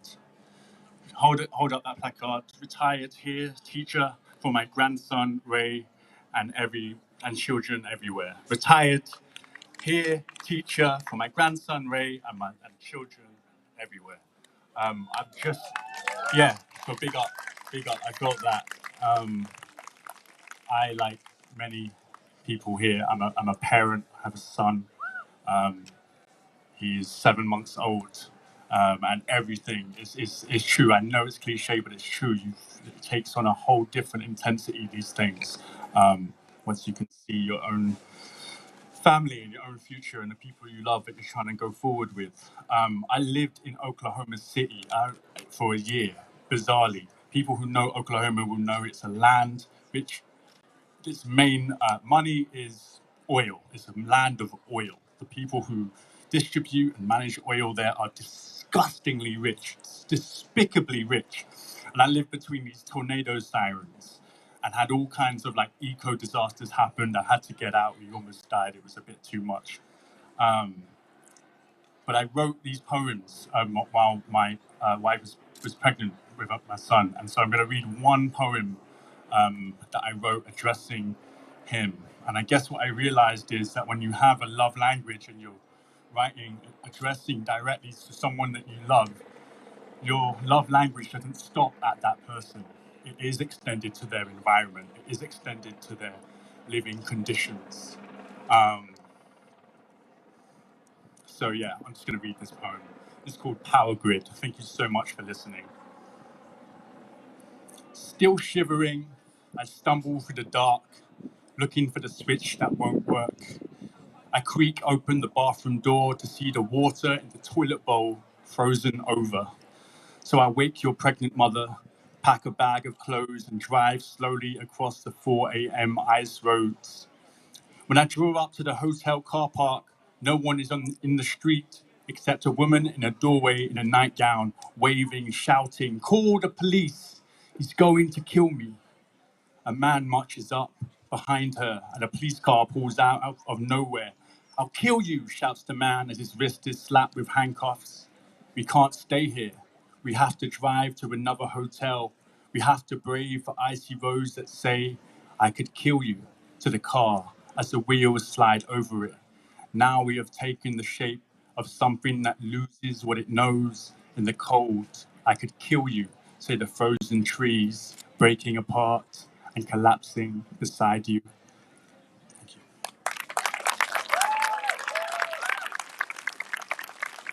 Raymond Antrobus.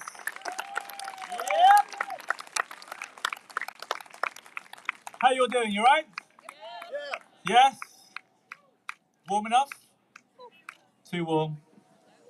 Too warm. Too warm. For those of you just joining us, welcome. This is Writers Rebel. We're here for 2 hours with some amazing writers. I'm going to introduce our next writer now. Joe Dunthorne was born and brought up in Swansea.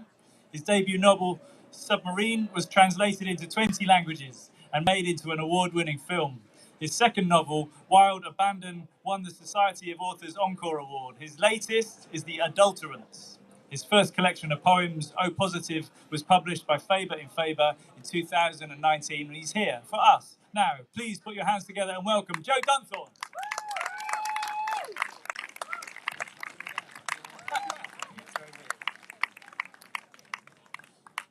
Hello. Oh. Thanks, Chris. Really close to the mic. Hello. So as I was walking here across Blackfriars Bridge, where there are many rebels, I saw a banner which basically made irrelevant the long intro to my poem that I'd been writing for the last day.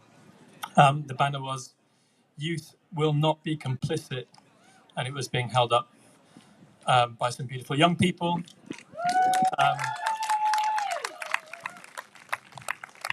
But nevertheless, I'm going to read my intro because I spent ages on it. So I'm going to read a poem I wrote for Writers Rebel and for Extinction Rebellion.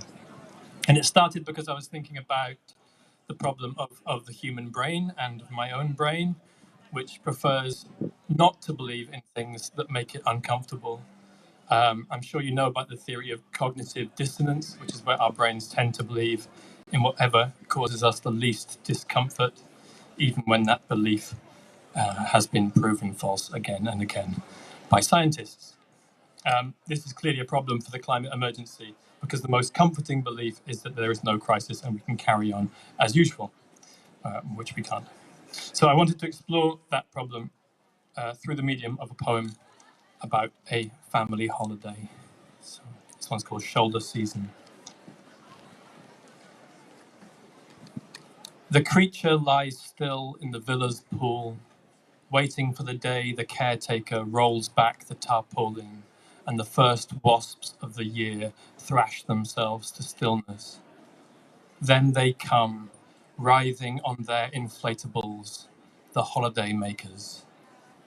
It's not until midweek that the family's youngest, grown sufficiently bored and appalled, takes a rock in each hand and plunges in, sinks cross-legged down to the cool blue tiles, relieved to meet this speaking eel, talk business, stroke its flecks of tangle-proof neck. As the child's bubbles shrink to little pills, the creature offers her a scale from its back, an oiled disc, indisputable proof to take up there where, of course, her parents just adore her story of the urgent eel thing. And how clever of you to find, what is that? A foreign coin. So even when she insists they meet the thing firsthand, still they come up grinning. Oh yes, very fearsome. Bet it would taste delicious on the grill. All through lunch, the child keeps the slick and sharp-edged eel scale secreted beneath her tongue. Are you feeling okay, sweet pea? Not hungry? An almost pleasant numbness in her gums.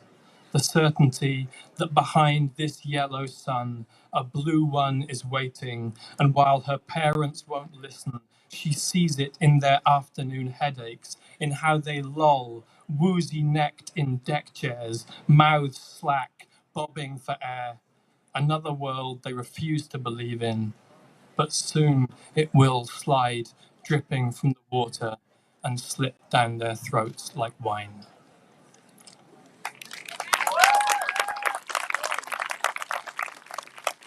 Joe Dunthorne! Thank you, Rick. Thank you, Rick. Okay, so I'm going to reintroduce you now to my co-host, Liv Talk, who's going to come on and do a poem for you. Thank you, Rick. Liv is a poet, a kind of activist, an artivist, a participation artist. She did the brilliant High Flu project in lockdown, which was a kind of online nationwide haiku project that just sort of grew and grew and grew and grew and ended up on Radio 4. She also runs the poetry tent at WOMAD and is my co-pilot of Hot Poets. And she's a brilliant poet and writer in her own right. Please put your hands together and welcome Liv Talk!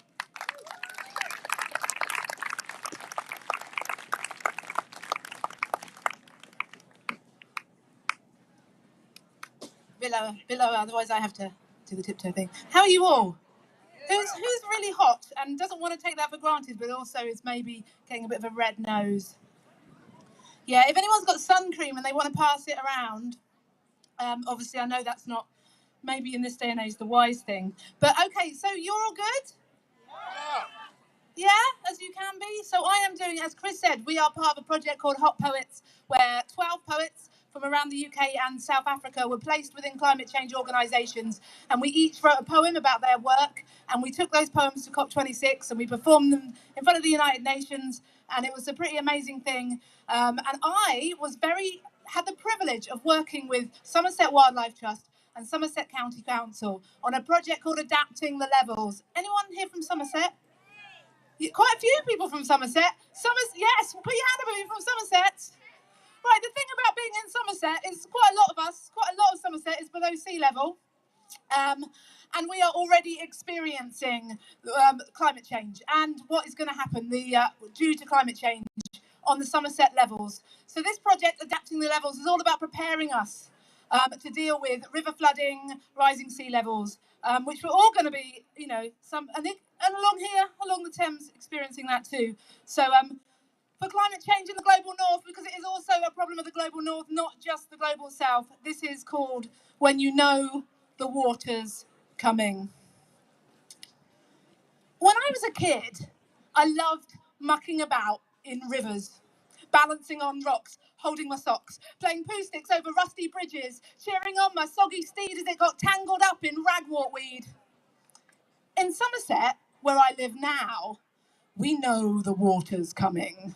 We are climate canaries, ever-changing, writhing eels, waiting for the day of mass migration when our childhood playground will rise up to reclaim the summer lands that we have borrowed from the sea.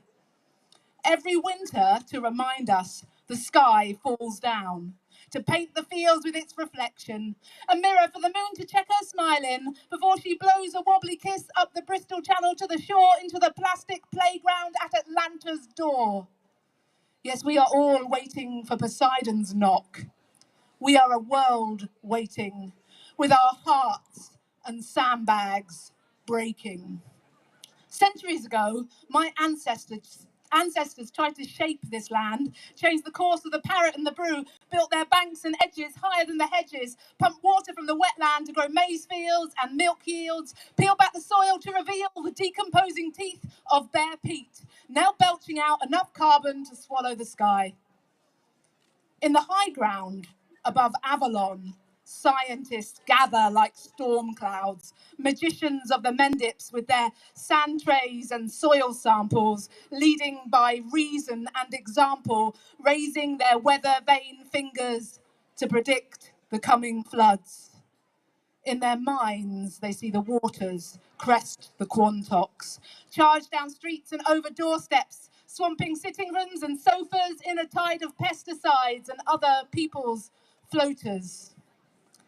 But any good magician knows if you want to stop a wall of water in its tracks, you have to learn the science and adapt. Raise the table off the stage and take with it the water too. 10 inches, give or take a few. Enough to soak the bone dust fields and keep the carbon underneath concealed. Connect the rivers to their natural drains, the old floodplains. Plant trees along the hills like sponges, horizontal hedges, leaky dams, then build higher cedar fences to give our mouths more future tenses. Lead the farmers of our oldest ways to follow the carbon carrot through the Brexit blight to become climate guardians in this fight. Rewind, rewild, restore the rivers, learn their primeval ways and secret names. For any kid with a bucket of Elvers knows the earth's deep currents can't be tamed. So yes, save our towns, villages and sofas. But first, restore the river's song, because trying to control these ancient waters is where we first went wrong. For the summer people never really owned the levels. And now, before the climate tips, we must prove we still belong. Thank you.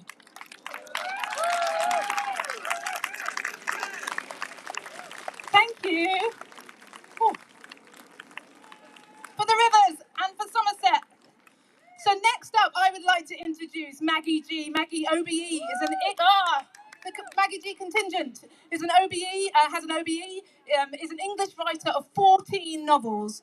She's been writing about climate change since 1990. She is Professor of Creative Writing at Bath Spa and was the first female chair of the RSL. Her latest novel is The Red Children. Let's hear it for Maggie G.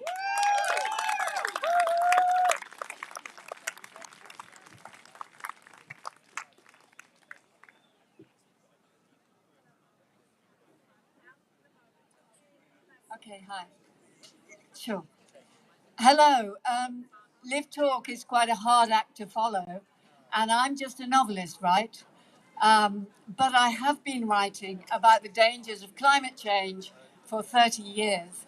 And at first, I think that because I'm very interested in science, and the science was there. Um, But anyway, the recent IPCC report focused our minds. It focused it because it said there are 3 years in which we can do something about changing to renewables. I really believe in what some other people have said here about the need for hope. And so, in writing The Red Children, I wanted to write a fable with a lot of hope in it. And to say, everyone can do something. Okay, I'm not close enough, I'm closer. Um, it's about climate change refugees. It's about the refugees who come to Kent, as they always have. But these refugees are rather different. And because it's a fable, I imagine that we need to learn from the past. We need to learn from indigenous people. We need to learn from other kinds of humans, and we need to learn from other living beings who all have intelligence and emotion and who are invested in this crisis as much as we are. We all need to live. So it's a novel about the dance of life. It's set 10 or 15 years in the future, and my red people are protesting against the destruction of their homes underground in Gibraltar by a massive development which will make the caves unbearably hot. It's a fable, so development could stand for the digging of fossil fuels or anything else. They organise a universal poll, an informal poll, and they ask the whole earth to join them. Indigenous people, animals and birds, and humans from history. And the people arrive, and the beings arrive. That morning, the whole rock of Gibraltar seemed to shake and tremble as the sun caught the edges of the waves. The limestone of the rock, dumb in sleep, was opening into the air, one by one, secret mouths. Gibraltar's most hidden caves yielded their creatures, crawling or flying out into the light. Alpine swifts, inky purple spotless starlings, martins and tiny wrens who used the cave mouths as roosts swooped out before breakfast, with minuscule spiders scuttling stop-start cautious below them. Something very big is going on. Other creatures are emerging, bigger, heavier, noisier, rubbing at and wrinkling their eyes, their feet drumming on the grass as they start to hurry to get somewhere. Tall, broad creatures, half dressed though they're wearing their best, naked torsos and broad, strong, shoeless feet. Human creatures, but different, large-headed, short-limbed, bright-eyed under strong brow ridges. They stay close together as they walk in a line. Some are laughing, others are muttering, is it a trick? Once they've been seen, can they ever go back? We can never go home in any case if we lose this fight, says a clever young woman. So we vote. It's our homes they're destroying. We are the world. We matter. We vote. We come out. Sailing across half the world in response to the summons, trotting from their boats and rafts on the beaches, all the world's first peoples, some in smart suits and rope sandals, many talking fast on their mobiles, for even in fairy tales, someone must tell the media and organize the miracles. So the red people are not alone underground anymore. They're here with others. They are human, one species as we always were, though lovers of ranks and distinctions slice us into hominin, human, Neanderthal, sapiens, primitive, modern, richer or poorer, blacker, whiter, redder. Standing in the sun, they are all here. They are all one. Look, there's a tide now coming from the other direction, streaming up from the town via the main island road, where the young men race in their cars to impress their girlfriends, But today, the whole width of the road is blocked by walkers, townspeople, modern people, shirts and ties, dresses and t-shirts, young and middle-aged, up early in their eagerness to join the universal pole. Last of all come the mythic old, the very last civil rights rebels and survivors from the 1950s and 1960s, some in wheelchairs, some slow and stiff, supported by others, limping, stopping every few steps to catch deep rasps of breath, but determined, eyes bright, we'll do it, we did it before, looking ever upwards. Above the astonishing winding line of human beings stretched along every road that curves up the outside of the mountain, the rock's ravens crow. Ack, ack, trying to mimic the panpipes of the Colombian Indians without success. And the Indians play as they walk, queuing with the others, thousands of feet above sea level on the narrow windy path along the spine of the rock, to vote in a simple body count. Past the polling point to one side, it's no to development. Past to the other, it's yes. On the margins, painting the whole in beauty, the butterflies soar up and hover over the people. Elegant striped southern swallowtails, eyed geranium bronzes, clouded yellows and orange blushed Cleopatras, dancing and mating and spinning across towards the pinky grey promontory of Africa in the distance. And look, a cheek red and black Vanessa lands on a woman's pale hand, and she stops, flattered, and smiles. But first, should the earth be torn apart? Can the long, beautiful dance of life go on with us in it? Vote now.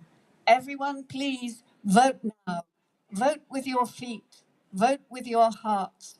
Vote with a dance. Last chance for the universal poll. Thank you.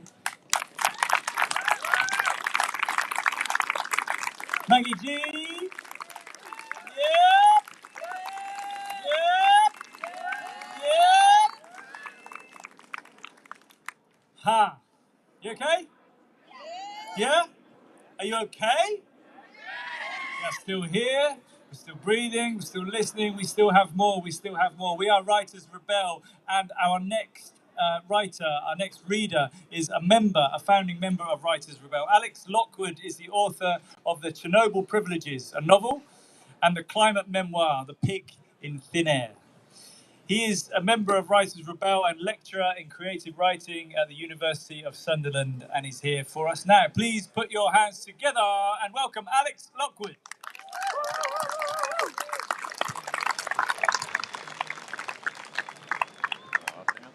Okay. Really close to the mic, please. Hello, is that close enough? Excellent. Thank you all so much for coming. What an incredible crowd. Are there any other actual South Londoners here? Good, glad to hear it. You might tell from my accent I am. Is there anyone here who's very angry about what's happening in Ukraine? I'm here alongside these incredible artists because 3 years ago I wrote a novel. It was about a young boy, a Ukrainian refugee fleeing his home under the shadow of the Chernobyl disaster, running from the arrogance of Soviet nationalism, stupidity and destruction. So not relevant at all today. I'm here to say that the climate crisis is the crisis in Ukraine. The greed for oil is behind both. By the way, having spent 3 years living with and researching Chernobyl, I'm no fan of nuclear energy to solve our crisis. I think we've made it very clear to the government that what we want is for them to insulate Britain, right? I actually put pause if cheers on this, so thank you. If we stand in solidarity with the people of Ukraine, we also surely stand in solidarity with the people of Yemen. They are killed by British bombs paid for with Saudi oil money. Oil again. Bombs and oils are corpse makers. We will not survive oil one way or another. And that is the truth we are being told by the planet, our mother. At the beginning of the war, I wrote a prayer for Ukraine.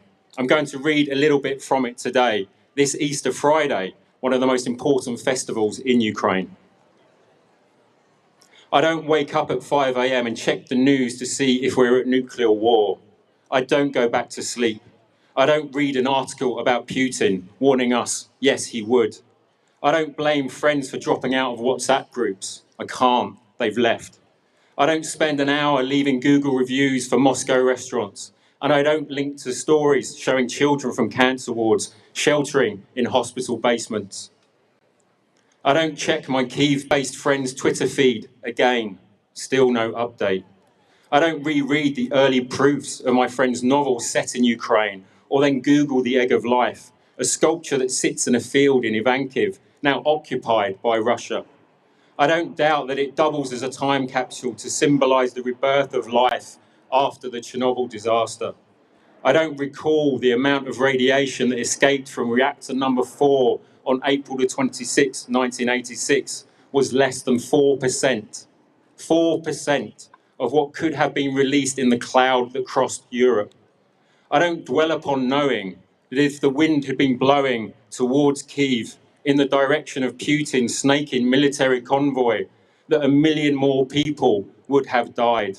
And I don't believe the official death toll at the UN, which stands at 31.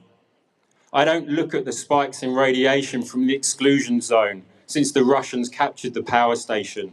I don't ignore the fact that it was ordinary citizens like us who bought radiation detectors in their campaign to stop a nuclear power station being built in Northumberland, who first picked up the cloud moving across Britain and forced the government to admit there was a danger. I will not tell you of the tradition of the Ukrainian people at Easter. I will not ask you to visualize their Pysanky, Ukrainian Easter eggs, famous for their intricate designs, but which serve a purpose beyond decoration. I will not invite you to imagine these designs are mazes, traps for, say their myth, a great snake chained to a cliff. I will not tell you that in Ukrainian, Pysanky means writing. I will not say that as long as this writing on the eggs continues, the world will continue to exist.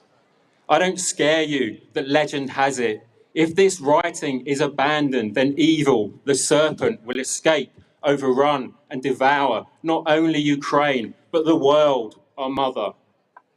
I don't say, look, the serpent is sending out his minions to see how many Pysanky have been written this year.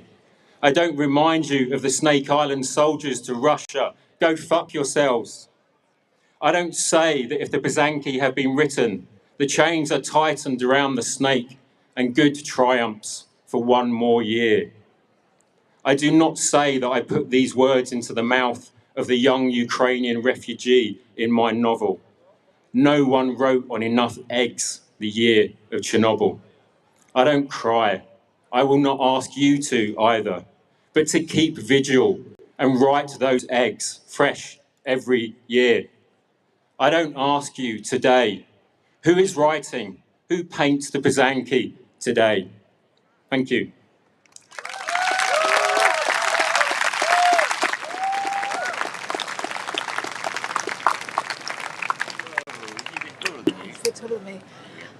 Alex Lockwood. Wow. Next up, Nikita Gill is a poet and writer. She has written and curated 7 volumes of poetry. She uses social media to engage her audiences. She's got 600,000 followers on Instagram, and she's been described as the most successful Insta poet of our time and one of the most exciting young writers working today. Her most recent book is Where Hope Comes From. Welcome, Nikita Gill.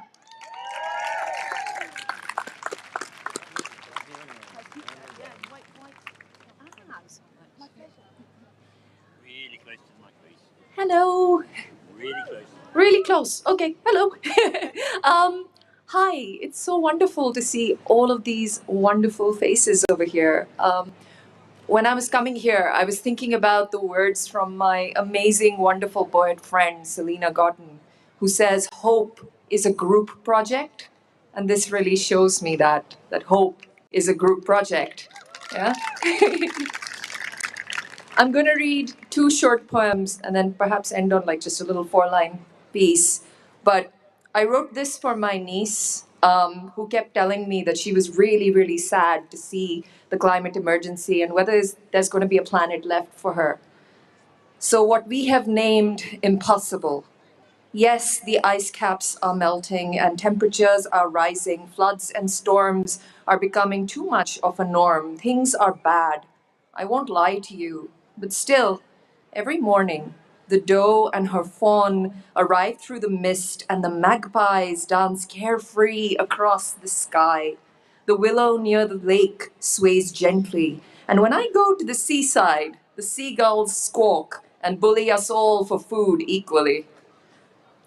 It is only impossible if you don't fight to be alive. The sea never stops wearing the rocks down, and they may be smoother now, but they survive. This may not be a whole lot to fight for and believe in, but believe in the trees, because they believe in you too. Thank you. Thank you so much. I wrote this book during the pandemic, during first lockdown. And one of my favorite poems to read from this, and I always encourage people to go home and like do their own list of these things, is Reasons to Live Through the Apocalypse. So this is what this poem is.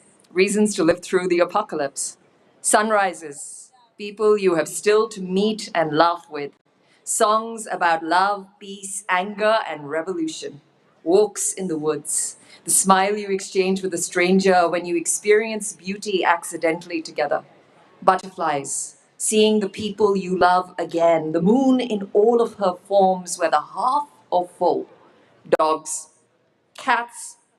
Birthdays and half birthdays, the feeling of floating in love, watching birds eat from bird feeders, the waves of happiness that follow the end of sadness, brown eyes, watching a boat cross an empty sea, sunsets, dipping your feet in the river, balconies, cake, the wind in your face when you roll the car window down on an open highway, falling asleep to the sound of a steady heartbeat, warm cups of tea on cold days, hugs, night skies, art museums, books filled with everything you do not know yet, long conversations, long lost friends, poetry.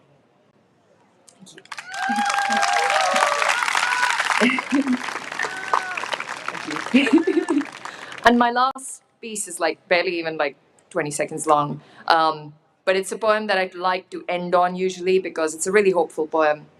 And it's called 93% Stardust.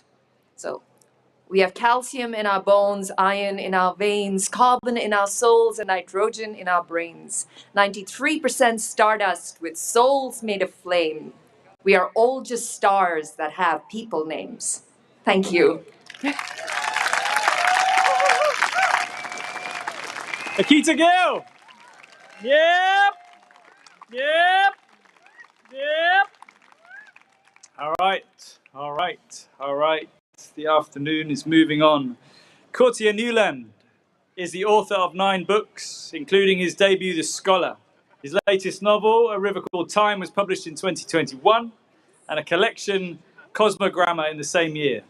His short stories have appeared in many anthologies and broadcast on BBC Radio 4, and as a screenwriter, he has co-written 2 episodes of the Steve McQueen BBC series Small Axe. Please put your hands together and welcome Courtier Newland.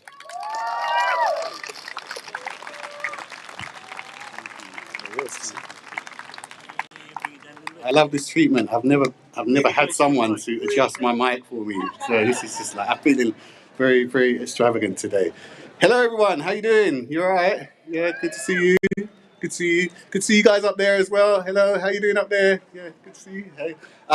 So I'm just gonna read a little bit from a short story that is part of my collection, Cosmogramma. It's my latest book, and it's called Seed.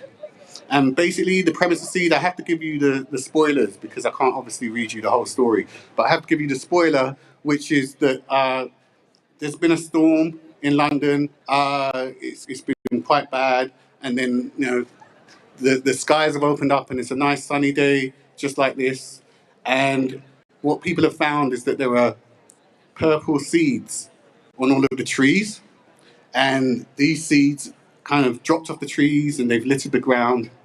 And when people go up to the seeds and pick them up and think, oh, they're really pretty, they've got kind of patterns like fingerprints on them and stuff like that, they generally tend to throw them back into the garden for some reason. They don't know why they have this urge just to throw them into the garden. So what happens the next day is that there's a sprout. And this sprout grows. And over the next few days, basically they find that these sprouts grow into likenesses of the person who touched them.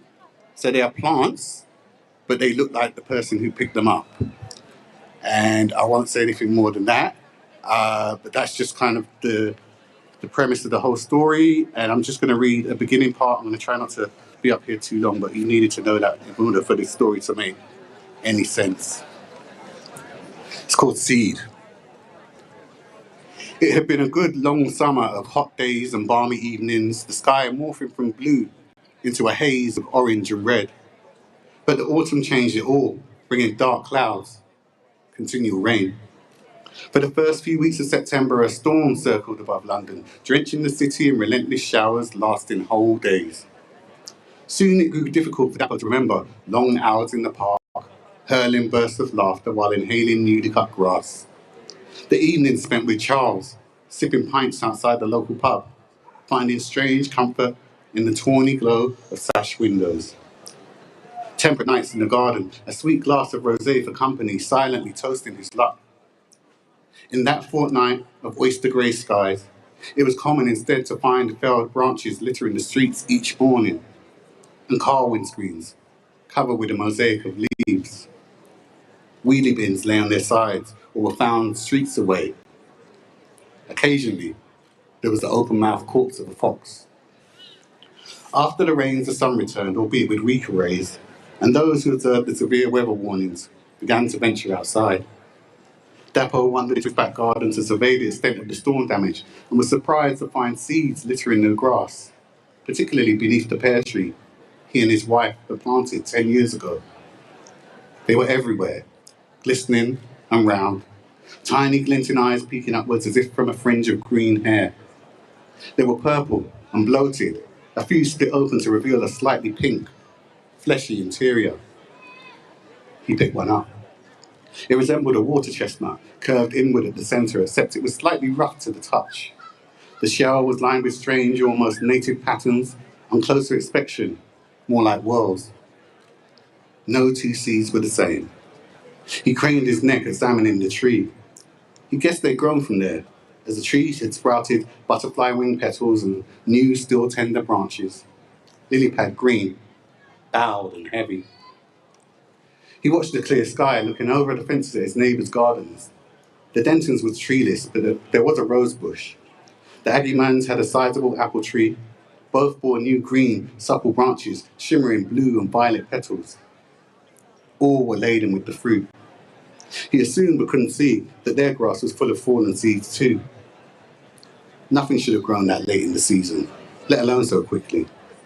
He rolled the seed between his fingers until he was disquieted by the way the markings rubbed against his skin, creating a rasp he didn't hear as much as feel. He took it into the kitchen to show Misra. She was sitting at the kitchen table reading a novel and drinking tea, her usual routine before she went upstairs and began work. Dapo slipped the seed into his pocket and closed the French doors. He made his own cup of lemon and ginger, then stood by the sink, sipping from the mug, enjoying the silence of the day. Aye wasn't there. He spent the weekend with his grandparents, Misra's father and mother, who brought him home after nursery on Monday afternoons.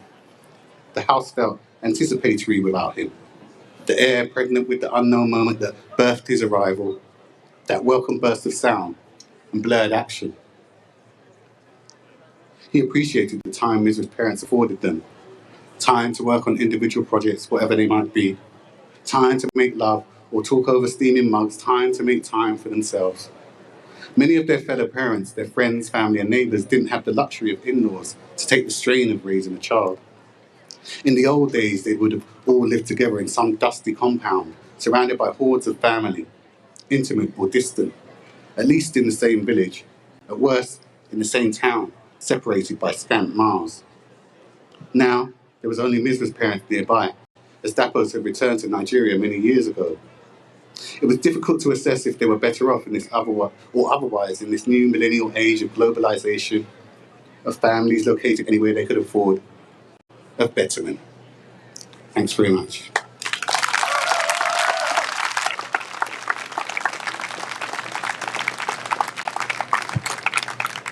Let's hear it for Cotty and Newland. Also the same height as me, thank you for doing that. So it is my great pleasure to invite up the woman who put this all together. Monique Roffey is a Trinidadian-born British writer. She first became aware of the current climate crisis when her brother's home was badly flooded in 2008, after which she wrote... So I'm having one of those... Archipelago, which won the OCM Bocuse Prize for Caribbean Literature. She has written 6 novels, the most recent, The Mermaid of Black Conch, that won the Costa Book of the Year 2020.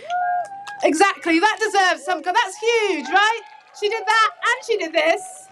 She is a senior lecturer at Manchester Met Writing School and she lives in East London. In 2019, she co-founded Writers Rebel, and it's because of her we're all here today. Monique Roffey!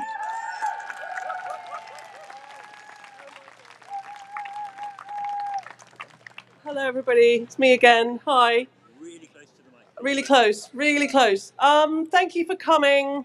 It's great to see you all. And I love what Nikita said about Hope being a project, a group project. It's true, isn't it? Yeah. It's for us all to do together. I'm going to read a poem by a friend of mine. He's a Jamaican poet. He's called Jeffrey Philp, and I love him dearly. He lives in Miami. And I was going to talk a bit about, the Caribbean and climate change, and it's getting hotter and sea levels are rising, and because the sea is hotter, or hurricanes are getting worse and blowing islands off the map and things like that. And I have all these memories of when I was a child on beaches where when the tide went out, you could see conch shells studding the beach. In Trinidad, we call it conch. And you would see that the sea would go out, and there would be these enormous boulders in the sand. And of course, they're no longer there. They're just gone. And that, for me, is one of my first memories of climate change. And that must have been when I was about 18, and I'm 57 now. And then I thought to myself, actually, why? Yes, I can talk about the Caribbean, and I can tell you that I've seen things change in my lifetime. And I'm sure everybody here, whether you live in Somerset or South London, has seen something like this. Heartbreaking, isn't it? In our own lifetimes. Have you all know what I'm talking about? Yeah? I mean, terrible. Blossom in December. Terrible things. Yeah, so I'm not going to read any more. I'm not going to read out those facts. I'm just going to read my friend's poem. This is called Archipelagos after Derek Walcott, and it's by my friend Jeffrey Philp. At the end of this sentence, a flood will rise and swallow low-lying islands of the Caribbean, like when Hurricane Maria whipped the Atlantic into a ring of thunderstorms that advanced. The way Auerbach described her vision of terror, wooden huts torn away from their foundations were carried away. Women and men were tied to the ceiling beams, but no one could see a tangle of arms waving from the roof like branches blowing in the wind, waving desperately towards heaven, towards the riverbanks for help. A man, chest deep, in the surge that snatched his family from his arms, in waves that swelled before him, like how Columbus and his crew imagined Leviathan, whose mere sight is overpowering, and who looked down on all that is haughty.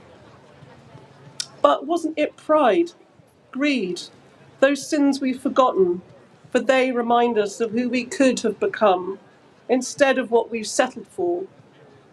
and extended our reach like the virus with its crown of spikes around the waste of the world to the polar ice caps, melting into the ocean that's rising 1 inch every 3 years in Miami, where leatherbacks lumber out of the water to lay their eggs, as carefully as I swaddle my grandniece in a blanket, which my daughters remember in the same breath with the bumper sticker on the first car I owned.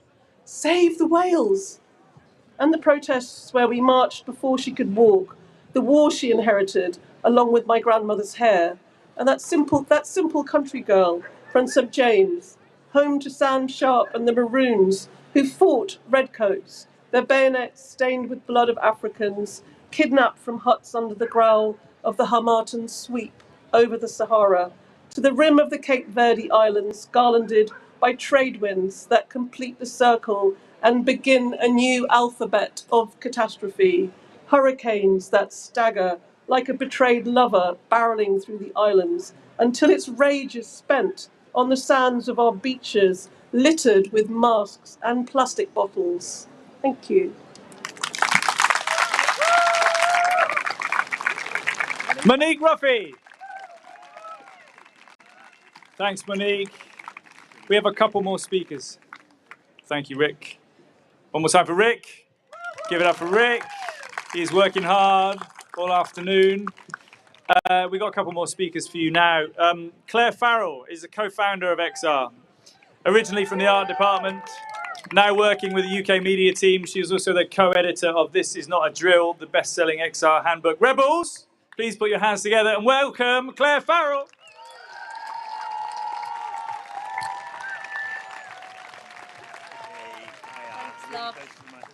Thank you. Okay, hi everybody. So I've been asked to read a section from this book by Jay Griffiths, but first I'm going to just give you a little recap on what we've achieved this week. So I've got some notes. Sorry, this is a bit clunky. So I feel like this rebellion has really been like a moment, and this moment that we're in is bringing together the entire climate movement to call for an end to fossil fuels. It's the most obvious first thing. If you asked a small child who understood that fossil fuels cause climate change what you should do in the face of a climate crisis, they would tell you to stop burning them. So it feels like the most remarkably and horribly obvious thing that we all have to come together around. But it's really interesting and brilliant, I think, to see so many people now all coming together around the same message. And that's our friends at Just Stop Oil. That's the people who are campaigning to stop Cambo, the people campaigning to stop Abigail. That's Greenpeace, that's Friends of the Earth. And there are people all over the world that are working with us in our movement that we don't even know and that we never get to meet. And they're with us and we're all together. So it's really, really exciting. And I guess for me at the moment, the most kind of poignant thing has been seeing the professional people from the scientific disciplines coming together and the healthcare professionals who've come out in such force for this rebellion. So we started off on Friday the 8th with some abseiling on Tower Bridge and a large banner drop. As somebody who works with the press team, I was quite surprised that the entire media seemed to be fascinated by an extremely large banner. But anyway, that got us quite a lot of press for the start of the week. We had a big march, which was just sit down, everyone marching through central London and sitting in Oxford Circus and along Oxford Street and marching around the streets, ending in Trafalgar Square. We had blockades on Vauxhall and Lambeth Bridge. We had days of outreach and the 3.5 project. A lot of people have been talking about how the door knocking's been extremely successful. If you feel too nervous to go and knock on a door, you should definitely get over that nervousness and try it out, because apparently it's not scary at all and it's been going really, really well.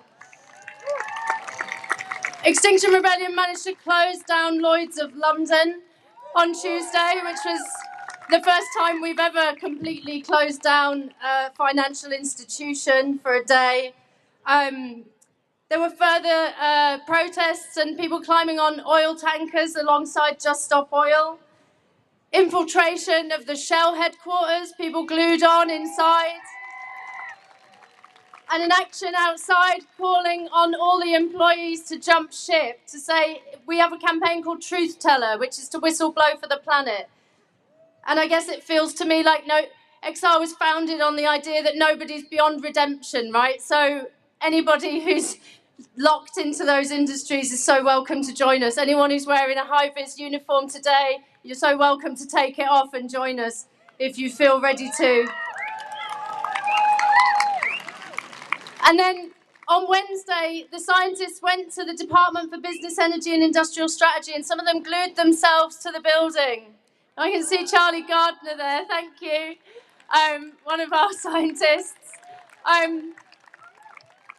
But we have to make a special, take a special moment just now for one of those scientists, the wonderful Emma Smart. She's currently locked inside Charing Cross Police Station. She's been held there since Wednesday when she was arrested, and she's currently on hunger strike, on nil by mouth hunger strike, which means not drinking as well as not eating. We're very concerned for her well-being. They're holding her. They won't give her bail because they think that she might come out and break it if they do. And so massive solidarity to her. And there was a large vigil today outside Charing Cross, and I hope in my heart from the basement that she heard us making an absolute racket outside. And I just came from having a very short conversation with Peter Kalmus, the scientist from the States, who also just joined the swelling ranks of scientists who are going out and peacefully breaking the law. And he sends his love to the rebellion. He's very pleased to see so many people taking action in London today. And really, we talked about the open-heartedness of the movement and the requirement of letting go of a part of yourself in order to find the courage to take action. And that's what everybody's here to sort of celebrate, I guess, with the Writers Rebel event. So with that, I'll just read you this short passage from Jay's book. It's about something that happened, I think, a year ago today, early days of XR. XR makes the future immediate and now. How do you raise the alarm? By showing that you are alarmed. Any self-respecting meerkat knows this. No sensible mammal would use an impersonal, complicated data set to tell its fellows they are in terrifying danger of slaughter. Climate scientists thought their studies would be enough and that action would be taken. The scientists had no choice but to stick to the values and register of scientific communications, but too many people in the wider world adopted not just the facts of science, but its demeanour and tone, level, unemotional, flat factual. The opposite was required. The facts, yes, but not the voice. What was needed was an outcry of alarm, and XR stepped up. On Waterloo Bridge, full of woven willow and flowers, cyclists and a pop-up kitchen in blazing noonday sun, I speak to the academic Rupert Reed. The most important thing is not to trust too much hope at this point. For 30 years, campaigners have gone for passive wishing and have been set on not scaring people, he says. The result is mass complacency. Hope paralyzes. Alarm galvanizes. We need something more important than hope now, and that is the courage to look at the brutal reality of the situation we're in and the worst reality that is coming. Indeed, a meta-analysis of 152 studies in public health shows that fear changes attitudes, and it is also emotionally congruent to the facts. The facts are terrifying. Raise the alarm for what the Smithsonian has called death on an unimaginable scale. At 2-degree warming, island nations will be the victims of a genocide. Kevin Anderson, director of the Tyndall Centre for Climate Change Research, says, for humanity, it's a matter of life or death. If you've got a population of 9 billion by 2050 and you hit a rise of 4.5 to 6 degrees C, you might have 500 million people surviving. Language buckles in this heat. What is happening is unhallowed. It is a drama unfolding at theological scale, says Roger Hallam, one of XR's co-founders. The governments of the world are taking us to our deaths, say many in XR. There can be no greater crime. The grief of it all overcomes me sometimes. 1/2 of all species could be forced to extinction by 2050. Sometimes I feel I am in a constant state of farewell to the living world, knowing that it will not fare well at all. Thank you.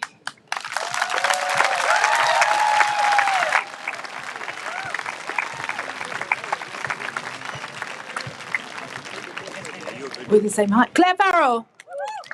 Amazing work by XR this week. So it feels we've reached that moment of gravity. We've reached almost the end of the Writers' Rebel contribution to this rebellion. And we have the great pleasure of introducing our final performer for this afternoon. It's Lemn Sissay, OBE. I'm sure he doesn't need much introduction, but he is a British author and broadcaster.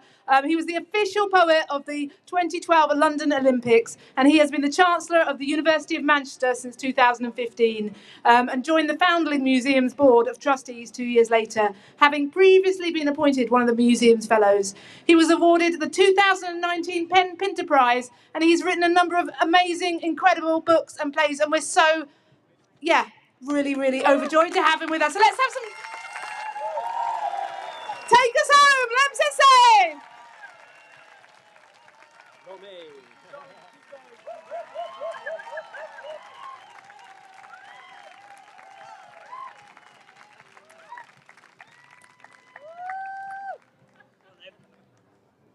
Don't be shy. Come on, I'm okay.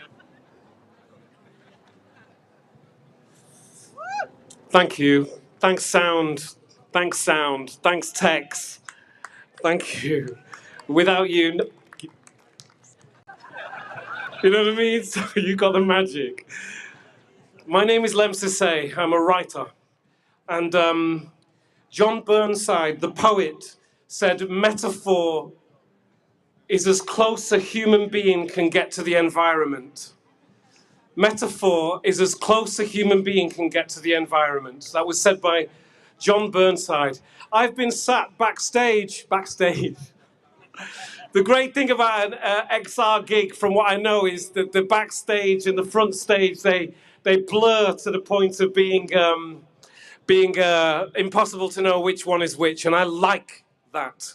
But I have been stood there waiting for the sun to stay, okay? Because the sun's gone behind that freaking skyscraper there, and it went about 10, I love the sun, and it went 10 minutes ago, and I was wanting it to stay for my gig.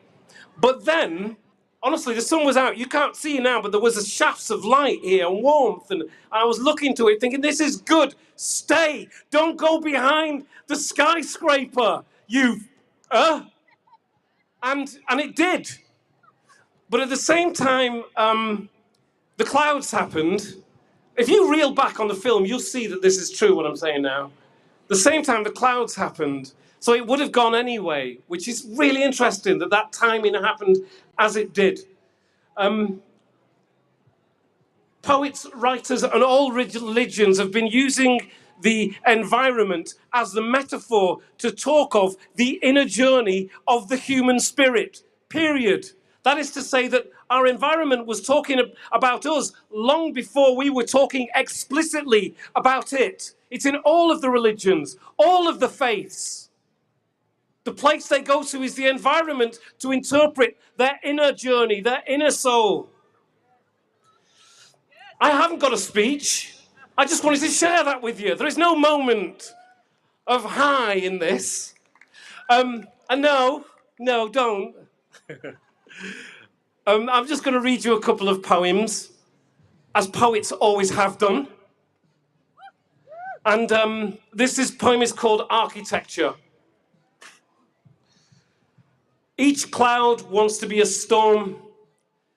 And I think with this poem, I think about the use of the environment to explain how we feel, but I also think about the pandemic we've been through. And I think that a person can kill a poem by talking about it before they read it.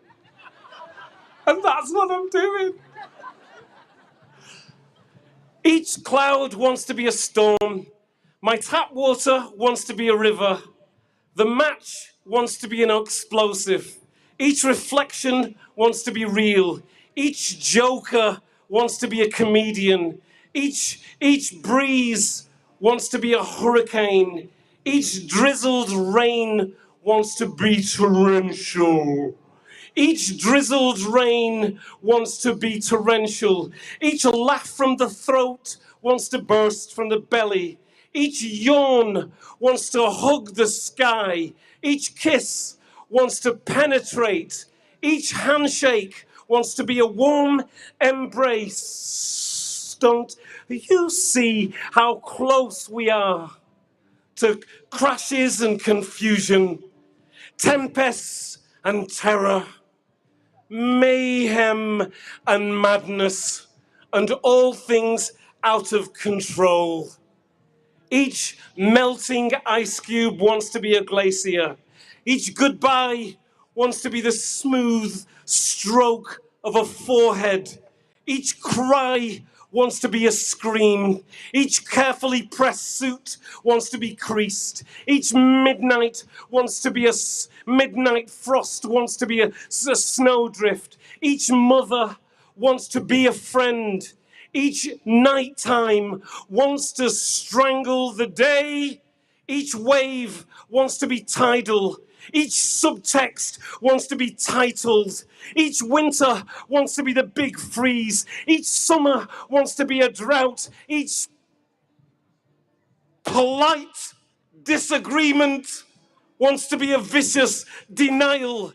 Each diplomatic smile wants to be a one-fingered tribute to tax. Don't you see how close we are to crashes, confusion, tempests and terror, mayhem and madness, and all things out of control? Keep telling yourself you've got it covered.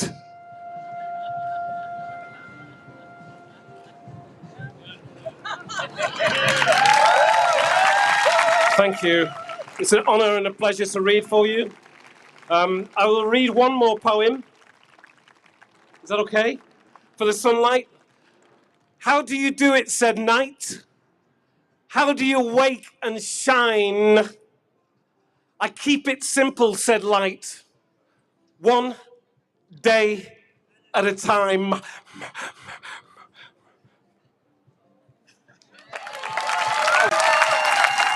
And just one more thing. I just want to virtue signal my ass out of this gig. So if you just wave, Extinction, love. Lemn Sissay! Lemn Sissay! Lemn Sissay! Thank you, thank you, thank you.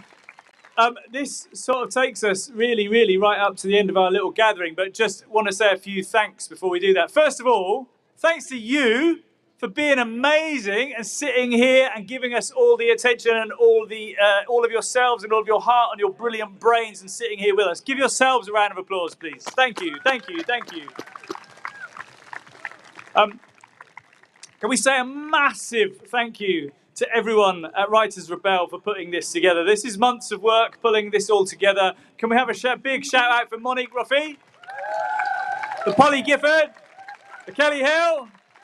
Yeah, for Paul Ewan. And we've got other people that we haven't written down, but we've got Jake, who's somewhere out here. We've got, let's just say, Rick on the sound. He's had quite a lot of applause, but I think maybe some more. Alex Lockwood. Ben on the pallets. Ben on the pallets. So I just want to, you have no idea. This man painted these pallets, spent ages getting them, and he's wiped the mic so many times, yeah. And he's done it so calmly and stylishly. Can we have a big? Can we just make Ben on the yeah? Ben for the mic wipe, big mic wiper. Shout out to the Tate for allowing us to be here because we had to change venue like a few days ago, and they went, yeah, come and do it here. So thank you, thank you, thank you, thank you. And really, let's do a big thanks to everyone, every writer that we've seen today. Can we show some love for Zena Edwards? For Inna Elms. Patience Agbabi. For Sarah Whitman. For Greg Normington. For Chris Redmond. Thanks. Ray Antrobus. For Joe Dunthorne. For Liv Talk. For Maggie G. For Alex Lockwood. For Nikita Gill. For Cortia Newland. For Monique Roffey. For Claire Farrell. And for Lemn Sissay. Lemn Sissay. Lemn Sissay. Thank you so much. Take care of yourselves. Do everything that you can. You already are. You showed up. Let's just keep showing up. Let's just keep showing up. Let's just keep showing up. Let's just keep showing up.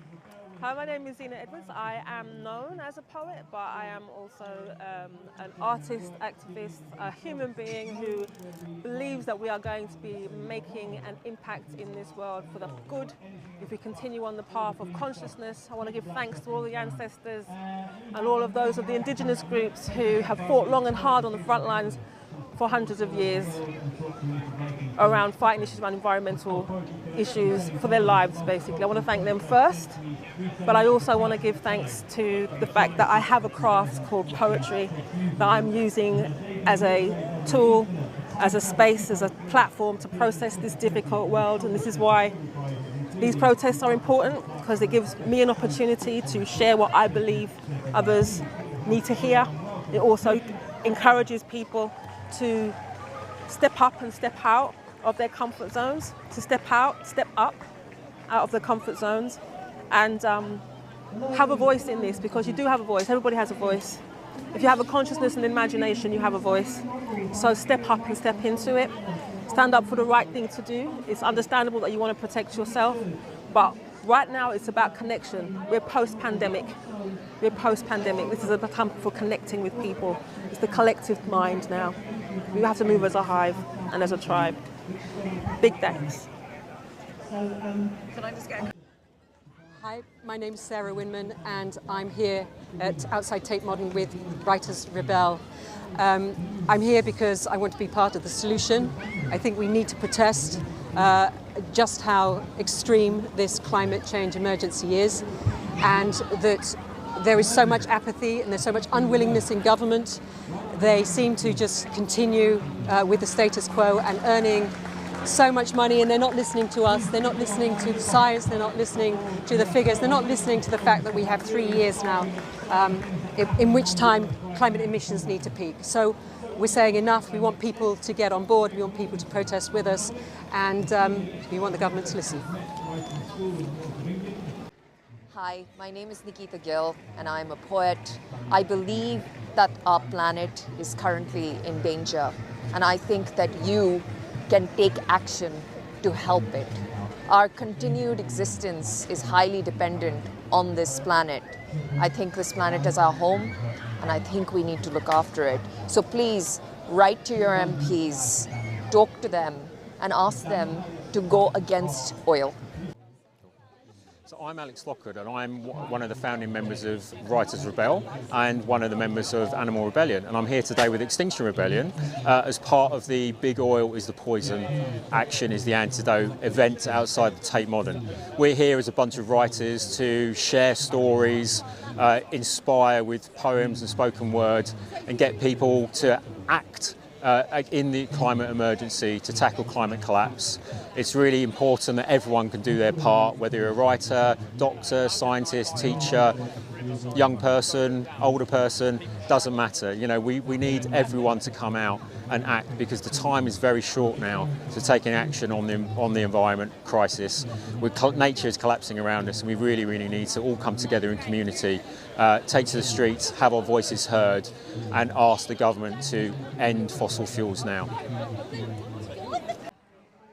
Hello, my name is Raymond Antrobus. I am a poet, I am a teacher, I'm a performer, I'm a traveller, I'm an investigator of missing sounds, and I suppose something that I'm hoping for is to have more people share the experience of showing up in a place like this and being unified by people who have similar concerns as you, people who care about the planet, people who care about language, people who care about social justice, people who care about eco-justice. There's a real affirmed and powerful feeling in joining people, joining rallies, joining, platforms where some of the most vital issues of our time are being discussed and taken seriously, being listened to, so that we can all start something. We need something, and this is something.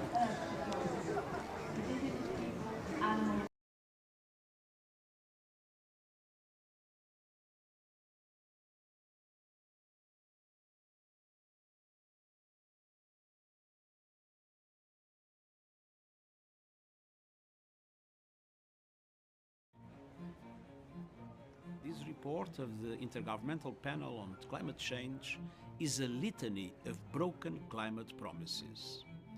It is a file of shame, cataloguing the empty pledges that put us firmly on track towards an unlivable world. We don't have the excuse of saying we do not know. The challenge is, do we have the courage to do what must be done? There will be a time when we will look back and ask ourselves what we did right now. We know that we only have the possibility of avoiding a looming climate catastrophe if people like us refuse to give up.